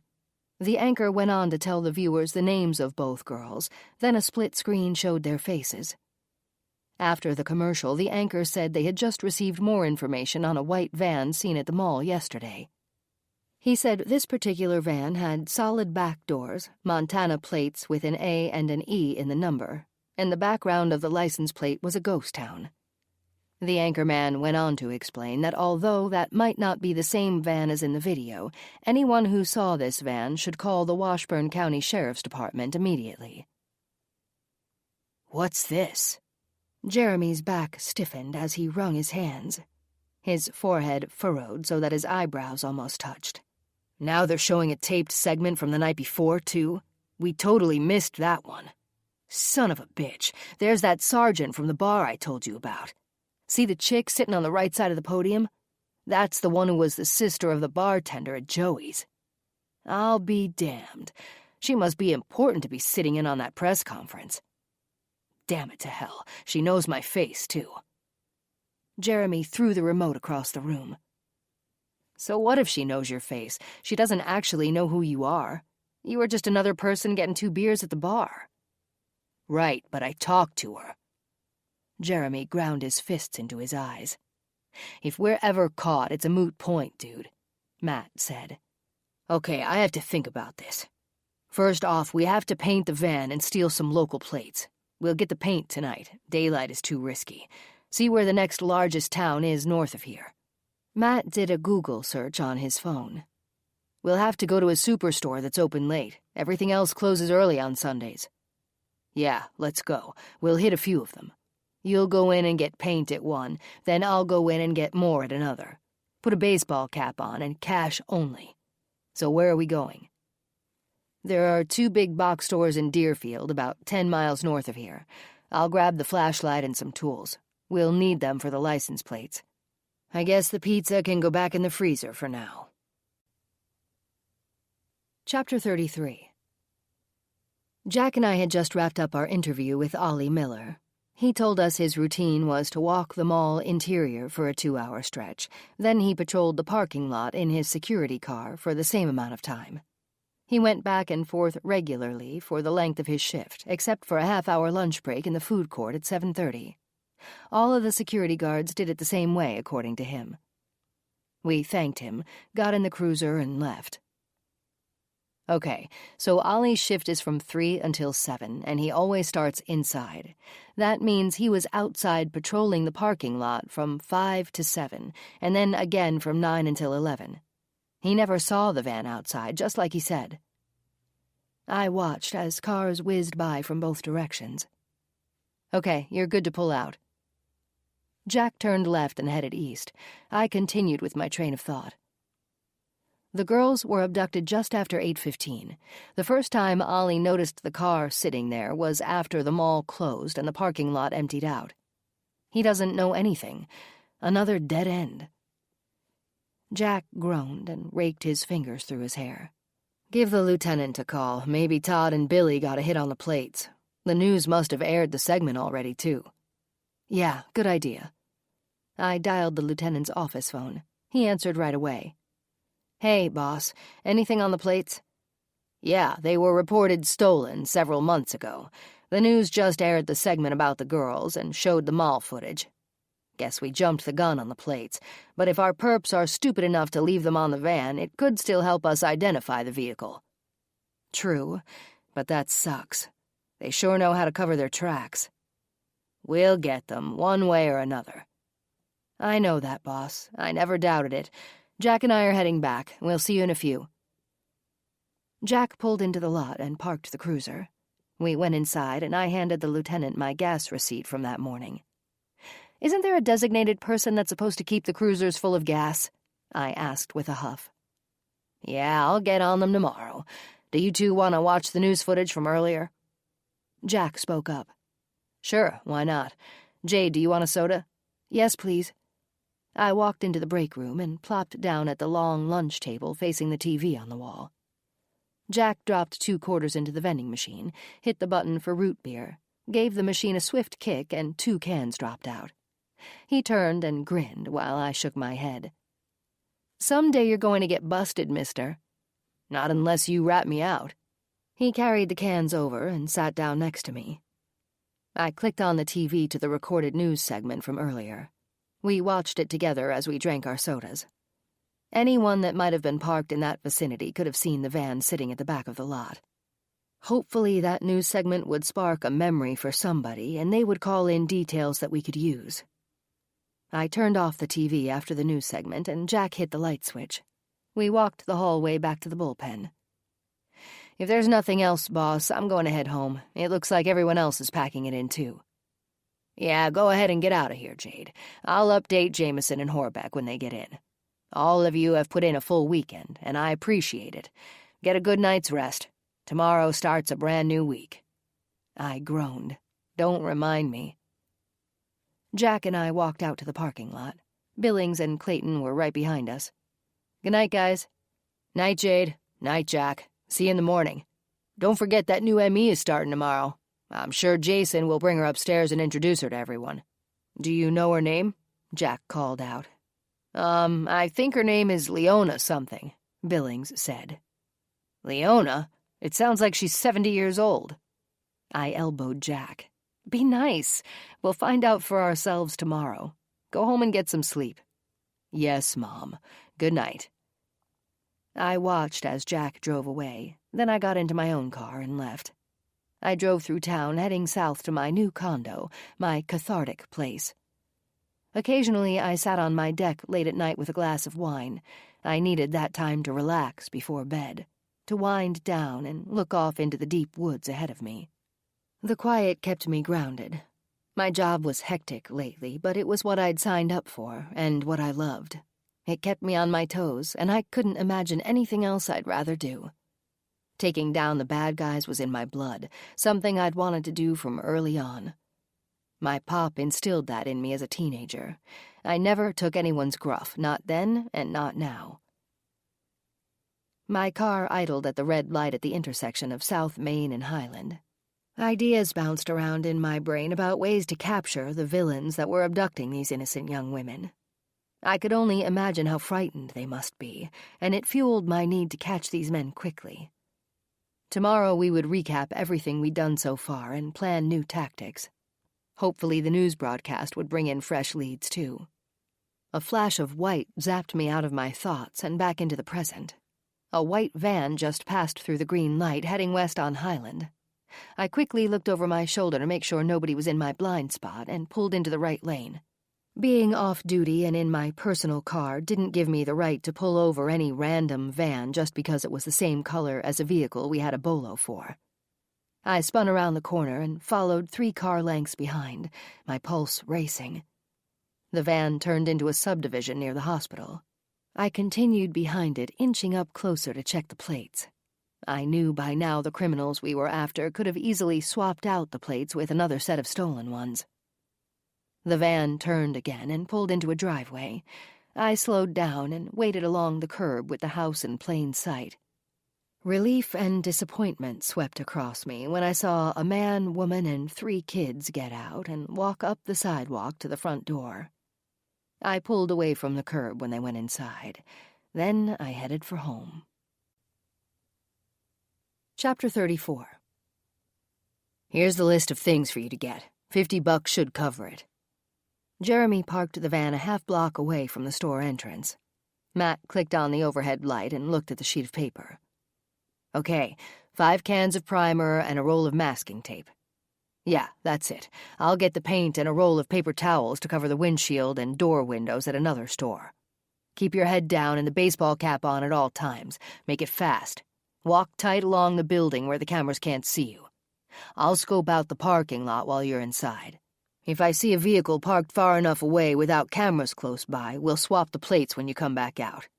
Oh, yeah, add work gloves to your list. 2 pair of large ones. Call me when you're coming out. I'll be on the far right end of the lot. Matt nodded and exited the van. Jeremy waited until Matt was inside the building, then began to troll the outer edges of the parking lot. He wasn't having any luck. Cameras were attached on the tall light poles scattered throughout the lot. He'd have to come up with another plan. He parked along the right side of the lot across the street from the store. Jeremy waited for 15 minutes, then his phone rang out. You done? Jeremy continued to check the side mirrors as he talked. Yep, I have everything. No problems. I'll be out in a minute. Good. Jeremy hung up and watched the lit entryway to the store. Matt exited and hugged the side of the building as he walked. He crossed the street and climbed into the van. Then Jeremy took off. We aren't swapping the plates here?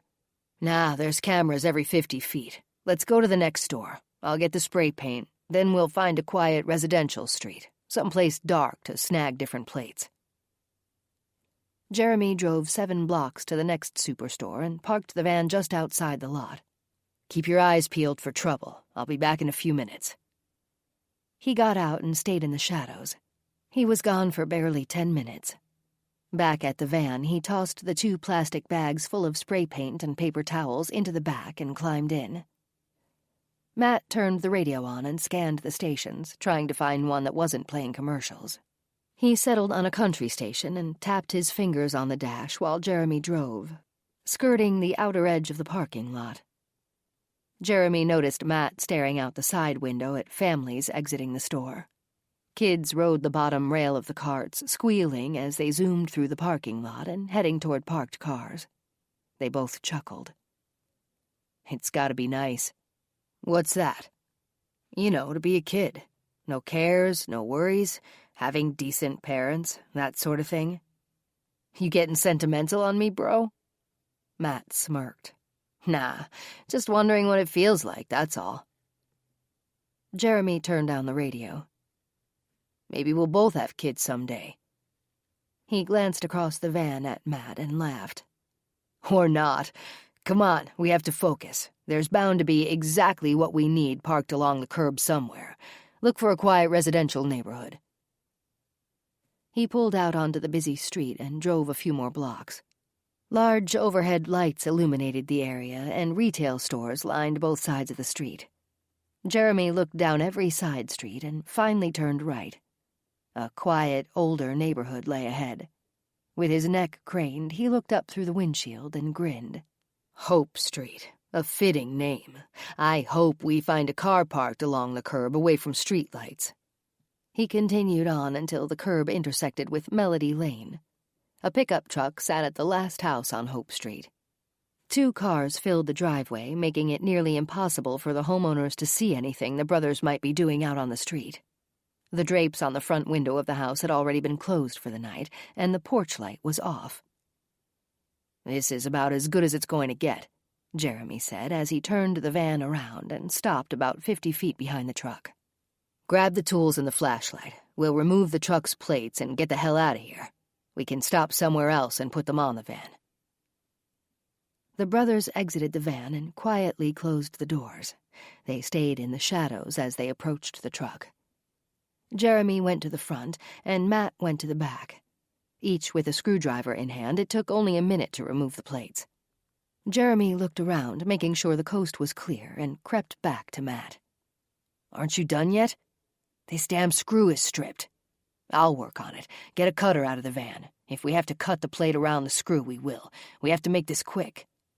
Matt scurried off and opened the back of the van. A toolbox sat inside just for these types of situations. He ran back, staying low to the ground.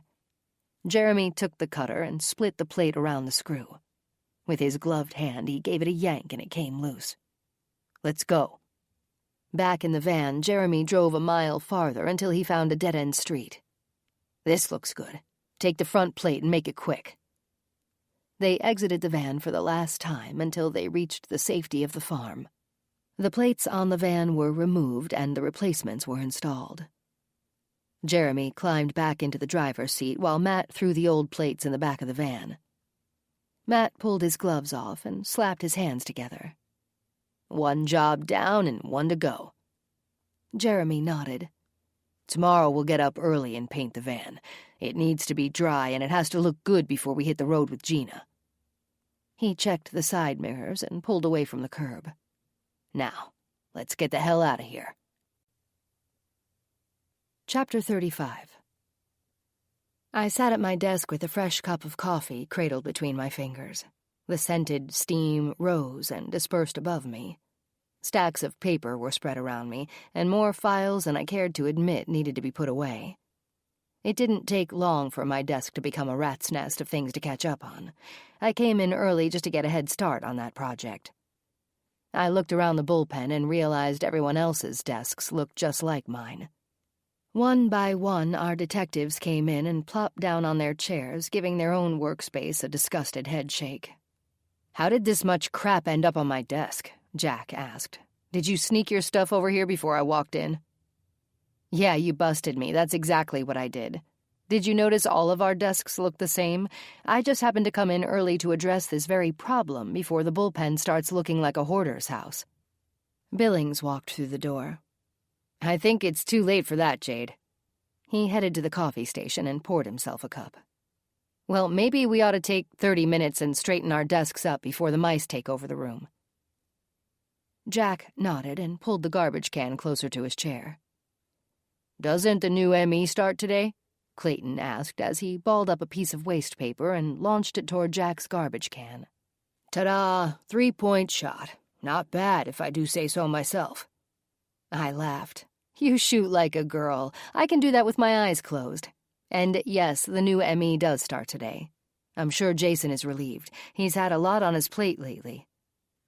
"What's her name? Leona?" Jack asked with a smirk, glancing at the door to make sure it was closed.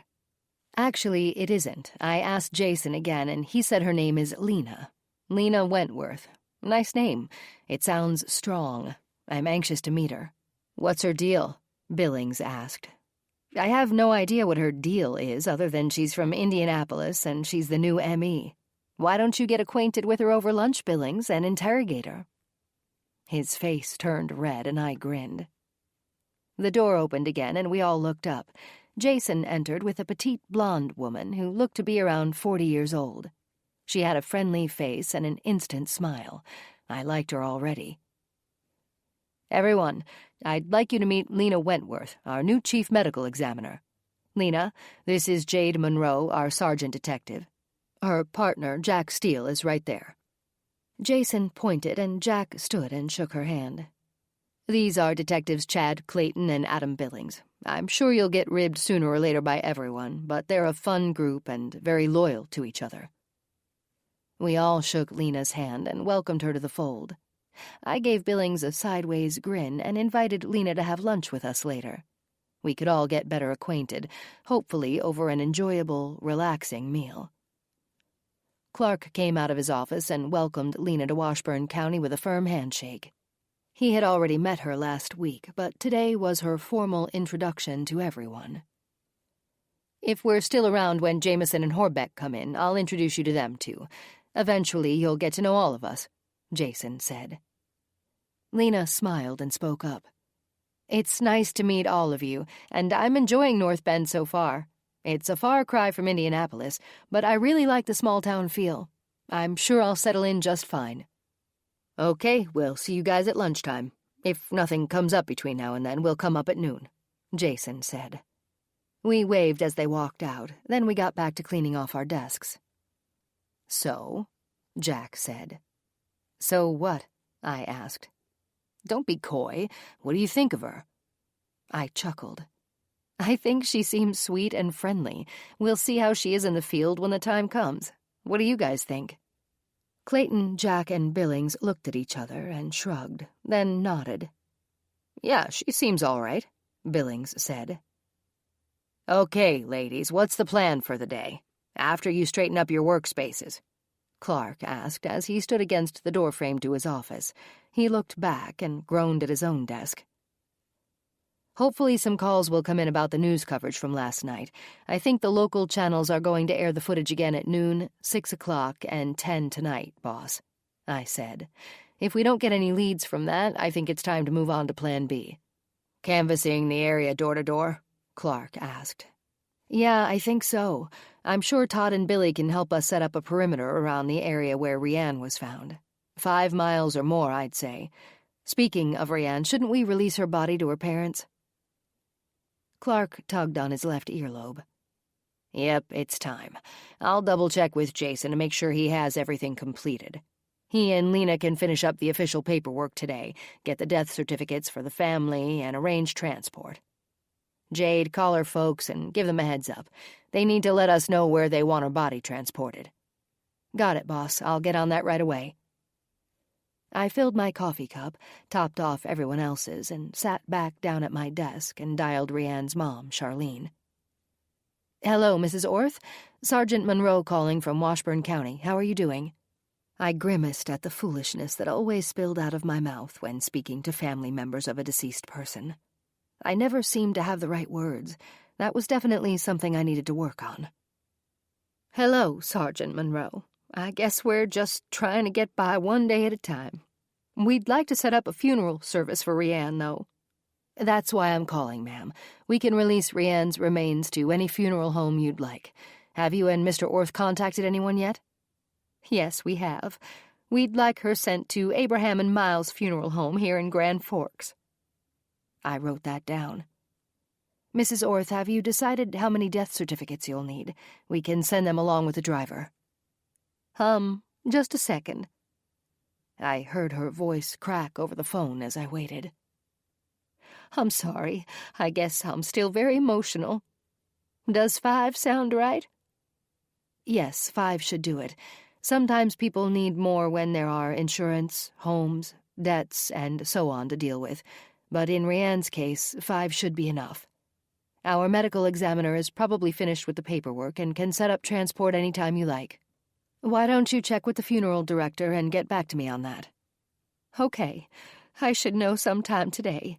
Can I call you back at either of the numbers on your card? Yes, ma'am. And if I don't answer on my desk phone, feel free to call my cell. Again, Mrs. Orth, you have the Washburn County Sheriff's Department's condolences. Thank you.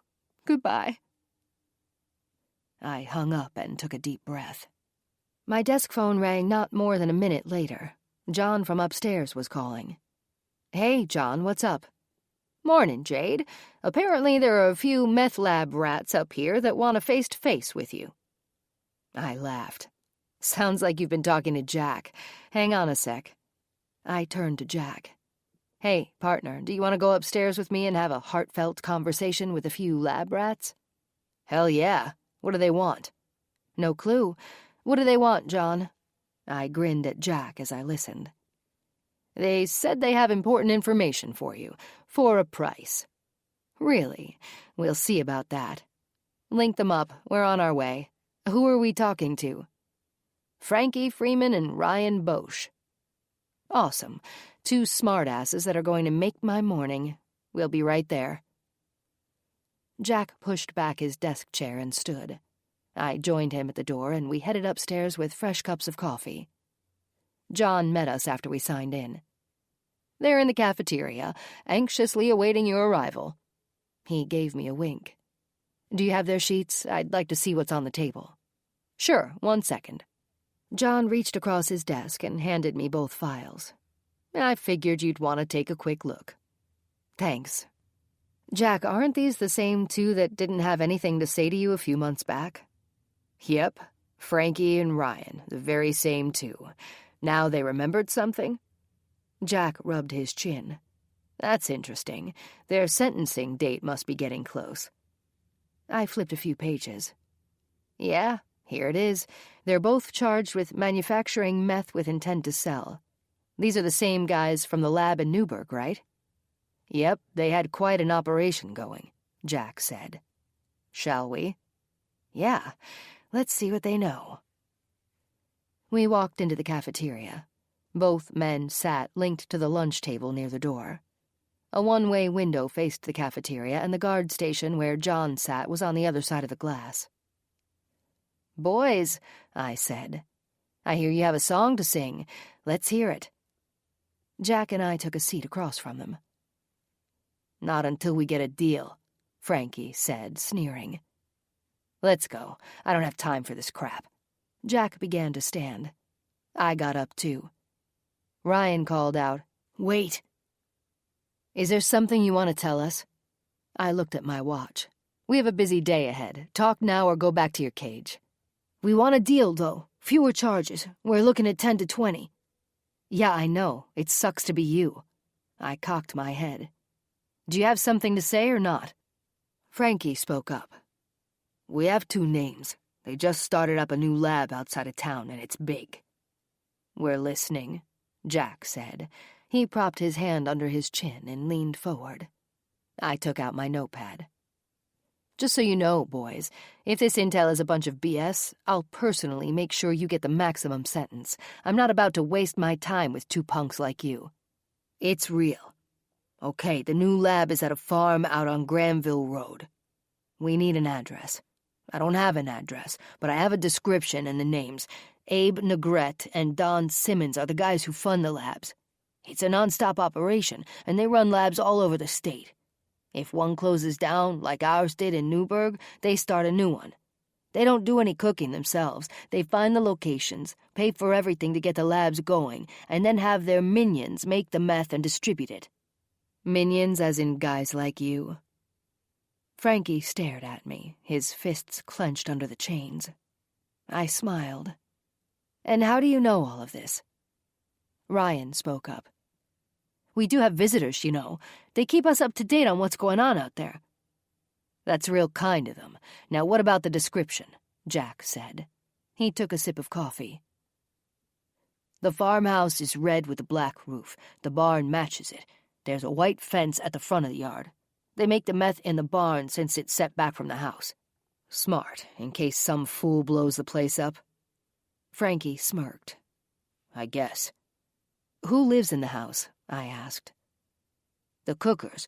I heard they work around the clock and take shifts to eat and sleep. Ryan and Abe check on every lab a few times a week. I looked at the analog clock above the door. 9 o'clock. We could round up a few deputies to go with us to check out their story.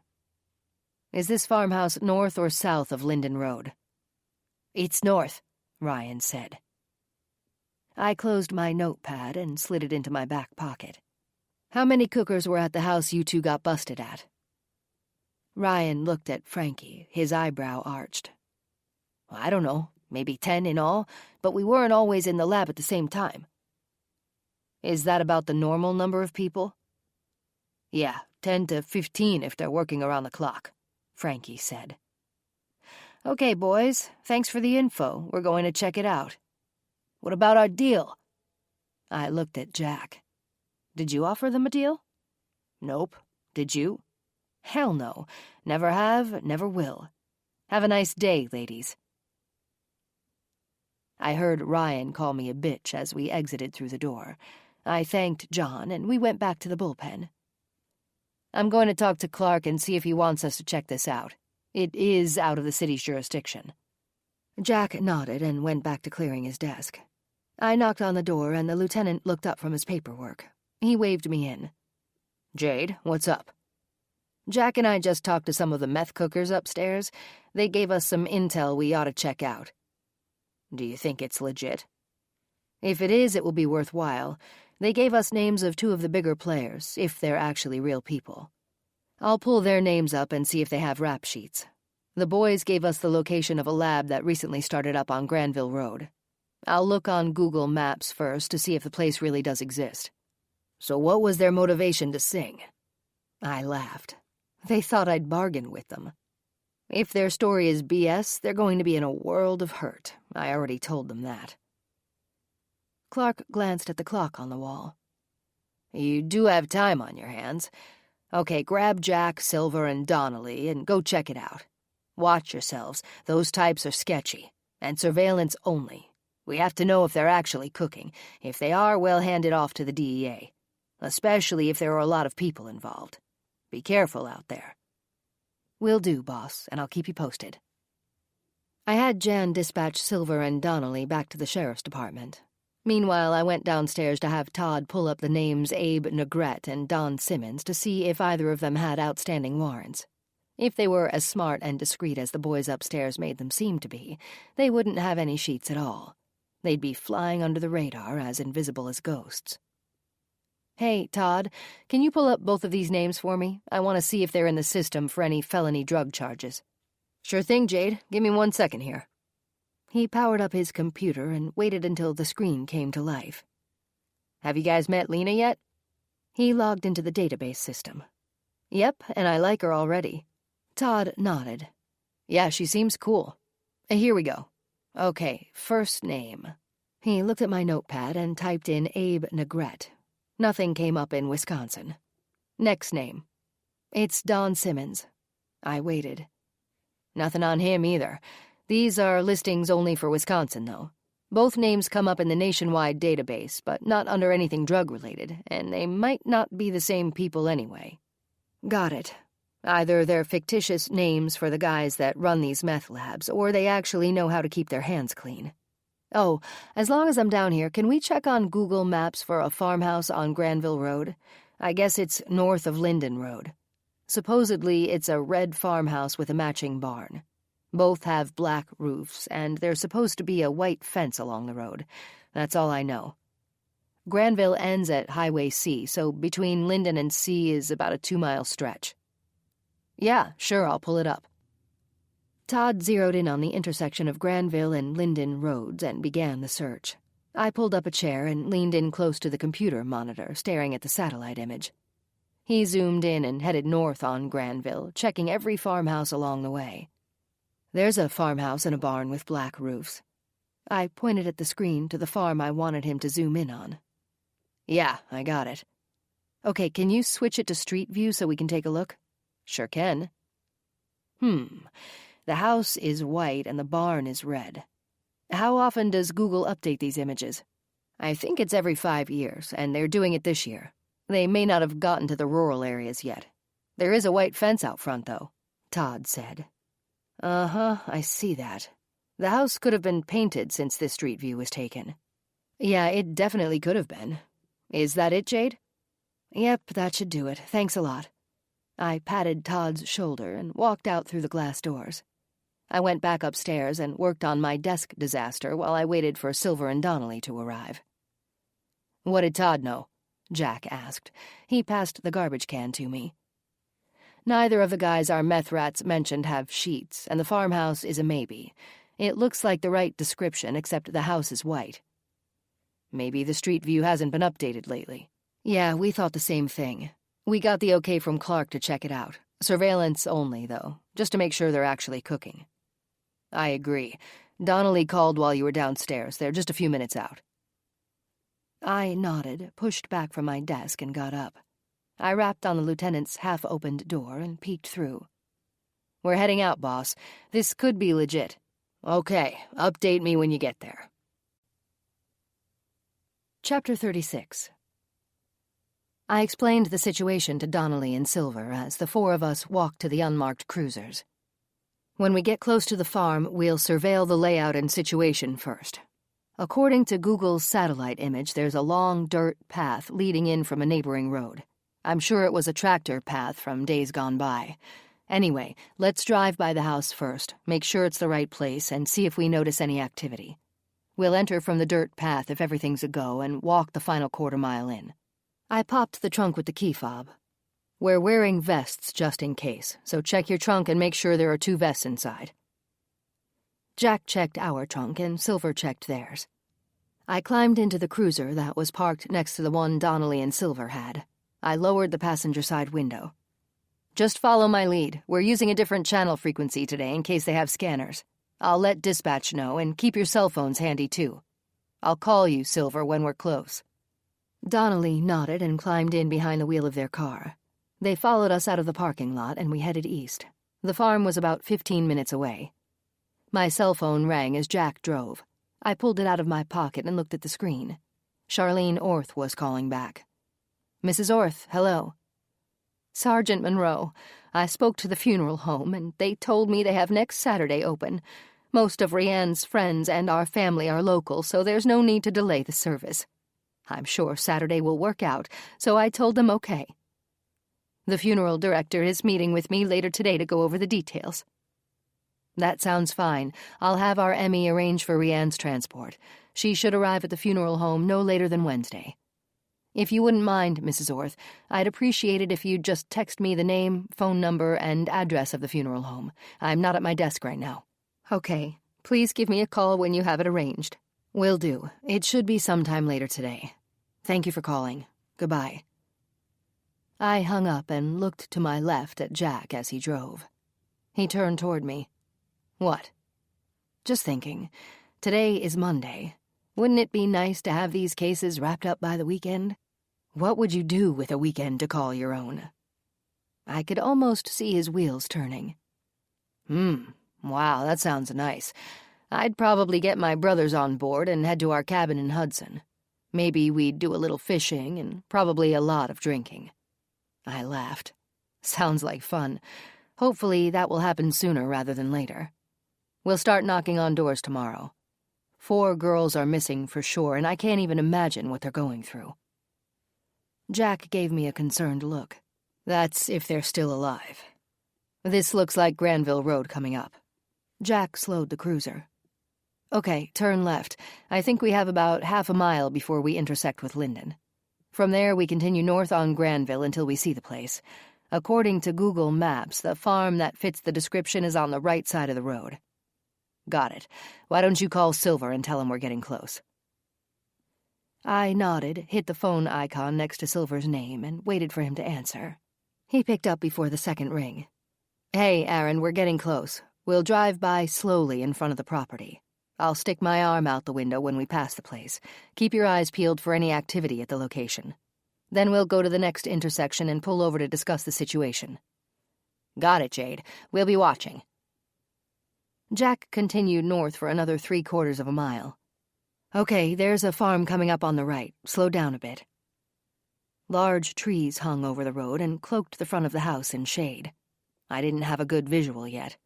We were almost on top of the property before I saw a white fence, then the red house. With my index finger already on the window button and waiting, I quickly pressed it and stuck my arm out. Within the short few seconds I had, I scanned the property and saw 4 cars parked next to the house. I didn't see anyone inside, and then the house was in our rearview mirror. I spun in my seat, trying to see behind us for any additional details. "Did you see anything besides the cars in the driveway?" I asked, looking at Jack. "Not really. It isn't like we can stop and have a leisurely look around." I hoped Silver and Donnelly would have more to add after they passed by. We met up the road on a dead-end lane. Jack pulled over and Donnelly slid his cruiser in behind us. I opened the passenger door and grabbed my sunglasses from the console. Did you guys see anything else besides the 4 cars? I got out and slammed the door behind me. Yeah, didn't you see the dogs? Silver asked. Damn it, dogs? I rubbed my left eyebrow. How many? I saw 2 for sure standing at the screen door. Big or small? I groaned. Unfortunately, big. Couldn't tell the breed since they were crowded together behind the door, and I didn't have time to study them. All I know is that they looked big and they were both black. Great. They could be labs. I hope to God they aren't Rotties. With any luck, they'll stay in the house. If they do, they won't notice us coming in from the back. You didn't happen to see any garbage cans or piles of trash, did you? I asked. Nah, we only had a few seconds to see what we did. The curtains were all drawn, though, Silver said. The house and grounds looked unkempt. Doubt if they're the owners. This has to be the right place. No pride in ownership because they're renters, 2 large guard dogs, and curtains closed in the daytime. Jack spoke up. Yeah, I saw that too. They aren't cooking in the house according to our jailbirds, but they may be sleeping in shifts and want to keep the house dark. I did see the no trespassing and private property signs at the end of the driveway, though. That's a sure indication they don't want company. They could be armed and paranoid, the worst combination. I didn't catch a whiff of any chemicals, but the barn is set back from the road. Okay, boys, are you ready to check this out? Donnelly nodded. Lead the way, boss. We'll be right behind you. Jack and I climbed back into the cruiser and headed for the next road to the east. We'd make 3 right turns at each intersection until we were at the backside of the property. We reached the tractor path that led to the long-forgotten field. From the way the layout looked from the satellite image, the path ended about a half-mile in. The west side of the field had a natural rise and a row of trees and bushes. Then it gradually sloped down to the barn and house beyond that. We turned in and drove slowly so we wouldn't create a dust cloud. Our approach needed to go unnoticed. The path was bumpy and riddled with large rocks and potholes anyway. It looked as though nobody had driven on it for years. A pile of empty chemical bottles, cans, and pill bottles, along with the smell, would definitely give this crew away if they were cooking. With any luck, we'd see something through our binoculars to substantiate the jailbird's claims. I'd never get our local DEA involved unless we knew for sure what was going on. This crew could possibly lead to the ringleaders of a statewide meth problem. We'd find out more once we got closer. Jack stopped the car just at the point where we saw the roofline of the barn. That was close enough. I got out and motioned for Donnelly to stop. I made a quick call to Clark to tell him we were at the location. I'd update him again once we knew what we were dealing with. Okay, guys, this is as far as we go with the vehicles. Let's head to that tree line and check out the house and barn with our binoculars. With the tree cover at that ridge, they won't see us even if they are outside. Jack, Donnelly, Silver, and I put on our vests, strapped on our weapons and our shoulder mics, and hung our binoculars around our necks. We crouched down and took off for the tree line. Once we were in place and had a good visual of the barn and house, we sat on a ridge behind scrub brush and surveilled the situation. The wind caught in my hair and swirled it across my face. I pulled the elastic band off my wrist and tied it back. Then I sniffed the air. "Smell that?" I whispered. "The wind is blowing this way. Somebody is up to no good. It smells like skunk." The guys nodded, and we settled in to watch the house and barn. "I see a dump site," Jack said. "Where?" I asked. "Look to the far right of the barn. Go beyond that for about 30 feet. You'll see a pile of rocks, then a gully. Look closely at that gully. It's filled with chemical cans, plastic canisters, tubing, and bottles." We turned our binoculars in that direction. With my fingertip, I barely touched the diopter between the eyepieces to adjust the focus. Sure as shit, there it is. See any movement anywhere? "Not yet," Silver said. "It seems awful quiet at the house." "Yeah, there are probably a handful of people in the barn, and the rest are likely sleeping. We need to move in and see what's taking place in the barn. There are definitely signs of a meth lab littered about, but we have to see for ourselves if they're actively cooking. Are you girls up for it?" I grinned at each of them. Jack snickered. "I only see one girl here, and she's talking a lot of smack." Yeah, I tend to do that when we're facing trouble. Jack, you and I will take the left side of the barn. Silver, you and Donnelly take the right. We need to find windows and try to get a look inside without being seen. Peeking in through the barn doors not only puts us in a vulnerable position, but there's no cover from the house either.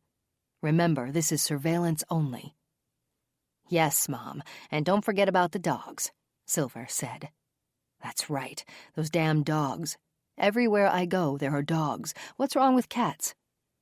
Jack whispered, I don't think cats give a crap about intruders, or anything else for that matter. They just want to be left alone. You guys ready? I looked at Silver and Donnelly, then nodded. Let's go. Jack and I scurried down the hill, trying to stay out of view of the windows on the back of the house. Donnelly and Silver did the same while they hid behind brush and rock piles. Once we reached the barn, we would lose sight of each other, and we'd have to depend solely on our shoulder mics for communication. We didn't want anybody to hear us, so our use of them would be limited. For now, we were going by hand signals. We reached the back of the barn, and so far we hadn't been seen. I motioned that we were going ahead.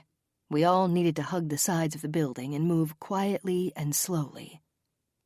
I whispered to Jack as we slinked forward. There's a window coming up close to the front of the barn. What do you want to do? I'll take a look. I'll go under the window, then take a peek, looking back into the main part of the barn. Keep your eyes and gun pointed at the house. You never know if those people are only cookers or paranoid tweakers, too. I nodded and kept a vigilant watch on the farmhouse. It stood about 50 yards in front of us.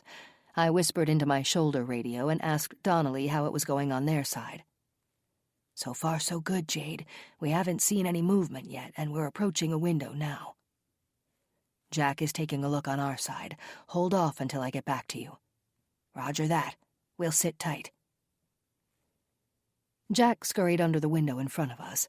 I nodded and kept my gun drawn at the house, my eyes darting from the farthest left window to the back door. That was all I could see of the house without stepping out into the open. Jack stood alongside the rotting frame of the barn window and moved his face slowly closer to the dirty glass panes. He peeked in and then quickly pulled back. Okay, there are a handful of people inside that I can see, and they're definitely cooking. Chances of them having guns are slim. They'd probably blow themselves up if somebody shot a weapon. Well, the same goes for us. Let's get out of here. We have the proof we need. We'll hand this off to the local DEA and let them close shop here and track down the big boys. Yeah, tell Silver and Donnelly we're moving out. We knelt down along the barn and I called Donnelly again on my shoulder mic. Jack saw a handful of people in the barn and they were definitely cooking. Are you guys able to get a few shots at the dump site with your cell phones? Yeah, I think so, he whispered.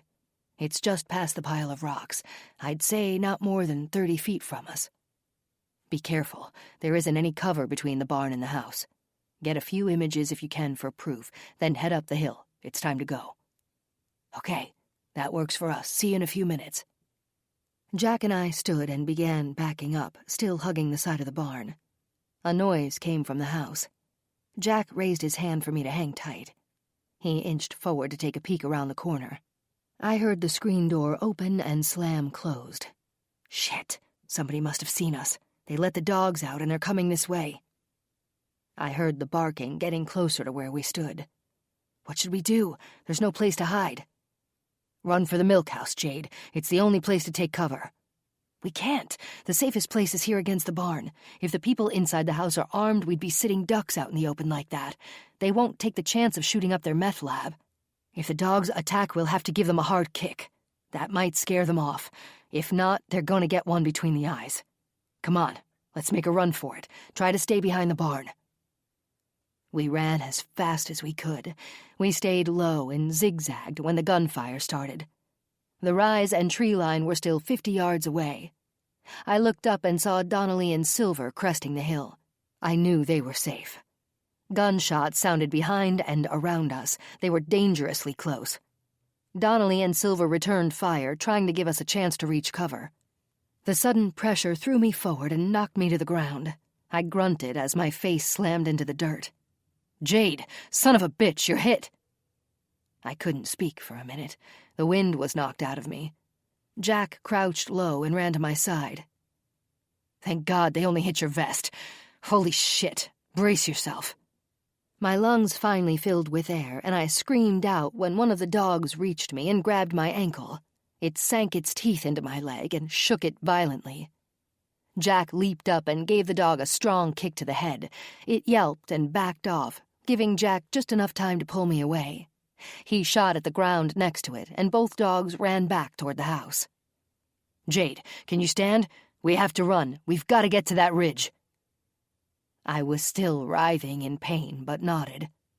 Bullets sprayed around us and hit the ground not more than a few feet away. Dirt clods exploded like landmines. The shots were likely from multiple shooters, but the return fire from Donnelly and Silver was even more intense. We needed to get over the rise and behind the tree cover to safety. I saw Silver crouch and run toward us. We were only 20 yards from the ridge. Donnelly continued the rapid-fire shots at the house. Aaron grabbed my right arm, Jack had my left, and they pulled me over the hill. Jack ran for our cruiser parked back on the path and pulled it closer to where we were stationed. He jumped out and helped me as I hopped to the car, blood dripping off my foot. Jack found the first aid kit, then he pulled my shoe and sock off to assess the damage. He shook his head and wrapped my bleeding ankle tightly with gauze and an ace bandage. "Jade, I want you to lie down in the back seat and stay put. Call for backup. I have to help Donnelly and Silver." The radio crackled as he handed it to me. "Tell Clark we need assistance ASAP. Let him know you're injured and we're taking on gunfire." "Jack, wait. Take my gun. You'll need it." He grabbed it and nodded a thanks. I watched as Jack ducked down and ran back to the ridge. I made the call to dispatch.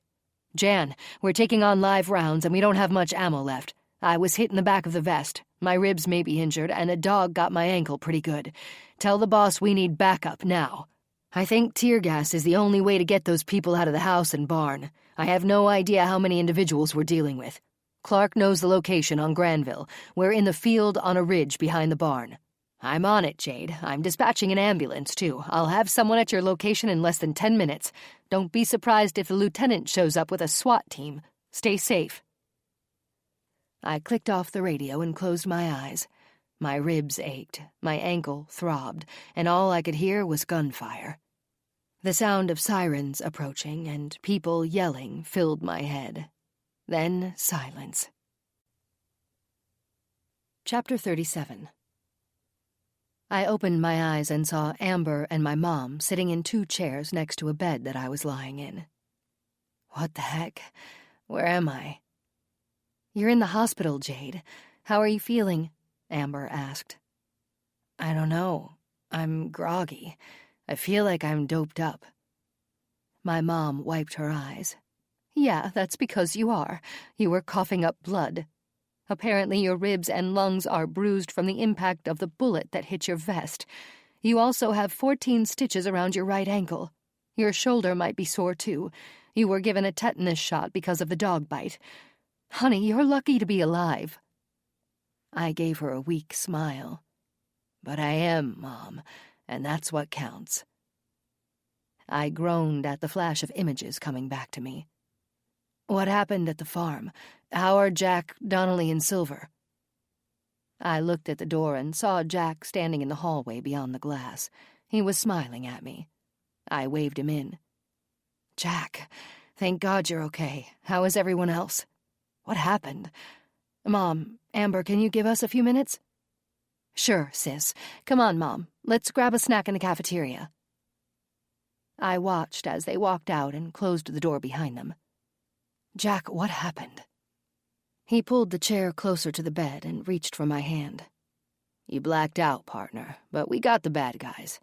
I'm so thankful you're going to be all right. The doctor wants to keep you overnight for observation, then you'll be released tomorrow. Light duty only, he said." Jack laughed. "Apparently that doctor doesn't know you well.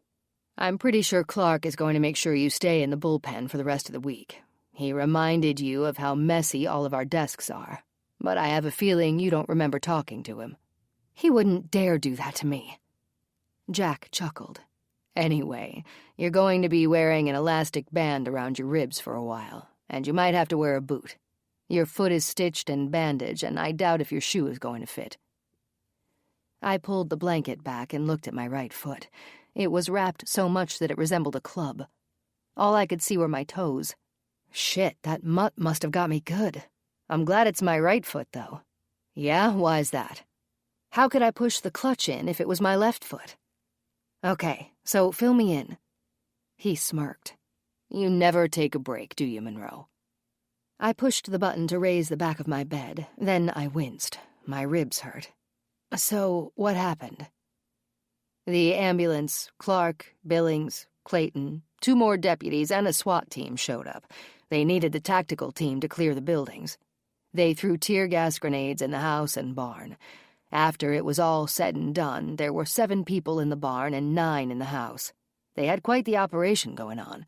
It was the real deal, Jade. We couldn't have corralled them ourselves with just our service weapons and 1 extra magazine each. 2 guys came out of the house injured. We're assuming they were the ones firing on us. Between the fingerprints on the guns that were seized and the slug we pulled out of your vest, we'll figure out who was shooting at us. They'll get extra charges filed against them for shooting at law enforcement officers. They'll be lucky if they ever see the light of day again. I nodded and squeezed Jack's hand. You saved me, Jack. You and Silver got me to safety. I'm so thankful to both of you. He smiled at me. No sweat. That's how we roll. I weakly punched his arm. Whoa, careful there, woman. Whatever. Then what happened? And then Clark called the local DEA division. They took over the scene. With any luck, the meth cookers in our area are going to be a thing of the past. It's a good possibility, thanks to the number of people arrested, that somebody is going to start singing and pointing fingers at the big players. That's good, but we made quite a mess of the day, didn't we? Not at all, and I don't even want you to think like that. We got a bunch of drug pushers off the street and out of our county. It was a good day, except for the part where you got hurt. I'll be okay in a few days. We have a lot to do, Jack, and I don't have time to be lying around having a pity party for myself. We have some serious bad guys to take down. We will, but for tonight and the next few days, you're going to take it easy. Jack kissed my forehead. Get some rest and call me when the doctor releases you tomorrow. I'll pick you up. You sure? Absolutely. I know you'd head to the station anyway, and I'm not about to let you drive yet. He started for the door. I smiled. Hey, Jack. He turned back toward me. Yeah? Can you hand me the remote? He shook his head, then he handed me the TV remote. Here's something, you know that? Have a good night, partner. Oh, and by the way, I took care of everything with Charlene Orth and transporting Rianne's body to Grand Forks. Jason and Lena have it all under control. Thanks, Jack. I watched him walk out and close the door behind him. Chapter 38. He yelled down the stairs. Is she ready to go? Jeremy looked at his watch and paced back and forth in the kitchen. They needed to be on the south side of Milwaukee in just over an hour. Matt answered from the basement. Yeah, back the van up to the cellar doors. We're coming out that way. Jeremy went outside and moved the newly painted van. He unlocked the outer wooden cellar doors and let them bang against the ground. He opened the back doors of the van and noticed the paint was still a little tacky in some spots. He reminded himself not to lean against the vehicle. Matt grunted as he climbed the stairs with Gina tossed over his shoulder. What the hell? You gave her a dose? Frown lines creased Jeremy's forehead. Don't worry about it. It was just a small amount. This bitch is way too feisty to sit in a cage in the back of the van for 45 minutes. She'd be screaming the entire way. Yeah, you're right. Watch the van. It isn't completely dry. Too humid today, I guess. Matt nodded and shoved Gina into the cage. Then he padlocked it. Let's go. He slammed the cellar doors and locked them. Do you know how to get to Holler Park? Yeah, it's already programmed into my GPS. Jeremy climbed in behind the steering wheel. Matt rode shotgun and cracked open 2 bottles of water. He handed one to Jeremy as he turned left out of the driveway. What's the guy's name we're meeting at the park? Mr. Johnstone. We're supposed to call him when we're 5 minutes out. He said he'll be in a red van near the lodge. How long will Gina be out?" "Not long. I only gave her enough to keep her quiet until we get there. She'll be groggy when we hand her over, but that's better than her yelling for help. I don't trust that girl." "Yeah, I hear you." Jeremy rubbed his forehead, recalling the time she kicked him in the head. They were on the interstate heading south 15 minutes later. "We should get an email from Carly's buyer tomorrow, and Liz will be gone by the weekend. Everything is going exactly as we planned, and the bank account is getting fatter by the day. Don't forget to list Megan and Jenna on Thursday for their 3-day auction." Matt rubbed his hands together. "Those two should do well." Jeremy grinned at his brother. His smile almost touched the deep dimples situated in the middle of his cheeks. "That's what I'm counting on." The clicking of the right blinker told Matt they were getting close. Jeremy checked the side mirrors and pulled over to the far right lane. He exited the freeway onto Layton Avenue at 7:15. "We're almost there." He handed his phone to Matt. "Call Mr. Johnstone's number. Holler Park looks pretty small according to the website, even though it's secluded. We have to know if other people are there." "Sure thing." Matt hit the green telephone symbol next to Mr. Johnstone's name and waited. "It's ringing," he said. "Hello, Mr. Johnstone. We're almost there with your merchandise. I have you on speakerphone." "Hello, gentlemen. I'm at the park, and so far I'm the only vehicle here. If we make the transfer quickly, I think we'll be fine." "That sounds good. Do you have something rigged up for transport?" Matt asked. "A set of chains." "Good enough. We have a little something extra to give you if you need it. We'll be there in 5 minutes." "Very well. And what vehicle am I looking for?" "A black van," Jeremy said. Jeremy turned off Layton onto South 6th Street. The park entrance was just ahead on his left. He checked the surroundings through the windows and mirrors. Everything seemed quiet and normal. He pulled in at the green park system sign. Tucked in next to the lodge was a red van. No other vehicle, bicycle, or person was there. The timing was good. Most people were home finishing off their evening meal and relaxing in front of the television set. At 7:30 on a weeknight, the park was completely empty. Jeremy backed the van in next to the other one. The rear doors of both vehicles were nearly on top of the pond behind them. Even if somebody happened by, they wouldn't be able to see what they were up to. Mr. Johnstone exited his van. Matt and Jeremy did too. Introductions were made, and the 3 men walked to the back of the vehicles, where they opened the doors. With their heads on swivels, each man checking his surroundings regularly, Matt pulled out the key and unlocked the cage. "She's coming around. Would you like us to give her another dose, or do you want to do it later?" "Go ahead. It's probably easier while she's still groggy." Matt agreed and gave Gina another poke with the needle. He instructed Mr. Johnstone to give her only small doses at a time if he wanted to keep her sedated for the trip. Too much at once would do her in permanently. "I understand." Matt opened the cage and pulled Gina out by the legs. Jeremy hooked his hands under her arms, and they lifted her to the other van. Mr. Johnstone grabbed the back door and, with a grunt, stepped up on the bumper and pulled himself inside. He fastened the arm and leg chains to Gina and snapped them closed. "That should do it," he said as he wiped his hands on a rag that was in the back of the van. "Nice doing business with you both. We'll be in touch once I arrive back in San Francisco and Mr. Black has possession of her. I'm sure he'll be pleased." Matt closed the back doors of both vans and handed Mr. Johnstone the syringe. The men shook hands and parted ways. "Easy as pie once again," Jeremy said as he pulled out of the parking lot. "Feel like stopping for dinner somewhere to celebrate another successful transfer?" "Sure, why not?" Chapter 39. "Take it easy, Jade." "I'm not an invalid, for Pete's sake." "Well, yeah, you sort of are. Anyway, it's hospital protocol. You have to be released in a wheelchair, so just deal with it. Seriously, women." I shot Jack a dirty look. "I need to get to work." "That's where we're going. Now let me help you get in the car." Jack opened the passenger door and pushed the wheelchair as close as possible to the seat. He lifted the footrests and extended his hand to help me up. "You know I can do this myself, right?" "Yeah, I know. I just wanted to be a gentleman, that's all."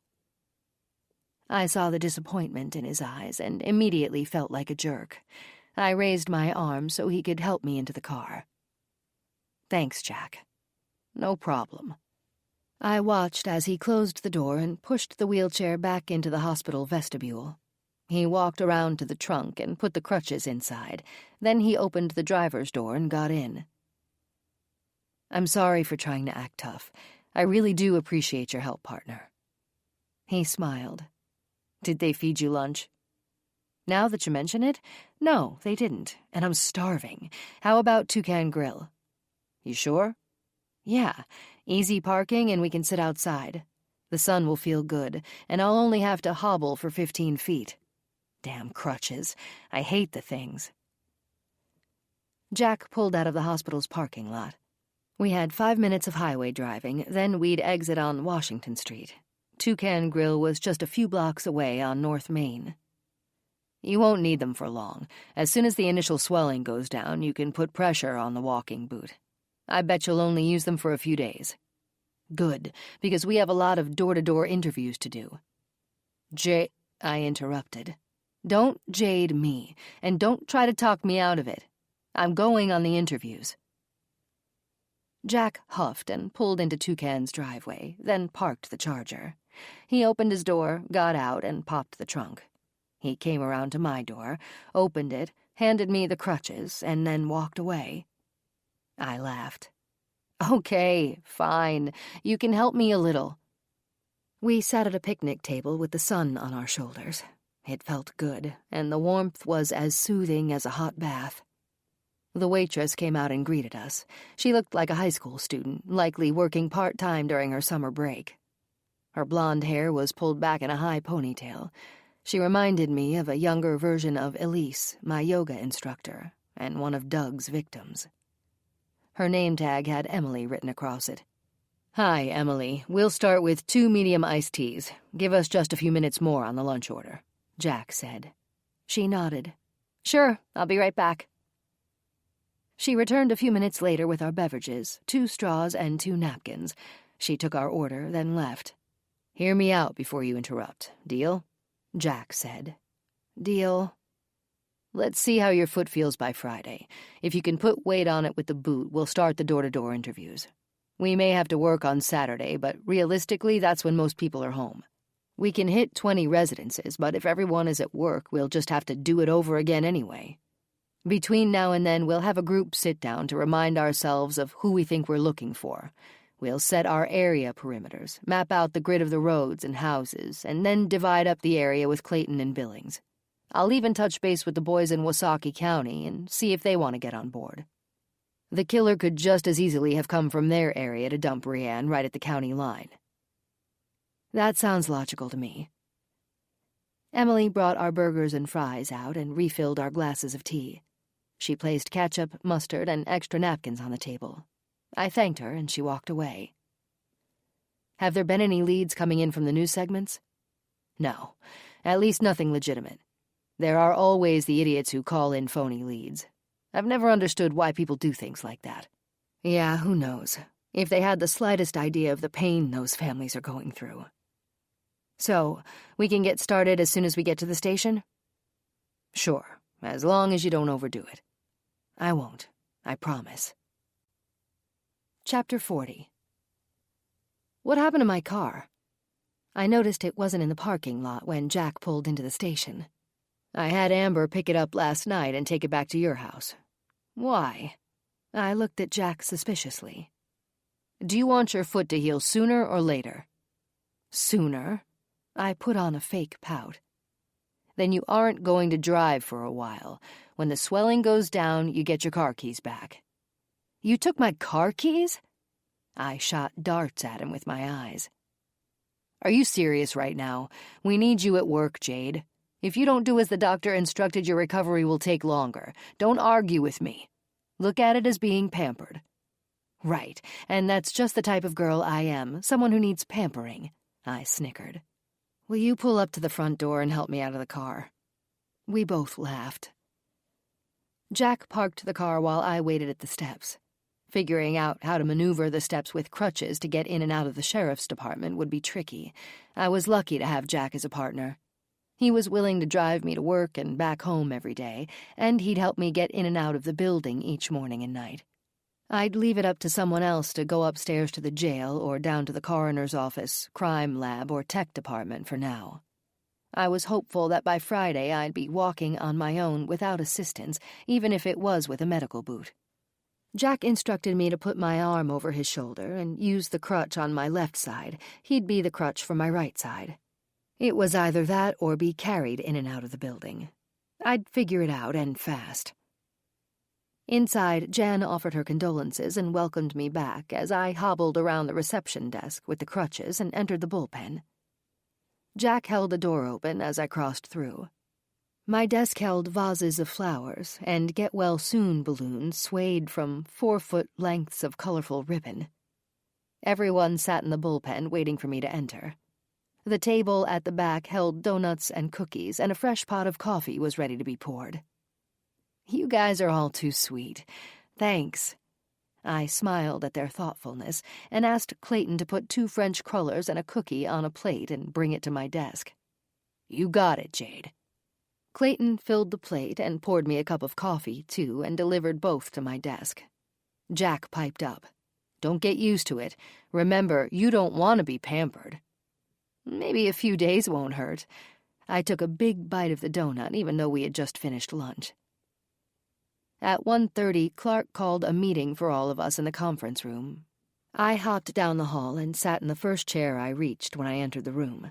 Lieutenant Clark, Jack, Clayton, Billings, Dan, Kyle, Todd, Billy, Jason, Lena, and I were in attendance. Clark wanted Lena on board just because she hadn't sat in on any of our meetings yet. Billings brought the pot of coffee and cups in for everyone. "Okay, it looks like Friday is our target date to start canvassing neighborhoods. Jade, if your foot isn't up to par to do much walking, we're going to have to take this on without you." I nodded, and I didn't like it, but I understood. This investigation wasn't about me, and I couldn't make anyone wait until I was ready to join in. Either I was on board to begin on Friday, or I wasn't, but I was hoping for the best. Clark continued. "Everything needs to be planned. So far, other than the woman in Milwaukee who actually witnessed the abduction of Gina Sansone and Carly Donovan and mentioned they were put into a white van by 2 men, and the woman at Westchase Mall who said the van had Montana plates, which turned out to be stolen, we have nothing." He rubbed his chin. "None of the TV news segments produced viable leads, so we're back to square one. Milwaukee PD hasn't received any additional leads either.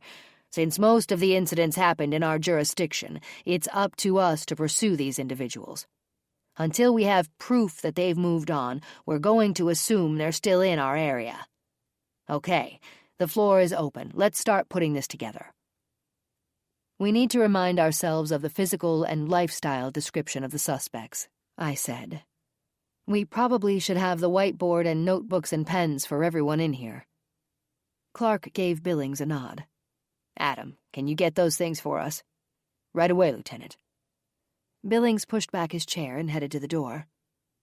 "Sorry, Billings. I'd do it myself since I'm closest to the door, but I'm kind of incapacitated right now.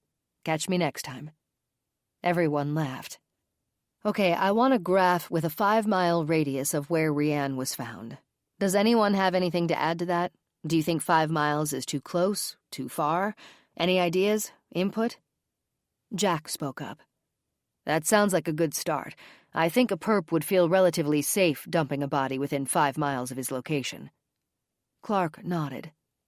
"Okay, Todd, you and Billy set that up. Make sure you have the street names and each resident shown on the graph. Once you have it put together, let us see it. If there's nothing additional to include, we'll need a handful of copies.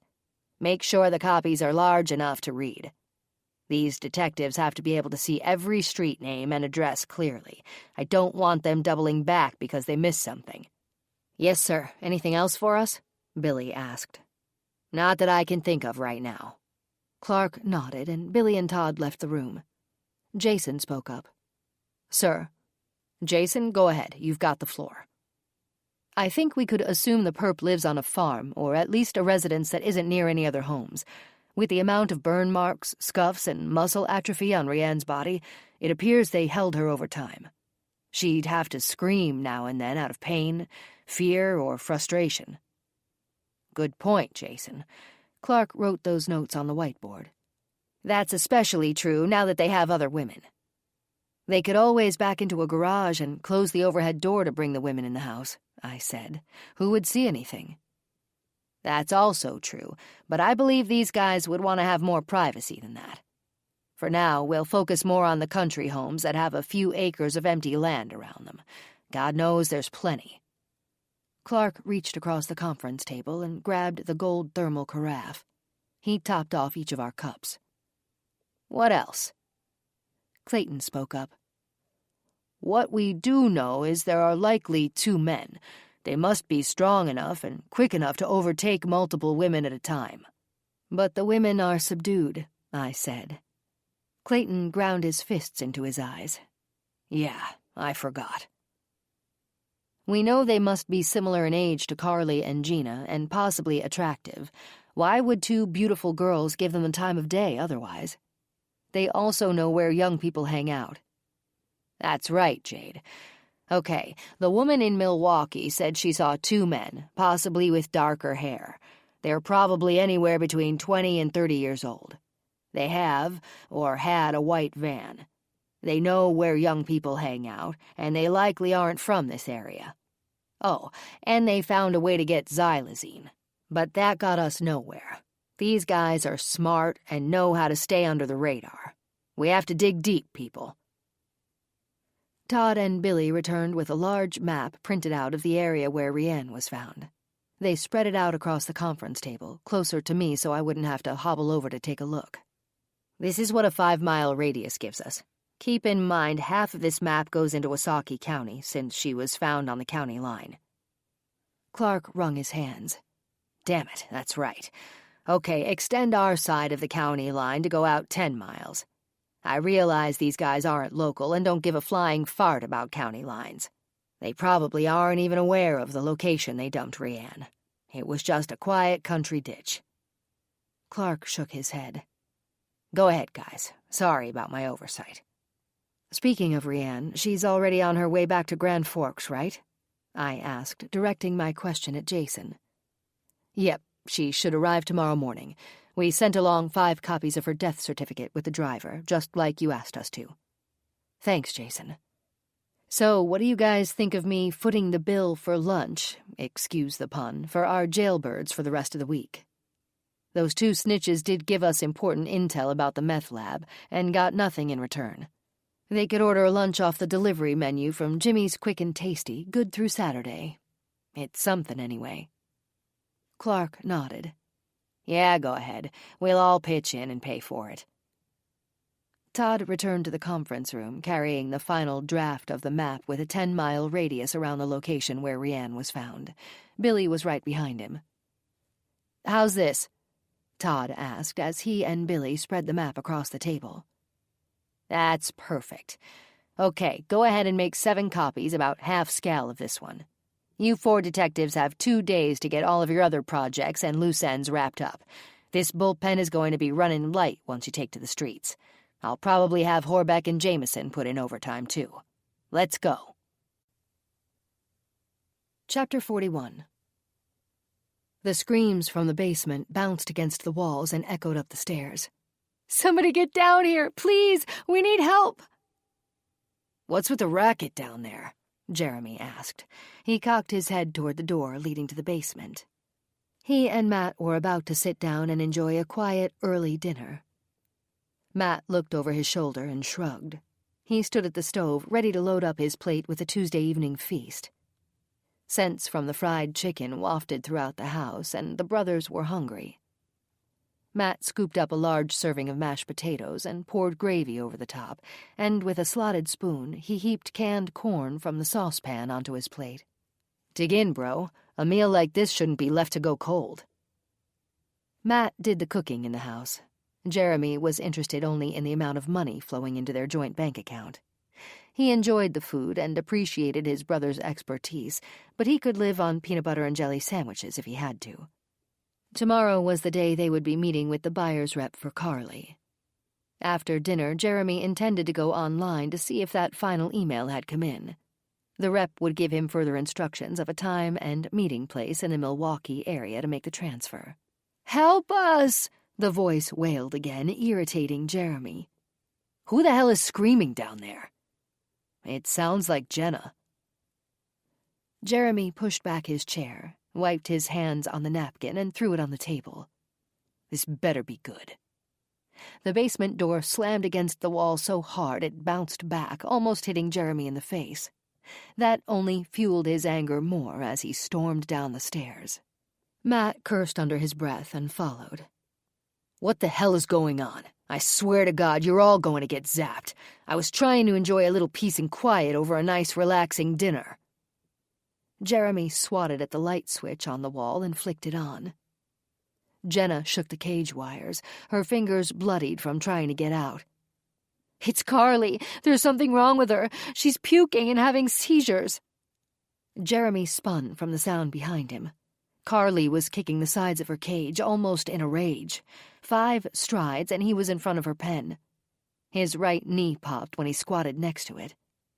Jeremy winced, then stared at Carly as her muscles contracted violently. Her eyes had rolled back, and only the whites were visible. Blood ran out of her mouth and smeared on her chin. He moved in closer to get a better look. "What the hell? Matt, come over here. Have you ever seen anything like this?" "Oh, can't say that I have. She looks possessed. She bit her tongue pretty good, too." "She's epileptic," Jenna yelled, snarling at both men. Jeremy pushed off the floor, wincing again as he rubbed his knee. He grabbed the chair and sat in front of Jenna's cage.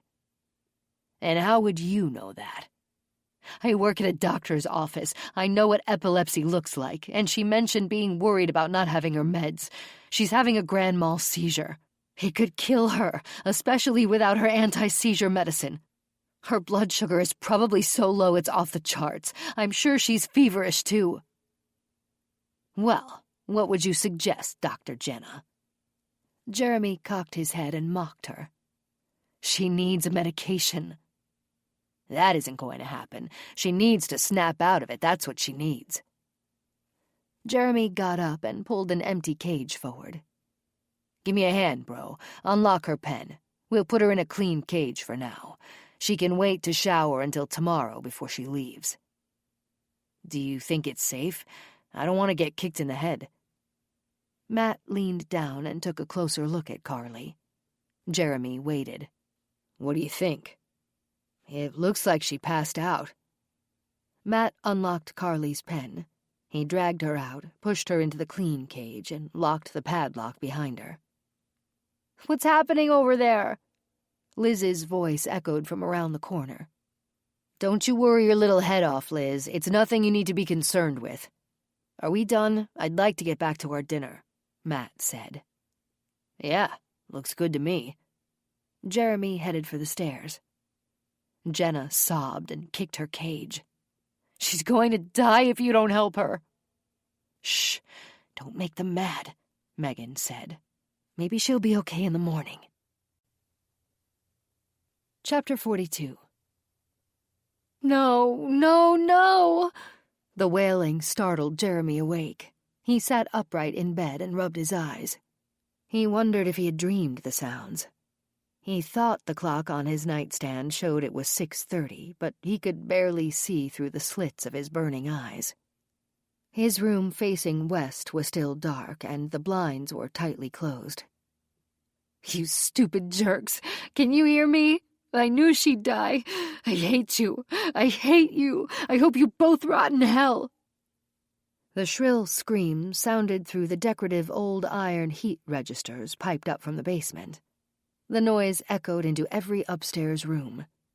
Jeremy's door flew open and Matt stood there in his boxer shorts. "What the hell is going on down there?" "I don't know, but we're about to find out." Jeremy flung the sheet and blanket to the side and climbed out of bed. He slipped on his jeans, still lying on the floor from last night. He exited the room and looked back at Matt. "Put something on." Jeremy ran down the stairs to the main level of the house and flipped on the light in the living room. An ugly 70s-style chandelier hung from the center of the room and came to life. Cage woke, stretched, and jumped off the couch. Adjacent to the living room, just beyond the arched doorway, was the kitchen. Jeremy continued on, not acknowledging the dog who was at his heels. His hand hit the wall switch next to the stove, and the light above the table lit up. Jeremy turned the dimmer dial to brighten the room. He headed for the basement door, which was just to the right of the pantry. "Cage, stay," Jeremy ordered. He squeezed through the opening and closed the door behind him before the dog had a chance to follow. He took the 12 steps to the lowest level of the house. He was halfway down the stairs when the cool, musty air hit him. "What the hell is going on?" He sneered at the women as he turned on the light. The window across the room brought in barely enough light to dim their dungeon at best. Jeremy grabbed the cattle prod out of sheer anger as he walked toward the cages. Jenna screamed and rattled her cage. Megan joined her, and Liz in the darkened corner did too. "Carly's dead, you son of a bitch. I told you she'd die without her medication. She had already gone too long without it. That's why she had a seizure, you idiot. I wish you were dead. I wish I could kill you. I wish I could kill both of you." Matt came downstairs and looked at Jeremy. "What happened?" Jeremy stood next to Carly's cage and stared at her stiffened body. Her eyes were unblinking and her mouth hung open. "She's dead. I guess the seizure did her in. What the hell are we gonna do now? She was supposed to be delivered today. Let's go upstairs and talk privately." Matt cocked his head toward the stairs. Jeremy looked at the 2 remaining girls staring at him with hatred written across their faces. Liz was still making a racket around the corner. "Shut the hell up, Liz, or you're going to join Carly," Matt yelled. The room fell quiet, and the brothers went upstairs. Matt made coffee while Jeremy sat at the table. His hands were folded under his chin. He was in deep thought. "I have to get in touch with the buyer's agent." He glanced at the clock. "Shit, I have no idea where he's at. He's probably somewhere over the Atlantic right now. The email I got from him last night said he was at the airport in Delhi and was going to leave shortly. He was supposed to arrive in New York around noon." Jeremy ground his fingertips into his head. "All I know from his calculations was that he wants to meet near Mitchell Field at 4 o'clock. He said he'd call and give me a location when they stopped in New York for fuel." Matt poured 2 cups of coffee and carried them over to the table. He pulled the cream out of the refrigerator and a spoon out of the top left drawer. He placed them on the table, then plopped down on a chair across from Jeremy with a loud groan. "Do you think you can reach him? And what would you say?" "I don't know. He's come a long way, and the last thing I want to do is piss him off. No matter what, we've just lost $9,000 that's already been paid. Either we fix this somehow, or we'll have to give them their money back and likely cover expenses, too." The cup bounced and the coffee splashed out when Jeremy pounded his fist on the table. "How about replacing Carly with Jenna? She has dark hair, and they were close to the same size and age." "Yeah, but they don't look alike." "So what? Jenna would have sold for more than Carly did. That's like giving the guy in India a bonus. They'll get a better-looking babe. They won't be mad, and we'll skate by." "True, but we'll still be short the value of 1 girl." "Bro, there's plenty more where that came from. Once we get to Vegas, we can cherry-pick from the best of the best." "Yeah, you might have a point." Jeremy grabbed a banana out of the bowl on the counter, then sat back down. He peeled it as he thought about Matt's idea. "It's probably the only thing we can do. I'll be honest with the guy and tell him what happened. Full disclosure, you know. It will keep us honest." "Where are you going?" Matt stood. "Downstairs to send an email to the rep. Hopefully he'll read it before he arrives in Milwaukee. Surprising him will only make us look sketchy.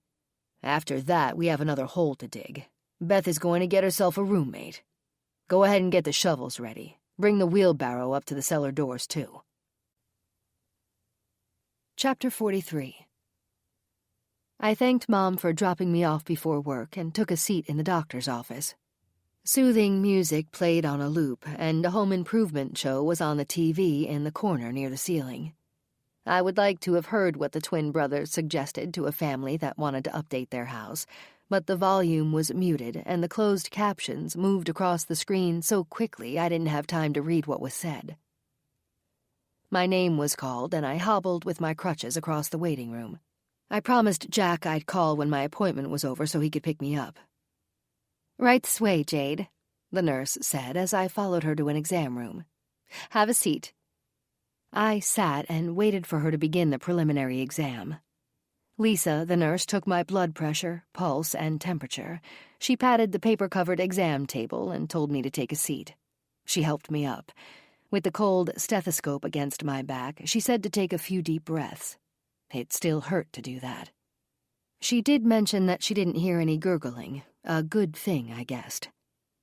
Lisa gingerly removed the bandages from my foot and gave the stitches a long look, turned my foot slightly to the right and left, and commented on the bruising.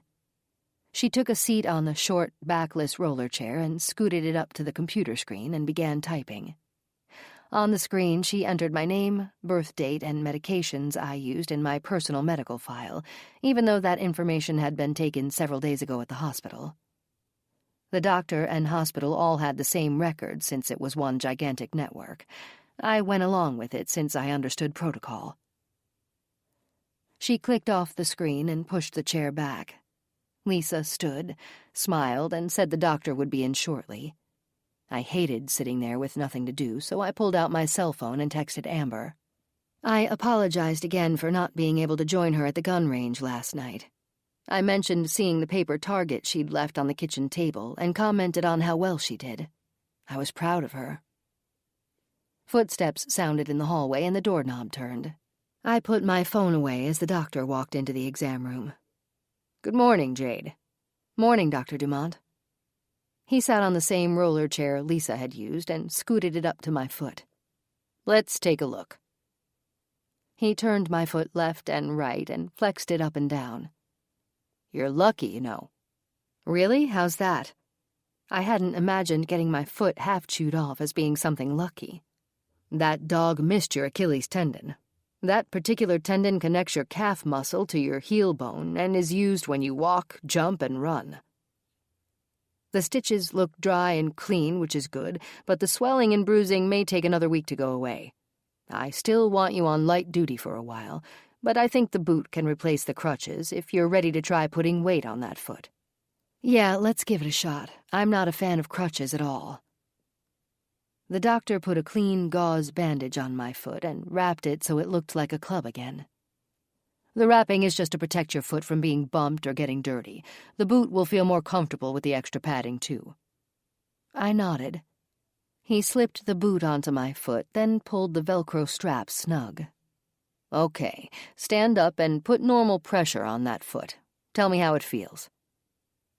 The doctor helped me off the exam table, and I stood without the help of crutches. I looked at him and grinned. "It isn't bad. I think I can do this. Anything to get rid of the crutches." "Okay, but I'm trusting you to take it easy. Understand?" "Yes, Dr. Dumont. I'll behave." "Fine." He smiled and shook my hand. "I'll send Lisa back in to set up your appointment in 10 days to have the stitches removed." "Thank you."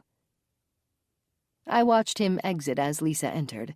We set the next appointment, and she told me to keep the crutches. They would come in handy whenever I wanted to give my foot a rest. In the waiting room, I texted Jack to come and pick me up. Then I went back to watching home improvement shows on TV. 10 minutes later, the front door opened, and Jack walked in. "Ready, partner?" "You bet." I handed Jack the crutches, and I pushed off the chair. It took a second to steady myself on both feet with equal pressure. Jack stood with his hand out ready to catch me if I fell. I grinned. "I got this." "Okay." He opened the door, and I carefully walked out to the car of my own accord. Jack closed my door and put the crutches in the trunk. He climbed in and glanced my way. Don't think this means you're going to run a marathon anytime soon. No driving yet, either. Who are you, the assistant doctor? Yeah, that's exactly who I am. Today and tomorrow are office days for all of us anyway, unless something urgent comes up. I'll keep my fingers crossed that nothing does. Chapter 44. Okay, the email is sent, so I'll have to check for a response from Mr. Patel every now and then. Hopefully his boss will be okay with the switch. I wouldn't be surprised if he wants a photo of Jenna to see what she looks like first. Let's get that out of the way just in case. Matt set down his glass of juice and rose from the table. There's no time like the present. Let's just do it now. Jeremy grabbed his cell phone and followed Matt to the basement. Jenna, front and center. You're having a few pictures taken. What do you think? Just a headshot for now? Matt stared at Jenna with his head cocked to the right and his fists jammed deep in his front pockets. Yeah, if they ask for more, we'll clean her up later. We have to get rid of Carly first before she starts stinking. Good enough. Open the cage. As Jeremy stepped into the bathroom, Matt knelt and unlocked Jenna's cage. They didn't allow her out, but when Jeremy returned, he had the hairbrush with him. Here, fix your hair so you don't look like a mess. He handed the brush to Jenna, and she ran it through her hair. Jeremy snapped 5 pictures of her, 3 from the front and 2 from the side. Good enough for now. Toss a bottle of water in there for her so we don't have to open the cage again. Matt nodded and gave her water, then he locked the gate. Jeremy emailed the photos of Jenna to Mr. Patel, then dropped his phone into his pocket. He raked his fingers through his hair as if he were deep in thought. What's up? Matt asked. I'm just trying to think of the best way to do this. The wheelbarrow and shovels are outside by the cellar doors? Yeah, they're ready to go. Jeremy shook his head in disgust. Fine, let's just get it over with. Go open the outer doors and come back down. I'll pull her out of the cage, then we'll carry her out. Matt returned to the basement a few minutes later. Jeremy had already pulled her out of the cage, and she lay on the floor, stiff, blue, and with her lifeless eyes wide open. Lividity had marked her backside with imprints of the cage. I swear I'm going to puke. Gagging sounds involuntarily erupted from Matt's mouth as he grabbed her legs. Jeremy hooked his forearms in her armpits and lifted her. Come on, let's go. The heavy thud of her body hitting the metal wheelbarrow was a welcome relief. The worst part was over. Beth needs some company, Jeremy said as he picked up the shovels. Matt pushed the wheelbarrow around the barn and behind the stone fence. He hit a few bumps and downed branches as he struggled to get her back through the woods to the area of Beth's grave. This looks about right. Jeremy noticed the somewhat visible mound that he had tried to flatten out with the shovel. I'm not digging for long. It's too damn hot outside. 3 feet is deep enough. And we can't get too close to Beth, either. If we do, we'll stir up her rotten, stinking body. Start digging at least 10 feet away. With the back of his hand, he wiped his forehead. Then he punched the shovel's pointed scoop through the dirt. Okay, dump her in, Jeremy said. By 9:30, the hole had been dug deep enough for their liking, and Carly was going in the ground. Matt lifted the wooden handles of the wheelbarrow, tipping the front downward. They watched as she slid and fell into the hole. Damn it! Matt groaned and climbed into the hole. Carly's position was off. She needed to be turned on her side, or her stiff arm would be sticking out. Can you give me a hand? He looked at Jeremy standing above him, his arms tightly crossed. Stupid bitch. Jeremy held the end of the shovel for support and jumped into the hole. His bad knee was acting up. They turned her body so she was completely sideways. Then they climbed out and filled the hole with dirt. Jeremy sank down in the shade of a tree and checked his cell phone to see if there was a message from Mr. Patel. Here we go. This had better be good. He pressed a few buttons until the email message opened. He read it silently, then breathed a sigh of relief. Thank God, they're going ahead with Jenna. The new owner likes the way she looks. All is well, bro, and the transfer is going forward. We're meeting him at 4 o'clock. Get this, at the Woodfield Cemetery. That's different, but quiet and secluded. I doubt if the dead people will mind. He says he'll be in a blue Explorer. That afternoon, the brothers pulled Jenna out of her cage and gave her instructions. A freshly washed outfit on a plastic hanger was handed to her as she entered the bathroom. I want you to wash your hair and scrub that body good. Use the makeup on the back of the toilet tank. You need to pretty yourself up a bit. You can even take a toothbrush along. It's a long flight to India. Jeremy wiped the tear running down her cheek and flicked it. You'll be fine, Jenna. Consider this a great adventure. Who knows, you could have gone to somebody in a boring Midwest farm community. Oh, that's right, you already live in one. He grinned and smacked her butt. Now get busy, you have 15 minutes. Jeremy locked the bathroom door behind her.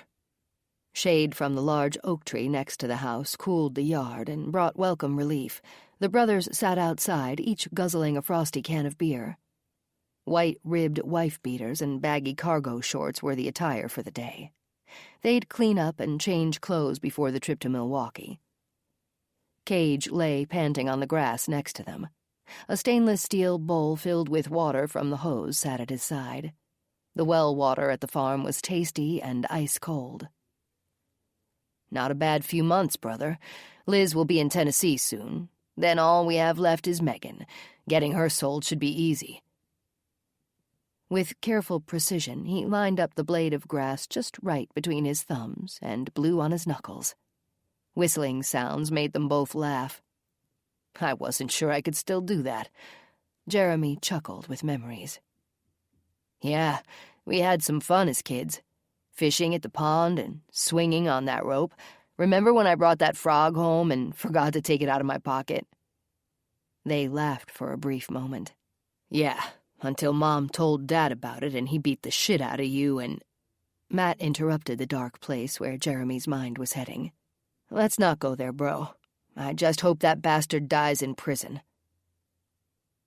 Matt went momentarily silent while he busied himself pulling clover out of the grass. Did you buy gas for the lawnmower? It's in the barn. Jeremy looked over his shoulder at the black outline on the lawn from where they'd spray-painted the van. Yeah, we need to get rid of that outline. We'll take care of it tomorrow. He scanned the yard. The grass does need cutting. I guess we've had other things on our minds. Chapter 45. I'm ready to get started, and I'm not talking about cleaning the bullpen either. I think by tomorrow I can ride along for our door-to-door interviews. It isn't that much work to walk from the cruiser to somebody's front door, and I'd probably be walking that much anyway right here at work. Clark gave me a frown and rubbed the side of his nose. Come on, boss. Look around. We've cleaned our desks already. Yours doesn't look bad either. Why wait an extra day to get started if we don't have to? What did the doctor tell you? And don't lie to me. Clark sat down opposite me and stared in my face. I grinned. She's ready to tell a lie, I can see it. Every time she hands someone a line of BS, she smiles. Her face is turning red, too. Really, Jack? Can you put a lid on it and mind your own business? Come on, Lieutenant. I promise I won't overdo it. We can extend the interviews over 3 or 4 days and be really thorough. You're going to hate me if I have to sit at my desk for 2 more days. It'll drive you nuts. Clark jerked his head toward me. Let me see you walk around the room. You mean right now? Uh-huh, right now. I pushed back my chair and stood. Everyone was staring at me. Wow, you really know how to put me on the spot. Jade, you aren't going in the field unless you're capable. I walked slowly around the bullpen and gradually put a little weight on my right foot. It hurt, but I wasn't about to admit it. See, I can do it. I promise it will only be from the car to the houses and back to the car. Fine, but Jack's in charge. Jack, if she misbehaves, bring her back. She'll be sitting it out right here at her desk. I felt like giving Clark a hug, but I didn't want to press my luck. A simple thank you would suffice. All right, you guys, let's divide up the county and get started, I said. You can get everything ready today. The interviews won't begin until tomorrow. Got it? Yes, sir. I got it. That afternoon, Jack, Billings, Clayton, and I laid out on the lunchroom table the map that Todd had put together for us. Jack and I can take the top quarter of the county north of Highway 60 and Wayfair Road for the first day or so. You guys can mirror that same layout south of Highway 60. On Friday, we'll do the same at Division Road. If we cover a little over 3 miles each day, we'll have our radius taken care of by Saturday afternoon. I looked at each detective, waiting for a nod as an acknowledgement. Jack spoke up first. Are you sure you're ready, Jade? I'm more than ready. I'll take along some ibuprofen and a bottle of water if I have to. No big deal. Clayton nodded. Let's do it, then. We'll finalize our plans and head out after the morning powwow with Clark. The lieutenant rounded the corner and entered the lunchroom. Did I just hear my name mentioned? Yes, sir, Lieutenant. We've put together our interview grid and plan to start up after our morning meeting. Show me your search strategy. Clark leaned over the map on the table. Jack took over and pointed out the search and interview grid we were going to cover each day. If we narrow down a particular area that seems promising, we'll base our focus there. Okay. Clark checked the time above the door. Why don't you guys call it a day? The bullpen is clean, you have a strategy for tomorrow, and I've already called Jameson and Horbeck. They know for the next few days they're going to be pulling overtime. So are a few of the deputies. The 4 of us left and headed to the parking lot. I limped, but I was getting faster at it. I climbed into the passenger seat of Jack's Charger and closed the door. Then I waved to Clayton and Billings through the window. Can I have my car keys back now? I stared at Jack, waiting for a response. How are you going to drive with that boot on your foot? Look how big it is. If there's a will, there's a way. I'll practice when we get to my house. You can even ride along and see for yourself if it seems safe. Do you have any beer? Yes, I have beer. Chapter 46. Matt looked at the GPS on Jeremy's phone. We should see the cemetery coming up on the right in a few blocks. He turned in his seat and looked over his left shoulder. Jenna sat quietly in the locked cage at the back of the van. She had been given the same choice as Melanie had a week back. She would either sit quietly, get zapped every time she made a fuss, or get the needle. Jenna chose to sit quietly. I'm impressed, Matt said as he rearranged himself in his seat and faced forward again. About what? She's accepting her fate pretty well. Hell, I wouldn't want to end up in India. No thanks, too many rats. Jeremy spoke quietly. Until she's out of our possession, we have to watch her closely, especially when the transfer takes place. We may want to zap her before that. Matt pointed to the right. This is it. Jeremy clicked his blinker and turned in. The cemetery sign was flanked by stone pillars, each holding a coach lamp at the top. Woodfield Cemetery didn't appear large, but it was heavily wooded and had a long gravel driveway. They passed the maintenance building, which sat along a path that veered off to the left. Mr. Patel had mentioned he would be at the farthest end of the cemetery, near the back fence. Beyond that, according to Google satellite images, were a nature preserve and a marshy pond. That's gotta be him, Jeremy said. He jerked his chin toward a vehicle parked farther down the driveway. Yep, it looks like a blue Explorer. Matt reached for the cattle prod under the seat. He'd have it ready when they opened the back of the van. Jeremy slowed at the end of the driveway and pulled up alongside the Explorer. A man looking to be of Indian ethnicity sat behind the steering wheel. He glanced over and nodded. All 3 men exited their vehicles and introduced themselves. They walked to the back doors of the van, where Jeremy reached for the handles and pulled them open.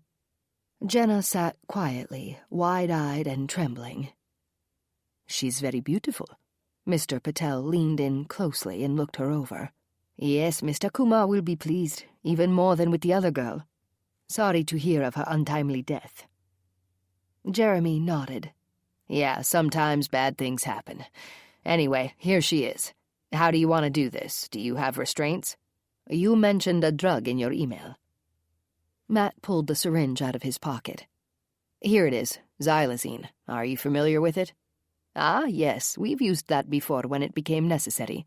I think it would be in everyone's best interest if you went ahead with that. I don't have any type of containment for her until we're on the jet. No problem. Jenna, do you want the prod first or just the needle? You're going to get the needle anyway, Matt said. Jeremy zapped her as she sobbed into her shaking hands.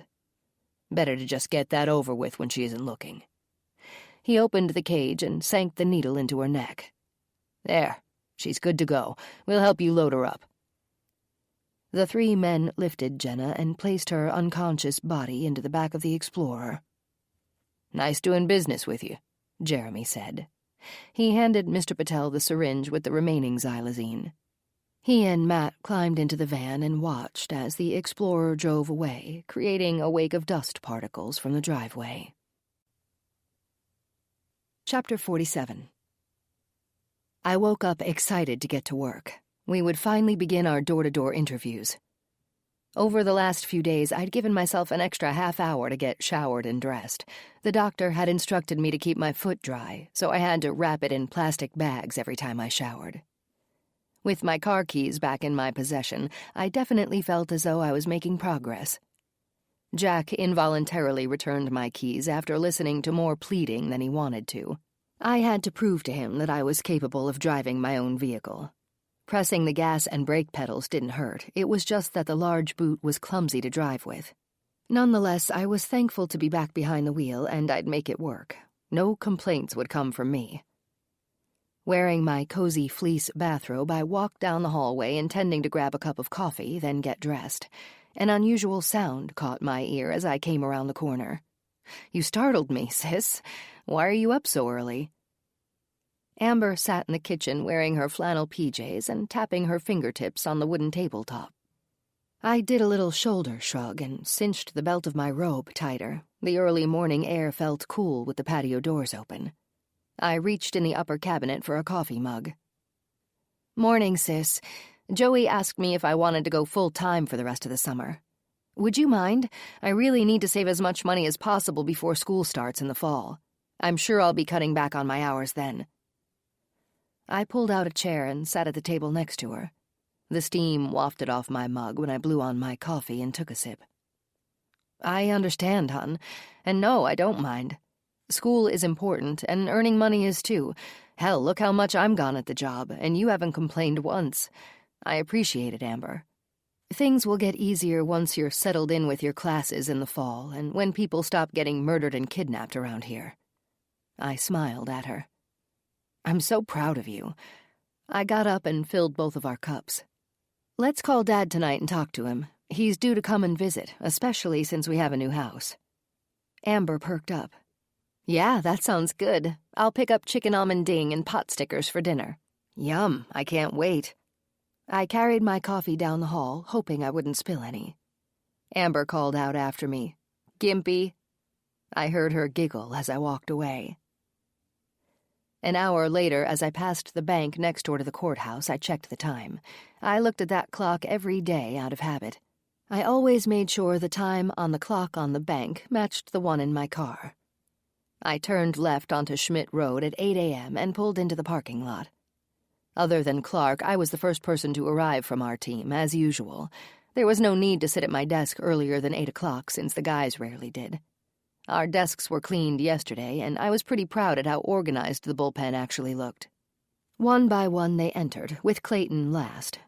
We went over a few minor details, grabbed our maps, and promised Clark we'd check in if anything important popped. The lieutenant yelled out to me not to overdo it as we exited the bullpen through the gray steel door. Jack and Clayton each grabbed a set of cruiser keys. "Geez, he sounds like my dad." "Clark cares about you, partner, just like the rest of us do." "Aw, shucks." I held the handrail as I gingerly took the steps down to the parking lot. "You're a brat, Jade, just saying. And I love you, too." Since we had no idea of what we would find or who we would be speaking with, all of us wore exposed service weapons, and our badges were visible on chains around our necks. It was also protocol to keep vests in the trunk. We never knew when a circumstance would arise where they'd be needed. The four of us climbed into 2 unmarked black cruisers that were parked in assigned spaces next to each other. Jack got in behind the wheel, and I climbed into the passenger seat and buckled up. He led the way out of town. At the farthest end of the city limits, a gas station with an attached submarine sandwich shop sat on the right side of the road. "What do you think of that place for lunch?" I asked as Jack sped by. "It shouldn't be more than a 10-minute drive back this way from our locations. We can compare notes with Clayton and Billings then." "Yeah, sounds good. Give them a call to meet us there at noon if they aren't in the middle of interviews." I called Billings and told him the plan. At Wayfair and Highway 60, we turned left and drove the 3 miles to where Rianne was found. At that spot, we split off from Billings and Clayton. We'd head north, and they would go south. Following a planned grid of the roads north to south and east to west made the most sense. We'd end the day just east of Division, a north-to-south road. We'd pick up the same pattern tomorrow, starting from the point where we left off. I'd check off every house we went to, make a note of whether anyone was home and whether we actually interviewed someone or not. We didn't want to miss speaking to anybody. If we had to go back a second time, we would. I pulled out the map and led the way. Deputies had already conducted face-to-face interviews at several houses on Wayfair on the day we found Rianne. Because we were following a precise grid, we'd interview everyone again, even if it was the second time around. "You know, Jack, this is the best idea. Remember Brad said his grandpa bought their farm in the 60s? Anyone who has lived in this area for a long time is going to be well aware of strangers moving in. There would likely be word among the coffee klatches that a once-empty house is now rented out or sold. Checking with realtors wouldn't be a bad idea either." Jack nodded. "I agree. That would be a smart thing to do." I looked at the number of houses in the 10-mile radius marked out on our map. There really aren't a ton of houses, since most of these places are farms. There's more land than buildings. Hopefully that will speed our interviews up. Jack pulled into the first driveway on the left and parked. Even though the families on this road had been interviewed, something might have sparked a recent memory with them because of the news reports. Our questions could ring a bell, especially now that we knew a white van was involved. I pulled myself out of the cruiser and walked alongside Jack to the front door. An older woman wearing an apron tied around her waist answered the door on our second knock. The look on her face showed how surprised she was at seeing 2 armed officers standing on her porch. Her suspicion was evident as she peeked out from the barely opened screen door. She looked us over carefully before she spoke.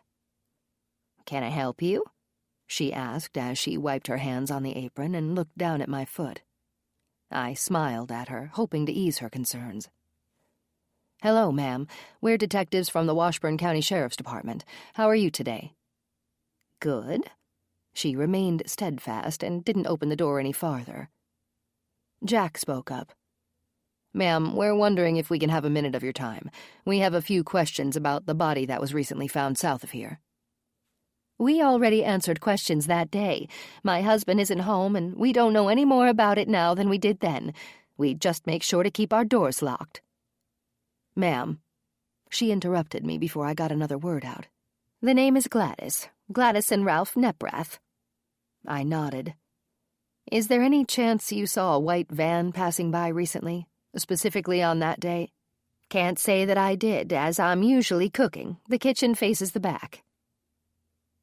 "Mrs. Neprath, when your husband returns home, would you mind asking him about the white van? If something rings a bell with that, we'd really appreciate a phone call." I handed her our cards, and we said goodbye. The leather seat squeaked as I slid back into the car and carefully placed my booted foot inside. I wrote down the Neprath's names next to the house number on the map. I included a note saying Gladys didn't have anything new to tell us. We moved on to the next residence. I compared the property we were approaching with the one on the map and made a check mark next to it. "Okay, pull into the driveway on the right," I said. "After this place, we'll be turning left and going down the next road." Jack turned right into the short driveway and pulled up to the garage. The residence was just a country house, not a farm. There wasn't much land to speak of, or a barn on the property. We parked and exited the car. A young girl sat cross-legged on the sidewalk that led to the front door. She drew pictures on the cement with pastel chalk.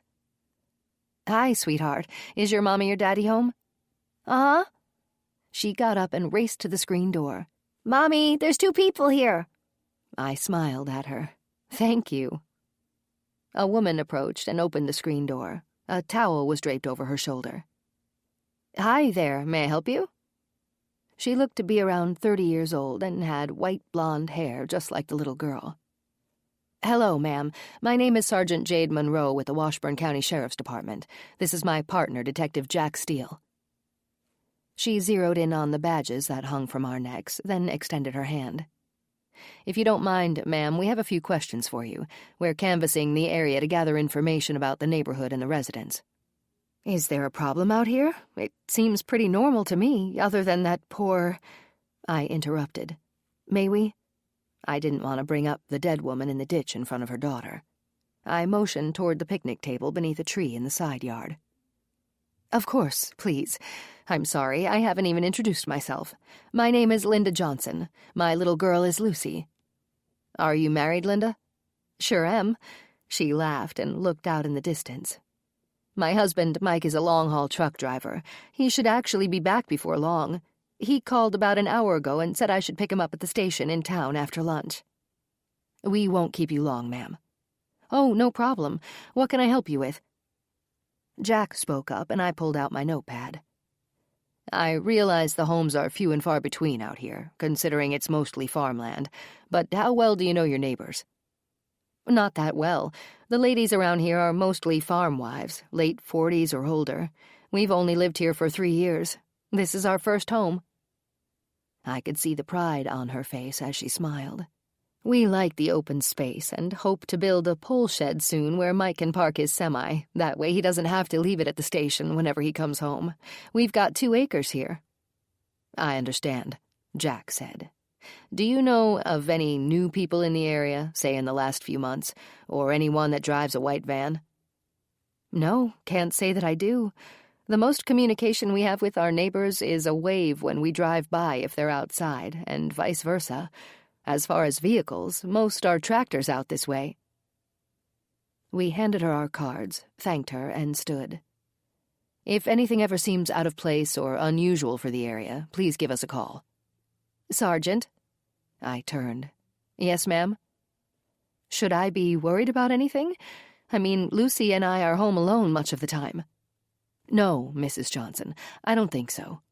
I'd suggest you be watchful of your surroundings, though, and keep your doors locked at night. Maybe we should go inside, honey. With her hand above her eyebrow to shield the sun, Linda scanned the neighboring fields and the road with a concerned look on her face. She took Lucy by the hand and went inside, closing the door behind her. I listened for it and heard the deadbolt turn. I groaned. Great. Now she's afraid to let her daughter play outside. I don't want to scare people, but we can't get too specific either. We climbed back into the cruiser. People do have TVs, and I'm sure they can put 2 and 2 together. I glanced at Jack, then back down at the map where I crossed off the Johnson residence. The clock on the dashboard showed it was nearing 12 o'clock. How about 2 more homes, then we'll break for lunch? I said. Yeah, fine by me. Just lead the way. You have the map. Nobody at the next 2 farmhouses answered the doors when we knocked. Tractors in the distance throwing up dust clouds told us the owners of these farms were likely at work, plowing the fields. Others could have been in the barns doing whatever they did in there, but I wasn't going to walk into every building looking for someone. We'd stick to people that answered their front doors. We broke for lunch and met up with Billings and Clayton at the Submarine Sandwich Shop. I was surprised at the number of people inside as we entered the restaurant.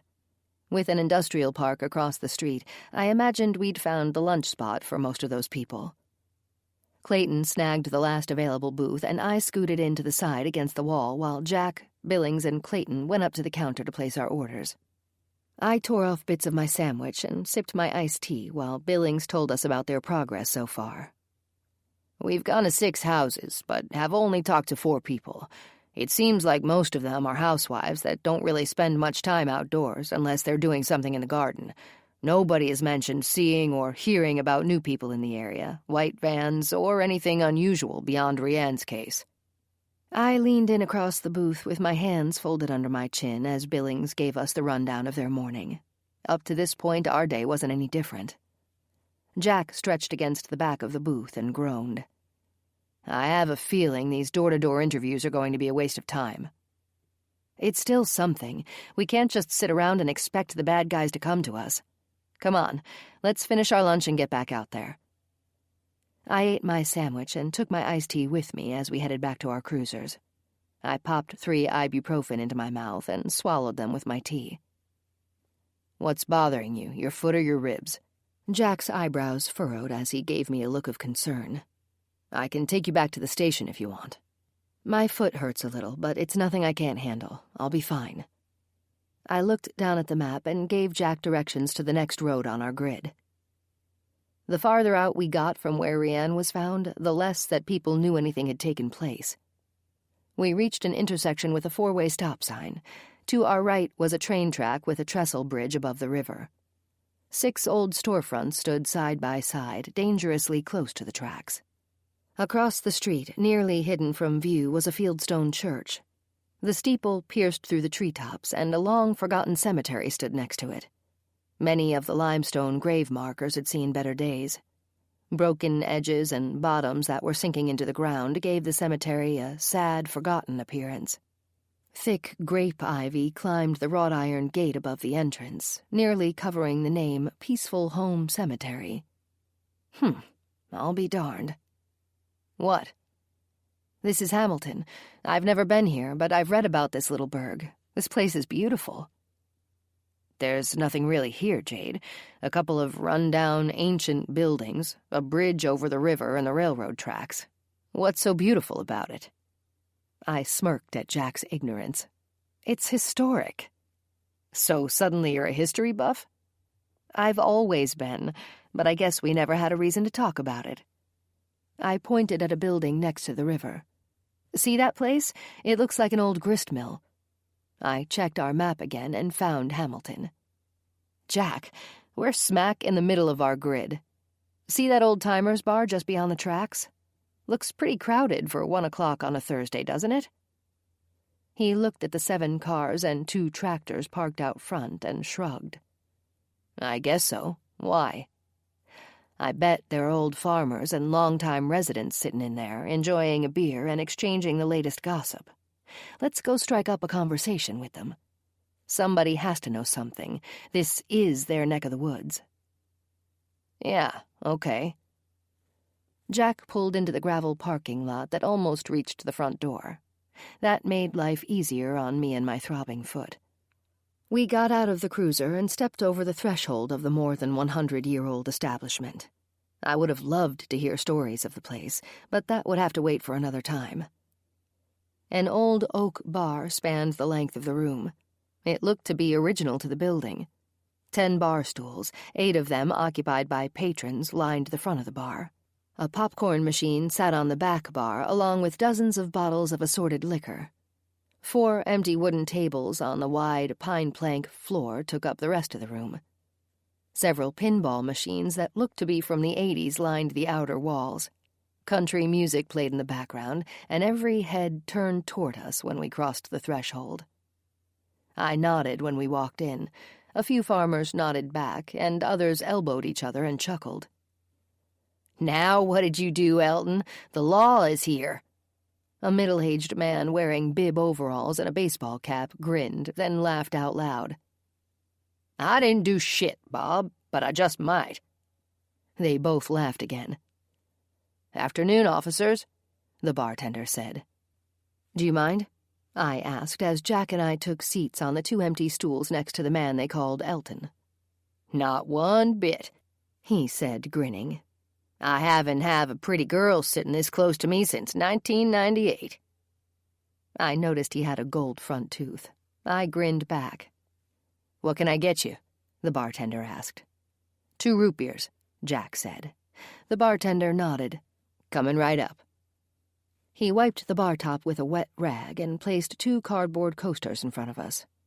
"What brings you 2 out this way?" "Looking for information," I said. That statement perked up ears, and everyone at the bar looked over their neighbor's shoulder toward us. "What do you need to know?" Elton asked. "We know everything, so it looks like you came to the right place." The group chuckled again. I laughed with them. Good. That's what I'm counting on. Over the course of the next hour, we learned more than we cared to about farming, plowing, and milking cows. After gleaning all of that useless information, we did find out a farm had recently sold on Highview Drive, another on Fairfield Lane, and a farm on Division Road had been rented out a few months ago. I gave Jack a look that we both knew well. We were interested in hearing more about the rental. "Do any of you gentlemen have details about the farm that was rented?" I asked. "Yep, a bit." The third man down the bar spoke. Jack peered around the shoulders of Elton and the man sitting next to him. "Your name, sir?" "I'm Leroy Headley. Just live down the road from here." He pointed at the back bar, meaning outside and west of Hamilton. I wrote that down. "Could you give us a bit more information?" Jack asked. I flipped the page in my notepad, ready and waiting for something to pop that would help us. "Sure can. The farm belongs to old man Miller. John Miller, to be exact. He moved into an assisted living apartment last year in Grafton, after Sarah, his wife, passed on. His farm had been empty for at least a year.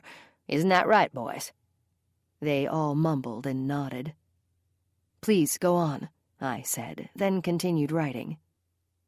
"Joe Lofton owns about 70 acres, but wanted more land to plant in corn. He recently inquired about leasing the empty fields, but John's son-in-law told them they had just rented the property out. The tenants wanted the land rights included in the rent." "That's very interesting. Do any of you know the tenants?" Leroy glanced down the length of the bar. Everyone shook their heads. "Guess not." "Okay, then. That information is very helpful. And the farm is on Division?" Leroy nodded.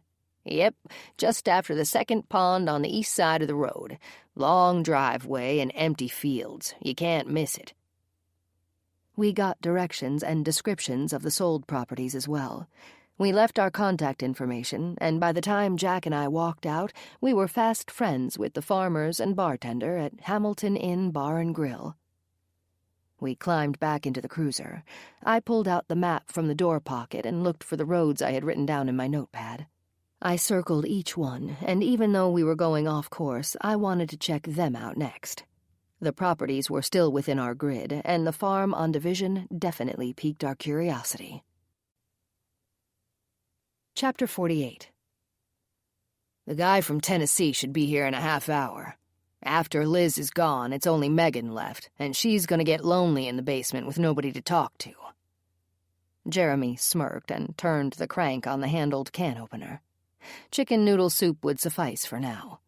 He carefully pulled off the sharp metal lid and poured the soup into a bowl. After placing it on the glass carousel in the microwave, he set the timer for 2 minutes and pressed the start button. Matt chuckled. "Maybe Cage can hang out downstairs and keep her company until she leaves. I'm sure she'll be gone within a week's time. After that, we can start packing. Why are you eating now?" "Because I'm hungry. As soon as Mr. Adamson leaves, we'll go to town and buy groceries." Jeremy tipped his left arm and looked at his watch. "Liz should be done in the bathroom by now. Want to check on her?" "Yeah, sure." Matt went downstairs and banged on the bathroom door. "Are you done?" A meek-sounding yes came from inside the room. He unlocked the door, turned the knob, and pulled it toward him. Liz wore a clean dress, and her hair was shiny and secured with a rubber band at the nape of her neck. Matt gave her back the original pair of shoes she had worn when they kidnapped her months ago. "Did you brush your teeth?" "Yes." "Okay, get back in your box for now. The buyer will be here soon." He pushed Liz forward with the prod touching her back. She complied and crawled into the cage. Matt found Jeremy filling out the notebook when he returned to the kitchen. "Last-minute entries?" "Yeah, just making sure I'm up to date with everything. I have each name, description, the amount they sold for, and where each girl went." He closed the book, crumbled a handful of crackers, and dropped them in his soup. When the temperature was tolerable, he ate it. The sound of gravel crunching under tires alerted them. Matt ran to the living room window and turned the wand on the blinds. He peered out at the driveway, waiting for the vehicle to get closer. "What kind of car does he have?" "A green SUV with Tennessee plates." "Yep, it's him." Jeremy put his notebook in the drawer and the empty soup bowl in the sink. Bring her up through the cellar doors. I'll show him where to back up his vehicle. Don't forget the xylazine." Jeremy went out through the front porch, and the screen door slammed at his back. He directed Mr. Adamson in and had him back up to the cellar doors. With the key in hand, Jeremy unlocked the outer doors and swung them open. They bounced against the dirt. Jeremy gave Mr. Adamson the once-over when he exited the SUV. He looked to be 60 years old, thin, almost frail, but snarly nonetheless. The few wisps of hair left on his head were tinted a light shade of gray. His clothes looked disheveled. Jeremy chalked that up to a full day of driving and sleeping in his vehicle. The end of the cigarette pinched between his lips glowed orange in the light breeze. He shook Jeremy's hand, made small talk, and waited for Matt to bring Liz up the cellar steps. "Well, aren't you the pretty one?" he said. A wide grin spread across his face when he saw Liz. He looked her up and down slowly. "Oh, yeah, I'm going to have a damn good time with you." Liz spat at him. He slapped her across the face, almost knocking her over. "Apparently somebody has to teach this bitch who's the boss." He wiped his cheek and grinned. "Feisty little tramp, aren't you?" Liz glared at Matt and Jeremy. Her face welted bright red. "I hate you. I wish both of you were dead." She turned her head and looked away. "Okay, then. That's it. Enjoy Tennessee. It's been a riot, Liz," Jeremy said. Mr. Adamson opened the back doors and shoved her into the cage. Then he padlocked it. "Do you want the xylazine for the road?" Matt asked. "Nope, I'm good. I know how to handle these girls. This isn't my first rodeo, young man. I've got a prod inside, and I like to keep them awake. They're a lot more fun when they're conscious." He laughed out loud and slammed the back doors. "Nice meeting you, boys." He climbed into the SUV and drove away. His tires kicked up small gravel stones as he exited the driveway and turned left. "That guy was definitely a freak," Jeremy said. Matt nodded and cracked his knuckles. "Come on, let's put a grocery list together and go to the store." 20 minutes later, Jeremy and Matt climbed into the van and headed to town. The afternoon sun was right at eye level, causing both of the brothers to squint. Jeremy dropped his visor, rearranged himself in the seat, and put on his sunglasses. Matt spun in his seat and craned his neck, trying to look out Jeremy's side mirror. "What the hell are you doing? What did you see?" Jeremy adjusted the mirror and looked back. "I swear it looked like an unmarked black police car. It had a spotlight next to the outside mirror and extra antennas. There were 2 people inside. I wonder what they're doing way out here. Don't know, but keep your eyes peeled to make sure they don't turn around." "I don't think they noticed us behind this milk truck, but I'll keep a close watch." Good thing we painted the van. Chapter 49. Jack drove up Division Road as I called out the directions. "I think it's the next house on the right. There are empty fields on either side of the driveway, just like Leroy said.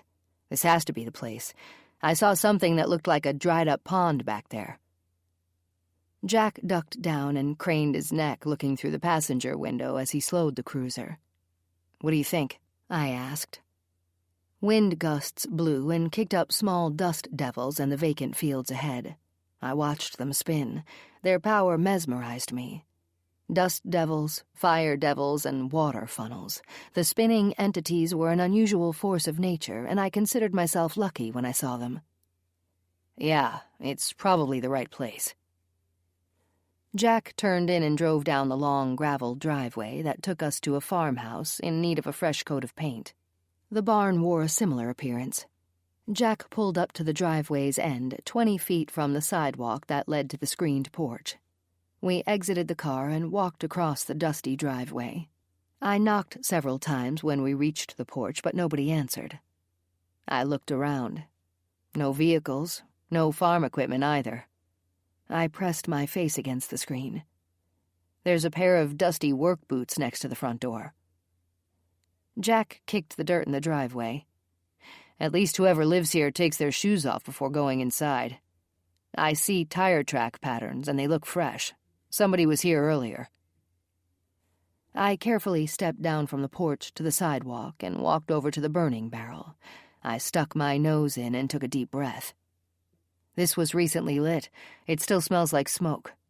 I picked up a foot-long stick and poked at the rubble inside, looking for something even though I didn't know what. Maybe this isn't the right place. It seems more like the kind of homestead that belongs to an elderly farmer and his wife. You know the type, settled in and not wanting for much. The old couple could be in town at a church bingo game or something like that. It does belong to an elderly couple. Or did, according to Leroy. Old Man Miller, remember? And what do you mean, I know the type?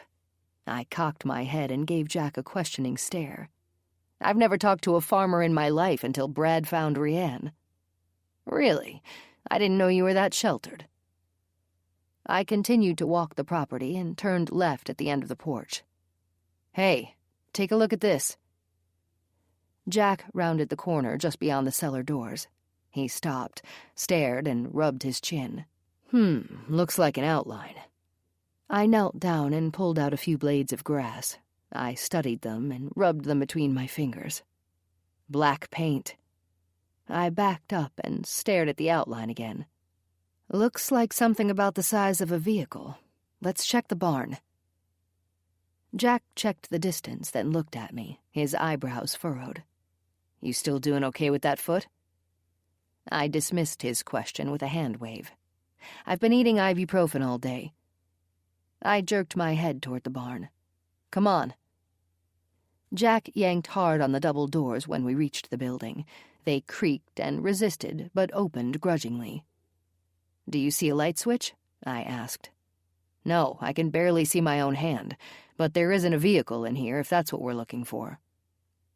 Should we come back with a warrant or just come back and hope to catch someone at home? No judge is ever going to give us a warrant without probable cause. I guess not. This is going to be the first place we come back to tomorrow. People have jobs, Jade. They could be at work. Whatever. Try the screen door again. Jack shouldered the barn doors closed, and we walked to the sidewalk for the second time. He gave the screen door a pull. It was unlocked. We entered the porch and gave it a methodical side-to-side once-over. Nothing unusual stood out. With his knuckles pressed against the inner door, Jack rapped on the glass. No answer. He slowly turned the knob, but the door was locked. Darn it, where the heck are they? I asked the rhetorical question, not really expecting an answer. Isn't it too early to go out for dinner? Jack spoke up with his typical sarcastic wit. Not unless they're still at church enjoying the after-bingo buffet. I huffed and climbed back into the cruiser. North Bend was 15 minutes up the highway. I checked my watch. 4 o'clock. Billings and Clayton's car was already sitting in the parking lot when we pulled in at the sheriff's department. Either they struck out too, or they had something important to report. We went inside. Clayton stood at the coffee station, scooping grounds into the paper filter. He filled the carafe to the top with water. Billings was leaning against the doorway of the lieutenant's office. Clark lifted his head and set his pen down when we walked in. Here they are. Let's gather in the bullpen, guys. Hopefully you four have something to report. How's the foot, Monroe? I'm good, boss. Ibuprofen helps. I turned toward Billings as I plopped down at my desk. You guys just get back? Yeah, 5 minutes ago. Everyone sat at their respective desks. The lieutenant pulled the roller chair out of his office and got comfortable next to me. Coffee ready? Jack asked as he began to stand. I glanced at the carafe. It was nearly full. Give it a few more minutes. It will beep. Clark spoke up. Okay, you two first. He nodded at Clayton and Billings. Learn anything? And how many houses did you have time to hit? He drummed the side of my desk with his knuckles. Billings answered. We stopped at 6 homes and spoke to 4 residents. Nobody was home at the other 2 places. Okay, not bad. Did anything pop? Clark leaned back in his chair. It creaked in protest. Billings absent-mindedly rubbed his forehead. 2 families didn't know of anything unusual going on. They said they were longtime residents and were acquainted with everyone in the general area. Nothing out of the ordinary has given them reason to be concerned. One family complained of teenagers toilet papering their maple trees. The last family had information that sounded interesting. It's on your side of the grid, Jade, so you and Jack are welcome to it. Really? My interest level increased.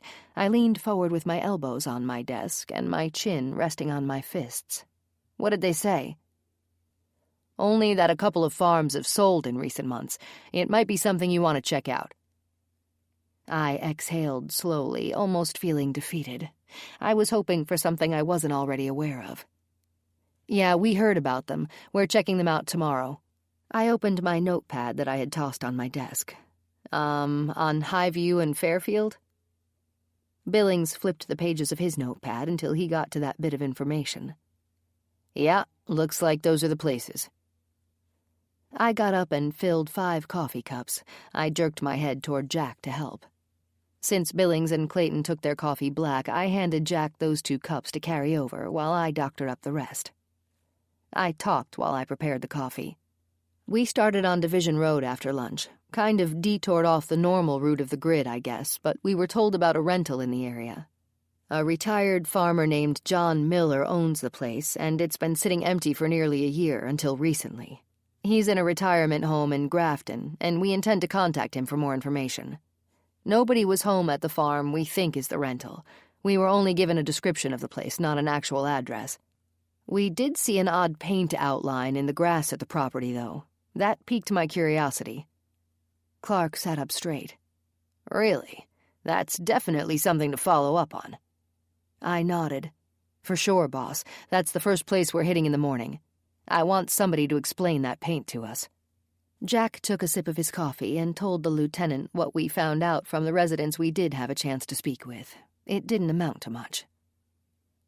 So far, we haven't learned anything new. One person we spoke with is a married woman whose husband is a long-haul truck driver. She didn't seem to know much about the neighborhood activity. Unfortunately, we probably made her more worried than anything else. Another woman was the typical farm wife that said she talked to the cops on the day Rianne was found. She didn't have anything more to offer. There was also an executive guy we spoke with. He lives in a fancy schmancy gentleman's farm and had to buzz us through the gate to enter. He didn't seem like the type that paid attention to the goings-on around him. He said he's out of town a lot. We saw farmers working the fields at a couple of other places. The only thing that could be a possible lead is the farm on Division. Okay, that's something. Clark rubbed his red eyes and squinted. Damn allergies. I want to be updated as soon as you talk to the people at that farm. I don't care if it's an actual lead or not. Just let me know either way. Roger that, boss, I said. All right, let's call it a day. Go home and relax. Rest that foot, Jade, and we'll start fresh tomorrow.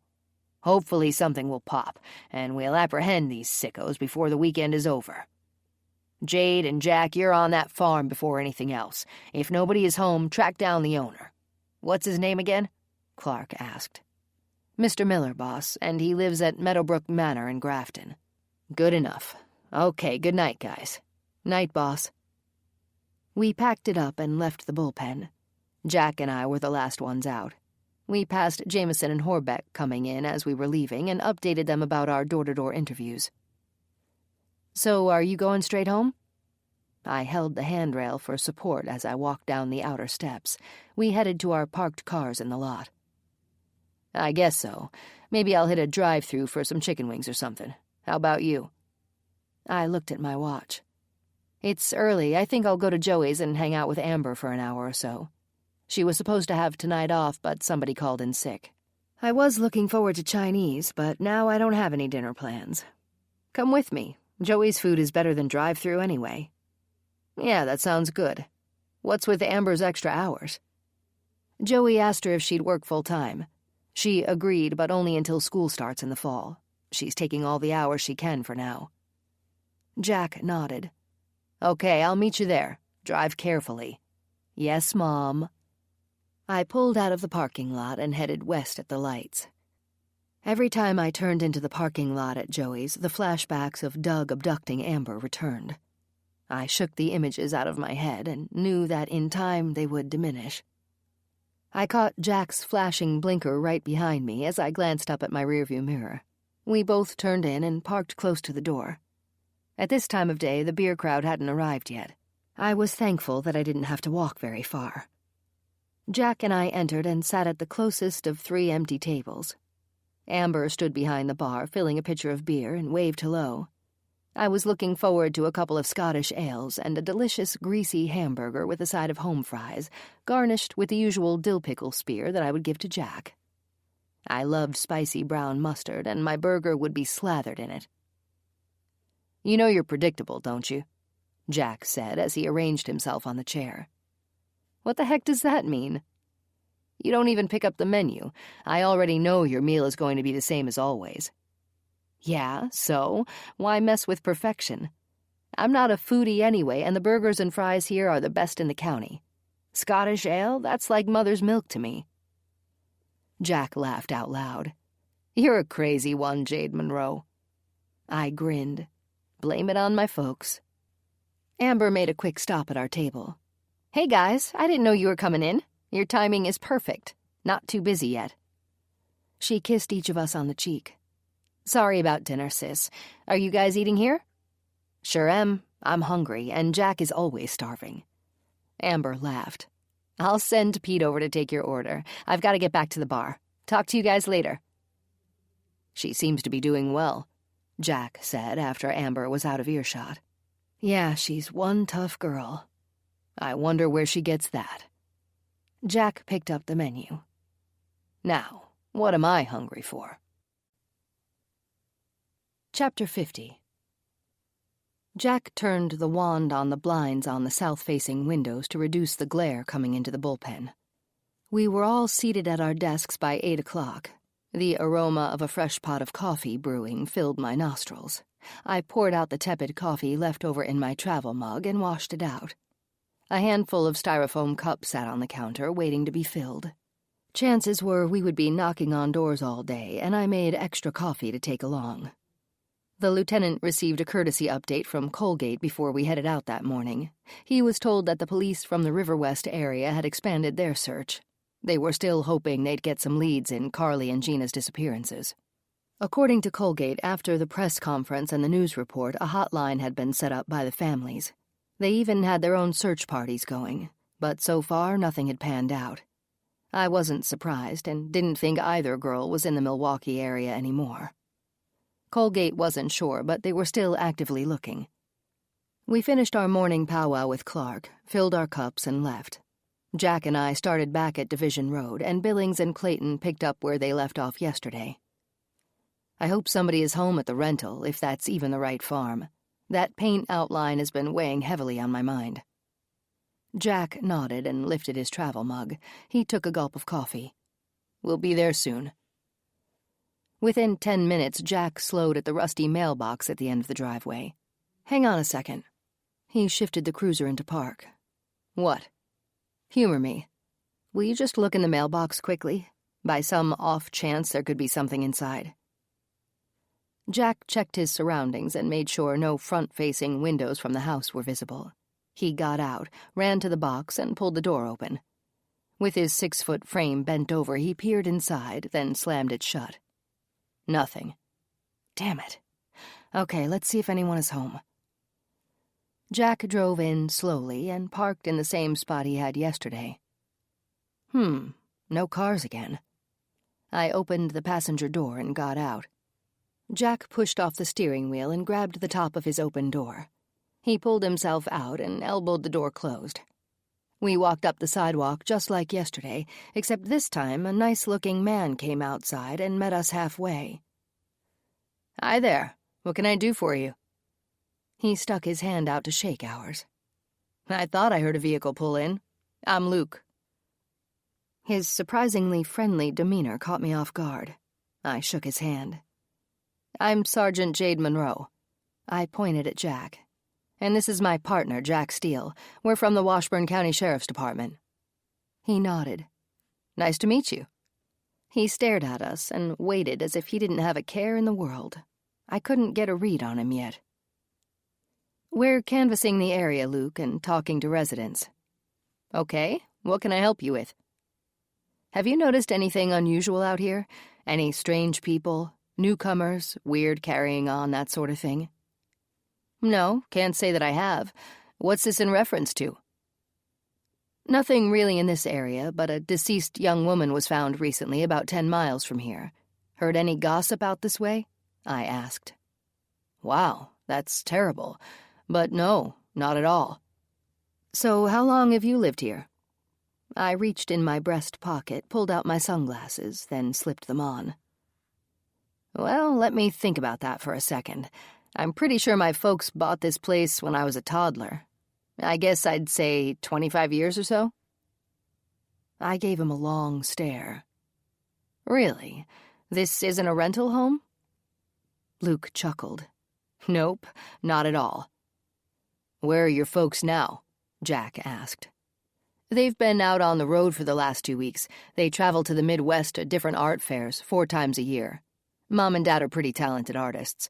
My mom paints still life on canvas, and my pop is a woodworker. He makes furniture and decor." He pointed back at the woods behind the barn. "See the woods back there?" We looked in the direction he pointed at and nodded. "A lot of the furniture my dad has made came from that forest." "Uh-huh." I walked to the edge of the porch and glanced at the ground. The outline was gone. "Looks like you've been busy this morning." "Sorry, I don't follow." "Nothing, just early, that's all. It looks like the grass has just been cut." He laughed. "My bad. I guess I like a freshly mowed lawn. Actually, I cut the grass yesterday evening." "So what do your parents drive when they go from show to show?" Jack asked. "They have an RV. It's seen better days, but Dad keeps it in pretty good shape." "When do you expect them back?" "In a week or so. Anything else?" Luke's eyes darted from Jack to me, then back to Jack. "Yes, your last name, please, and your folks' first names." "Yeah, sure. It's Parker. My mom and dad are Bethany and Gerald." Jack wrote that down and handed Luke our cards. "Okay, thanks for your time. If you notice anything out of the ordinary, please give us a call." I nodded at him and we left. "Will do. Thanks, officers. Have a nice day." Jack and I walked back to the cruiser and got in. Jack backed up and started down the driveway. I gave Luke a long stare as he stood on the porch and watched us leave. "What do you make of him and his story?" I asked. "Hard to say. He seemed friendly enough and not at all nervous talking to us. I didn't notice anything actually suspicious about him. Are you getting a different vibe?" "Not sure. I guess the jury is still out." Then I told Jack that I'd bought a couple of Granny Smith apples along. "Want one?" I reached into the plastic bag on the floor well and pulled out 2 apples. I handed one to Jack. "Thanks." I took a bite of my apple. Yeah, he seemed unusually friendly. I'll admit he's a good-looking guy, that's for sure. "What, now you want to rob the cradle?" Jack raised his eyebrow at me. "Don't be ridiculous. I'm just stating the facts. I don't think it's considered robbing the cradle if the person is 3 or 4 years younger than me." "Oh, so you've already calculated your age difference," Jack laughed. "Whatever, I was just making an observation. Anyway, he's either lying or that was the wrong house. That still leaves the paint outline. Damn it, why didn't I take a picture of it?" Jack shrugged. "If the parents are actually artists, they must work with a lot of paint and stain." "True enough, but I've never heard of an artist that paints still life with spray paint, or a woodworker that does either." "If it makes you feel better, we can look up the property owner's name in the county records," Jack said. "Great, so what's the address? Was it on the mailbox?" "Nope. Out here it's going to be one of those with the north and south or east and west coordinates. That's probably why it isn't on the mailbox. It's too long. As a matter of fact, I didn't see anyone's addresses on the mailboxes out here." "Well, somebody has to know. Still, something about Luke Parker isn't sitting right with me." Chapter 51. Jeremy picked up his ringing phone that sat on the passenger seat. He looked at the screen. Matt was calling. "What's up?" He slowed the van and clicked on his left blinker. "Where are you?" "Just turning off Highway 60. Why?" "Find a different way home. The damn cops were here. They just left." "What the hell?" Jeremy checked his side mirror, then he pulled back out into traffic. He needed a minute to think. "What did they want?" "They were snooping around and checking door to door. They mentioned Rianne." "Shit. They couldn't have been city cops. It's out of their jurisdiction." "Son of a bitch. That's why she looked familiar to me. It was that sergeant we saw on TV. It was probably her damn medical boot that distracted me." "Medical boot?" "Yeah, whatever. I know it was the same woman." "Crap. They're getting too close. We're going to have to pack it up and move on.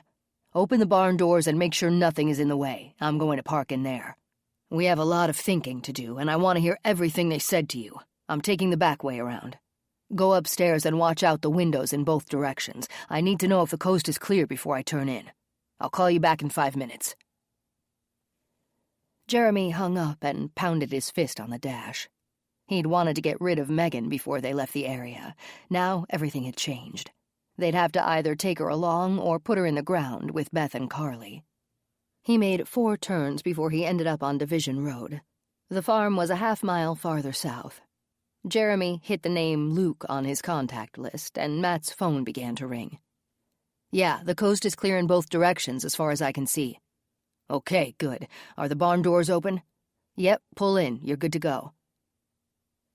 Jeremy sped up and headed for the farm. Gravel kicked up on both sides of the driveway when he turned in. He pulled the van into the barn and got out. Then he closed the heavy wooden doors at his back. He ran up the driveway to the sidewalk and into the house. Then he locked all of the doors and drew the blinds on every first-floor window. "Okay, sit down and tell me everything." He grabbed 2 beers from the refrigerator and sat at the kitchen table. He twisted the cap off the bottle and threw it across the room. It hit the stove and bounced to the floor, where it spun before falling over. Matt sat and began from when the cruiser pulled into the driveway. "I know it was the same unmarked black cruiser I saw yesterday after the Tennessee guy took Liz. They've obviously been snooping around since then. They said they were canvassing the neighborhood and talking to everyone. I wonder if they stopped at the house yesterday.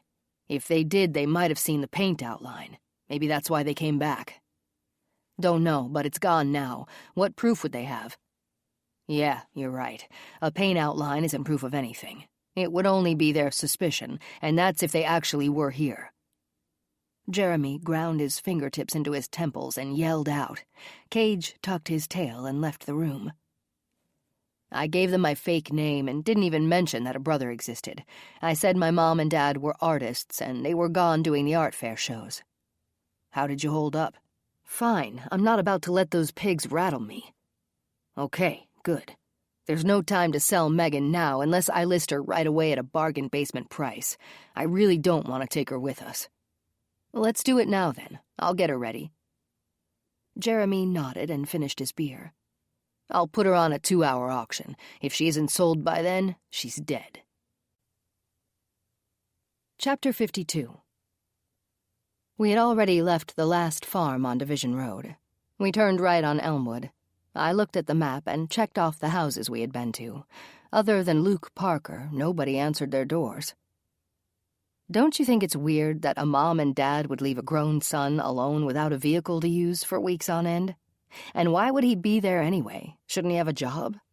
Yeah, definitely. But how would he get to a job without a vehicle? It isn't like he can go far on a bicycle. Precisely my point. I'll admit something about him sticks in my craw. I checked the map again when we reached the next intersection. Okay, Highview Drive must be the left turn just ahead. Let's see who those new owners are. The farmhouse was vacant, but a small trailer sat on the edge of the driveway. The man that greeted us said he was the handyman hired by the new owners to restore the house. He was living alone at the site, but had a crew that came in to help every day. By the looks of it, there were at least 5 guys on the roof. "Sir, why do you stay overnight in the trailer and the rest of your crew comes in during the day to work?" I asked. "The new owner wanted it that way. I guess there are some unsavory characters around here." I cocked my head. "Really? What have you heard?" I haven't heard anything.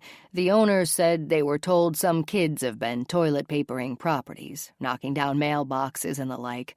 They wanted me to stay out here as a deterrent so expensive building supplies don't go missing, if you know what I mean. I don't want my tools to disappear either. Have you seen or heard anything since you've been staying here? Jack asked. Nope, it's been real quiet except when my crew shows up. We've just started on the roof, but I guess you can see that. I nodded. Okay, thank you, sir. I handed him our cards and we left. You know, we still didn't locate the house that's supposed to be a rental. It doesn't look like any of them on Division are. We only talked to Luke Parker. Nobody else was home. Maybe we should have asked him if he knew which house was a rental. It could have been a lease-to-own property. Maybe Leroy got the details wrong. The radio in our cruiser squawked. Peggy from dispatch was calling. Hey, Peggy, what's going on? Jade, Lieutenant Clark wants everyone to report back. Somebody just called in at 10:57 out at the intersection of Rustic and Linden Roads. Apparently, a car just ran into a house. Don't know the circumstances yet, but there are 2 fatalities and several injured people. An ambulance is on the way. Clark has already informed Jason, Lena, and the forensic team. Roger that, Peggy. We're on our way. Then I said, hit the lights, Jack. It sounds like a bad one. The drive took us 20 minutes. That location was on the far west side of the county. We arrived at a chaotic scene. People familiar with that intersection knew it to be a dangerous one. To anyone else that had never been to that area, they'd understand the danger once they'd see it. A hill hid the stop sign that was just below it at the intersection, and a house stood dead center across the road. Anyone driving too fast that didn't realize a stop sign was just beyond their field of vision could easily be involved in an accident. The front of the brick bungalow right at the picture window had been pushed in by the car. Skid marks told us the driver had had no idea a stop sign was there. The lawn was furrowed by tire tracks that continued on until they stopped where the car hit the house.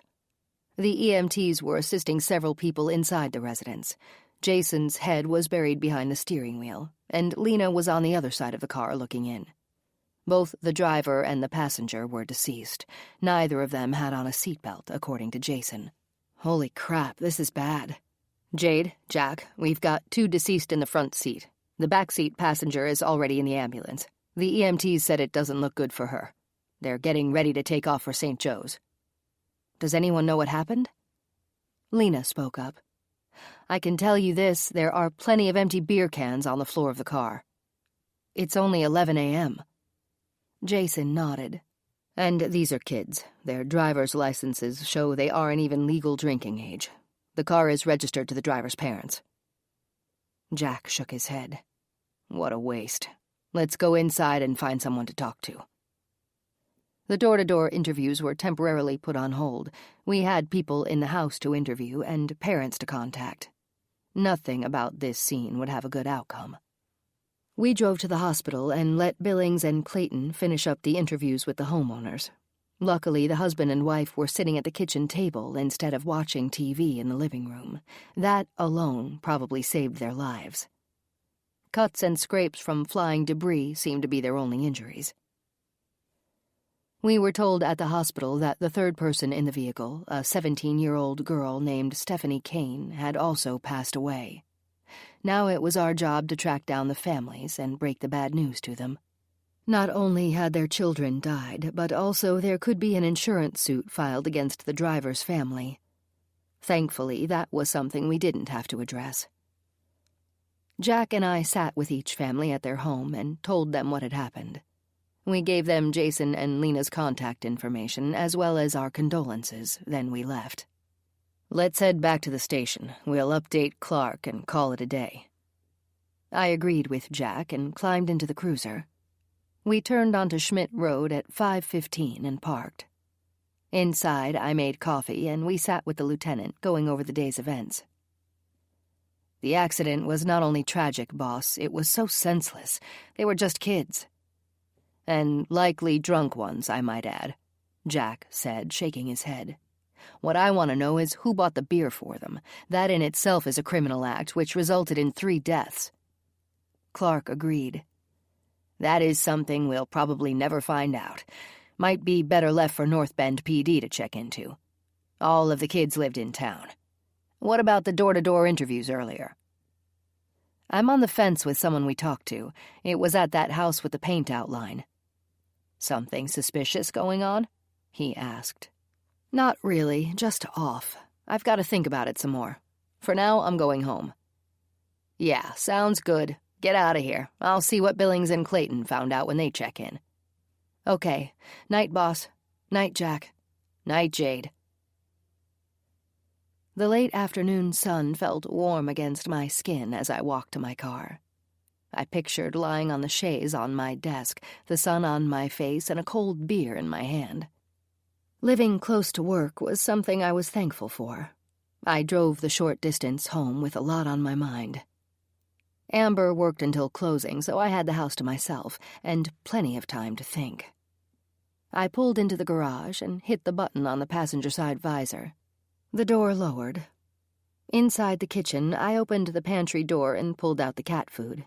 Spaz purred at my feet and rubbed his side against the Velcro tabs on my blue boot. I was sure he didn't care about me. He just wanted to be fed, but I petted him anyway. In my bedroom, I changed out of my work clothes and put on a pair of jeans and a t-shirt. I poured fresh birdseed into the plastic feeder for Porky and Polly. Then I dumped their water and filled the cup from my bathroom faucet. Polly sat on my shoulder while I changed the newspaper at the bottom of their cage. With all of the animals taken care of, I opened the refrigerator and pulled out a Scottish ale. With 2 hours of daylight left, I sat on the deck with my beer and a notepad in hand. I thought back to yesterday when Jack and I were at the Parker residence. I remembered Jack commenting on the fresh tire tracks in the driveway. I tried to rationalize them. The UPS man could have pulled in, or Luke might have had a friend that came and left. Anything was possible. And without a car, was he home yesterday when we were there? Did he see us snoop around and enter the barn while he peeked out from behind a closed curtain? Did he know we saw the paint outline? Was he on to us? Maybe he wasn't even home when we did our snooping. I had too many questions and not enough answers floating around in my head. I'm overthinking this. He's probably exactly who he said he is and hasn't done anything wrong. But what about the rental Leroy mentioned? It has to be that house. No matter what, there's still something about Luke that bothers me. Call it police intuition or whatever, but I need to find out more. There was still an hour of daylight left, and Luke didn't know my personal car. I could sit a good distance away and watch the property with my binoculars. I needed to know if there was another vehicle somewhere and who might be coming and going. I knew Jack would be furious if I told him I was going back to Division Road, but it was only for surveillance. What was the harm? I made myself a quick sandwich, chowed it down, and left. From my house, the drive was only 20 minutes. I tried to recall the layout of the property as I drove east, a direction from which I was less likely to be noticed. In reality, I didn't want to be noticed at all. I knew in my gut that the outline we saw in the grass came from a vehicle being recently painted. There was no other logical explanation.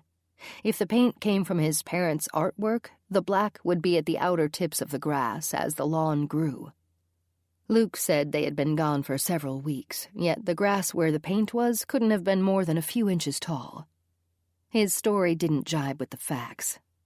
For some reason, Luke Parker had lied to us, and I needed to know why. I turned off Highway 60 a few miles before I needed to. The back farm roads would be better for me, less obvious than the more direct route. I'd come in from the north and sit about a quarter mile from the house. I had known that at some point in my life the high-powered binoculars I owned would come in handy, and lately they had. My heart raced when I saw the green street sign that said Division Road. I wanted to turn back and go home to the safety of my pets and a glass of wine, but the detective in me said to continue on. I turned and slowly drove south. The farm was on my left about a half-mile down the road. As soon as I saw the rooftop of the barn, I'd slow down and creep closer to a safe place to park. Out in farm country, there weren't too many hiding places. Wide open fields took up most of the real estate as far as I could see. I pulled over and wished the crunching gravel on the shoulder of the road didn't sound so noisy. I parked and waited. I patted the gun on my side for reassurance, picked up the binoculars from the passenger seat, and placed them against my eyes. Chapter 53. Jeremy sat at the computer, nervously tapping his foot against the cracked cement basement floor. Matt had just put Megan back in her cage. The photos and 1-minute video of her were uploaded, and now it was just a waiting game. Jeremy was pissed. Megan could have easily gone for $12,000, but now he'd be lucky to get half that price since the auction was so short, and she would have to go to somebody nearby. The luxury of time was a thing of the past. The brothers needed to leave the area as soon as they could. "How's it going?" Matt asked as he pulled up a chair and handed Jeremy a beer. He sat and looked at the screen. "You wrote a really good description of her. I like the feisty Irish part. That should attract more people." "True, but we only have a half hour left. This auction is short. There hasn't been much time to get a lot of eyeballs on it." "So what are you thinking? Somebody from the Chicago area?" "Yeah, probably, and hopefully they'll have deep pockets. We'll have to take her tonight once the money wire is cleared. If those cops are still trolling the neighborhood tomorrow, I don't want them to see us. At this point, they're probably suspicious of any van." "Yeah, you're right." Matt leaned back and took an extra-long swig of his beer. "What did you set a reserve at?" $5,000. "Man, that sucks. What can I do to help?" Jeremy looked at the time on the bottom right corner of the computer screen. "Let's see. It's almost 7 o'clock. Why don't you pull the van up to the cellar doors and load an empty cage in the back? You can get a syringe ready and give her something to eat. I want to leave as soon as the payment goes through. We may be driving farther than Chicago, just so you know. You can pack some food up for us in cage, too." "Yep, I'm on it." Jeremy breathed a sigh of relief when he saw the reserve icon go from red to green. "Yes, at least the reserve hit." He checked the time again. 7:15. In 45 minutes the auction would be over and Megan would be gone. He hoped they wouldn't have to drive too far. Jeremy went up the steps when he heard the cellar doors bang against the ground. He saw Matt outside. "The reserve hit. We're almost there, only a half hour to go." "Good to know. I'll get the van ready." Darkness hadn't set in yet, but the sun hung lower in the sky. The cellar doors stood in the shadows of the house. Matt flipped on the yard lights before he walked to the barn. Chapter 54. Damn it. I craned my neck out the passenger side window and looked west at the setting sun, trying to calculate how much time I had left. Daylight was quickly slipping below the horizon, and a deep pink and purple glow took over the sky. It would be dark in a matter of minutes. So far, I hadn't seen anything that would warrant suspicion. I continued to peer through the binoculars, hoping to see movement, but with each passing second, the shadow of night was filling the sky. I gave up and turned the key in the ignition, with plans of spending the rest of my evening in front of the TV. Lights suddenly illuminated the backyard from the house to the barn, breaking the darkness. I quickly shut off my car. Shit, I hope he didn't see my headlights. I saw Luke open the barn doors, then a vehicle backed out. It drove in reverse to the house. So Luke did lie to us earlier. I wonder what he's up to. I had to decide if I would check it out on my own or call Jack for help, and I had to make my choice quickly. By the time Jack would arrive, Luke could be gone. It looked as though he was getting ready to leave and needed the cover of darkness to make his move. I couldn't walk to the house on this bum foot, but I could get a little closer as long as I didn't turn on my headlights. I turned the key and the car's engine came to life. On the blacktop with the headlights off and the quiet of my barely moving vehicle, I inched closer to the farm. I was only a few 100 feet away, and I was sure I could walk that distance. My adrenaline would help get me there. I needed to see what was going on. Before I exited the car, my conscience told me to call Jack. I knew I would get a tongue lashing. But as an officer of the law, I had a duty to check out a suspicious situation, or at least convince myself that there was nothing to be suspicious of. Jack's phone rang. "Hey, Jade, what's up?" I know you're going to be really pissed at me, but as a responsible adult, I have to tell you. Now, what did you do? Or is it something you're in the process of doing? I'm parked down the street from Luke Parker's house, and I held my phone away from my ear as Jack yelled at me. Are you out of your mind? What part of that do you call responsible? Don't do anything. As a matter of fact, get out of there right now. I can't leave. He's up to no good. I just know it. He backed a vehicle out of the barn and up to the house like he's going to load something. I have to check it out. Jade, don't. At least wait for me to get there. He'll be gone by then. I'll be careful. Jade. Jade! Son of a bitch. I hung up and got out of my car. Then I closed the door as quietly as I could at my back. I dropped my keys and my gun's extra magazine into my back pocket, then double-checked my sidearm. The ditch was the best place to walk, not only to hide myself as much as possible, but also to avoid the crunching sound of the gravel under my feet. At about 100 feet out and lying low behind a row of trees, I saw a black van and what looked like open cellar doors. A lone window at ground level on the side of the house told me the basement lights were on. I was certain I could reach that window undetected. From there, I would be able to see what Luke was doing downstairs. Crouched low, I moved through the shadows. I had to be careful and deliberate with each step. The slightest sound of a twig cracking could give me away. Finally, when the window was only 10 feet from me, I belly-crawled the rest of the way. The basement window was surrounded by a metal window well. I had to drop my upper body into the well to see through the dirty glass.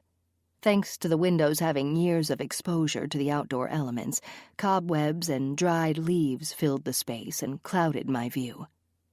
I didn't want to give what normally disgusted me too much thought. I had to see what was going on downstairs. Holding my body in that awkward position and scooting in as close as possible, I was able to see inside. And what I saw made me want to shoot Luke right then. Chapter 55. Matt circled around and entered the house from the porch. He took off his shoes, then he tiptoed downstairs from the kitchen. He entered the computer room with his announcement. "We have company." Megan's auction was over, and she'd sold for $10,000 to somebody from Barrington, Illinois. Jeremy was ecstatic, until Matt said those 3 words. "Son of a bitch, what does that mean?" He pounded his fist on the desk so hard the computer mouse bounced off and hit the floor. "I saw headlights a few minutes ago. They came on and then went off immediately. I circled the house on the driveway side and crept down the road. I found an empty Mustang parked a few hundred feet north of here. I saw a set of binoculars on the passenger seat. That's telling me there's only one person, and they're definitely watching the house. That person is outside somewhere. It's just too dark to see them." Jeremy pushed back the chair and grabbed the stun gun and cattle prod out of the jelly cupboard. "Did you load a syringe?" "Hell yeah, I have it right here." Matt handed it to Jeremy. "Okay, go upstairs and put your damn shoes back on. Make plenty of noise in the kitchen. That should be all it takes to lure them through the cellar doors and into the basement. I'll be ready and waiting for them down here." "Got it." Matt ran upstairs and into the kitchen. Jeremy prepared himself for whatever was about to happen. He remained out of sight with the syringe in his pocket and the stun gun and prod in his hands. There were plenty of empty cages for his next guest. Chapter 56. I felt for my phone, then remembered I had left it in the car. I had only so many pockets, and I definitely didn't want it to ring when I was trying to be quiet and surveil the situation. Jack knew where I was, and that was what mattered right now. My focus was on the girl being held captive. I couldn't see who she was. The room was dimly lit at best. She lay curled in a fetal position at the back of her cage, her knees almost touching her chin. The cage was secured with a large padlock. I didn't see anyone downstairs other than the girl. 8 empty cages were lined up against the far wall. That room looked to be the main area, yet there were corners and doors going off in different directions. The noise continued from inside the house. Luke was preoccupied, likely packing up. I had to think of a way to rescue the girl in the cage, and any others that might have been down there. As far as law enforcement knew, 4 young women were missing, and 1 was definitely dead. I stood up slowly and pulled out my weapon while hugging the side of the house. I crept forward. I knew the van was around the corner just ahead of me. I neared the edge of the house and peeked around the corner. Nobody was there. I inched forward and looked in the back of the van. The interior was white, just as I suspected. My heart pounded triple time in my chest. A large cage and some supplies lay in the back of the van. Luke was preparing to make a run for it. I didn't have much time. I crouched and looked down the basement steps. I didn't see any movements. From the window well, the girl was to my right. That meant once I reached the basement floor, she would be directly across the room from me. With my head on a swivel, I took in my surroundings outside and saw nothing. I saw a light flicker on the 2nd floor. Luke must have been upstairs. I needed to make my move. The cellar steps would be a challenge with this boot, but there was a handrail. I descended with my gun drawn. At the bottom of the stairs, I peeked around the corner. Everything was still. I looked at the cage. The girl must have been sleeping. She hadn't moved. I heard footsteps walking from room to room upstairs. I still had a little bit of time and headed to her cage. Chapter 57. He watched her from the darkened corner where Liz's empty cage still sat. He was sure she thought she was alone and could rescue Megan. Jeremy almost laughed. He watched her fumble with the lock, looking for something to open it with. She sat her gun down for a second, and that was all he needed. Bad move on your part, Jade.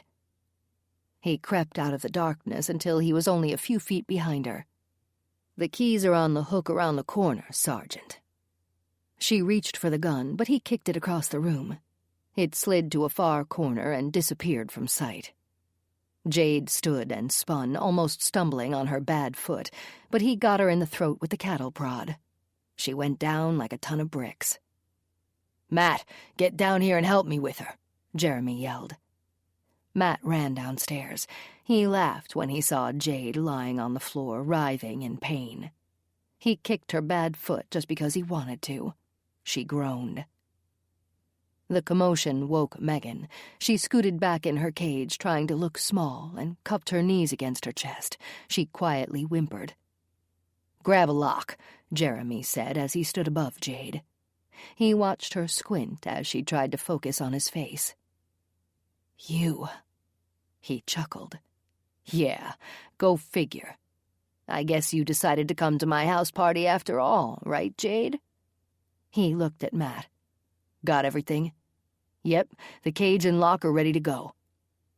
She tried to get up. Jeremy nailed her again with the prod. She screamed, then she went quiet. "Grab her arms. Let's get her into the cage. She might have called for backup, so we've got to hurry. They could be on their way. Grab everything you want from here. The plan has changed. We aren't coming back." They locked the cage door. Jeremy found Jade's gun and handed it to Matt. He slipped it into his waistband. "Run upstairs and grab everything you can think of. We're leaving in 5 minutes. Grab some clothes and food. I'm going to load Megan in the van." Jeremy ran up the cellar steps and opened the cage door at the back of the van. He tossed the cattle prod and stun gun in through the side door, then ran back downstairs. "Get over here," he yelled to Megan. "Lean against the side of this cage, and I'm only saying it once. Do it now or I swear I'll kill you." She sobbed and crawled over to him. He sank the needle into her neck and waited. She was unconscious in less than a minute. He spun at the sound behind him. Jade shook the cage, yelling at him. "Shut up, bitch. Consider yourself lucky to be alive. I'm feeling a little merciful right now, or I would have killed you earlier." Jeremy pulled Megan out and threw her over his shoulder. At the back of the van, he tossed her into the cage. A whistle sounded to his right. He turned and was hit with the cattle prod. Chapter 58. I heard a familiar voice calling my name and footsteps running down the cellar steps. "Jack, thank God, I'm over here. Get me out of this damn cage. There are keys hanging on the wall around the corner to your left. Damn you, Jade. One of these days you aren't going to be so lucky. Jack found the keys, unlocked the cage, and helped me out. Where's Luke? Where's Jeremy? I only found one person, and it wasn't Luke. I nailed the guy with the cattle prod. He's handcuffed to the van. That means Luke is still in the house. Jack, I think one of them has my gun. Shit, I need to find him. Jameson and Horbeck are on their way, but they were both 15 minutes behind me. Jack, look out! A shot fired from the cellar steps, catching Jack in the left shoulder before he had time to take cover. He turned and fired back. Luke went down. I ran to Jack's side and saw that he was bleeding badly. Don't move. Give me your gun. I took Jack's service weapon and hugged the basement wall, not knowing if Luke was dead or alive. I did a quick look around the corner. He lay motionless on the steps. I approached cautiously with Jack's gun pointing at Luke's chest. I kicked his foot. He didn't move. A pool of blood was spreading across the steps beneath him. Then I noticed the entry wound. Jack got him center mass. I knelt down and checked for a pulse. There was none. He's dead. I retrieved my gun and went back to help Jack. Do you have your phone? Yeah, he groaned. It's in my shirt pocket. I pulled it out and called Horbeck. Brian, it's Jade. We need an ambulance. Jack's been hit and we have a drugged girl here, too. Don't ask me the address because I don't know it, but we're on Division a couple miles north of Highway 60. You'll see my car parked on the road. Hurry. We're only a couple of minutes out, Jade. I'll radio for an ambulance right away. I hung up and sat Jack's phone down. I have to see what's going on with the girl. The guy upstairs put her in the cage, but didn't get a chance to lock it. She was unconscious when I was up there. Jack winced when he moved his arm. Yeah, he nailed her with the xylazine. Don't move, Jack. Horbeck and Jameson should be here any second, and the ambulance is on its way. I looked around and found a towel in the bathroom. Here, use this. Put pressure on your shoulder. I'll be right back. I went outside through the cellar doors and found Jeremy handcuffed to the van. The girl was still passed out in the cage. I saw the cattle prod lying on the ground out of his reach and picked it up. Just so you know, Jeremy, Luke is dead. He spewed the words at me. His name isn't Luke, it's Matt, and he was my brother. Is your name really Jeremy? What's it to you, bitch? I knelt down so I could be eye to eye with him. You know, Jeremy, pretty soon you're going to live in a cage. I'll even come to visit you so you can tell me how you like your new digs. I looked around to make sure we were alone. I didn't hear the sound of cars coming up the road or the ambulance's siren piercing the night's quiet just yet. The stillness seemed peaceful for a second until he screamed. I pressed the prod against Jeremy's side and gave him a solid 3 seconds with it. I cocked my head. How was it? Nice? Then I nailed him again. Horbeck and Jameson arrived within minutes. I explained to them that a body was blocking the cellar steps. We needed to call forensics and the ME and get them out here. Jack is downstairs. There has to be a basement entrance through the house somewhere. Let's get him outside. I can hear the ambulance getting closer. We found the stairs leading to the basement and helped Jack outside. Jameson shoved Jeremy into the back of the cruiser and slammed the door. I heard him yelling profanities at me through the glass. I smiled. Jack and the girl, who after closer examination I assumed was Megan, were taken away in the ambulance. I explained to the EMTs before they left that the girl had been injected with xylazine. The shock on their faces spoke for them. Chapter 59. I'm fine. Stop fussing over me. Jack sat in his hospital bed, swatting away my intentions to help him with his lunch. Shut up and let me do this. I leaned in from the olive-green guest chair next to Jack's bed and cut the unidentified chunk of meat on his plate into bite-sized pieces. I still have one good arm, you know. I shushed him with a hand wave and continued what I was doing. So, tell me about the interrogation with Jeremy. Neither of the brothers had prints in the system, and Jeremy won't tell us his last name, so there's no way of knowing if anything he said is true or not. The only thing I got out of him is that he's 29 years old. His brother, Matt, was 27. They both had fake names to use when necessary and a made-up family story, which you and I heard yesterday. It sounded as though they lived a pretty shitty life growing up in Idaho. The mom was abused, and so were they. He said his dad hit them in the knees with baseball bats, or whatever he could find at the moment when they misbehaved. Jeremy also said he and Matt spent a lot of time in dog cages. Jack rubbed his forehead. That explains a few things, I guess, if it's actually true. The cages were something they were familiar with and understood. Yeah, according to Jeremy, the dad went to prison years ago for nearly killing their mom. She eventually abandoned the boys in their early teens, and they've been doing who knows what since then. I guess this human trafficking thing started a few years back. I looked out the hospital room window at everyday life going on around us. If people only knew the type of sick characters that really lived among them, they'd be horrified. I sighed. I can see that gerbil on the wheel. What's going on in that head of yours? Do you think I'm going to be reprimanded for going rogue? Nah, don't worry about it. Who knows if we would have caught them otherwise. Plus, I'm not going to press charges against you. I saw the twinkle in Jack's eye when he laughed. You're lucky I don't disable your good arm. Anyway, the girl at the house was definitely Megan. She was the only one left at the farm. She said Jenna was sold to someone in India and left a few days back. Carly was supposed to go, but she died at the farm from an epileptic seizure. I wiped my eyes with the back of my hand. I'm going to visit Megan after I'm done with you. She's actually right down the hall. Her folks are in there now.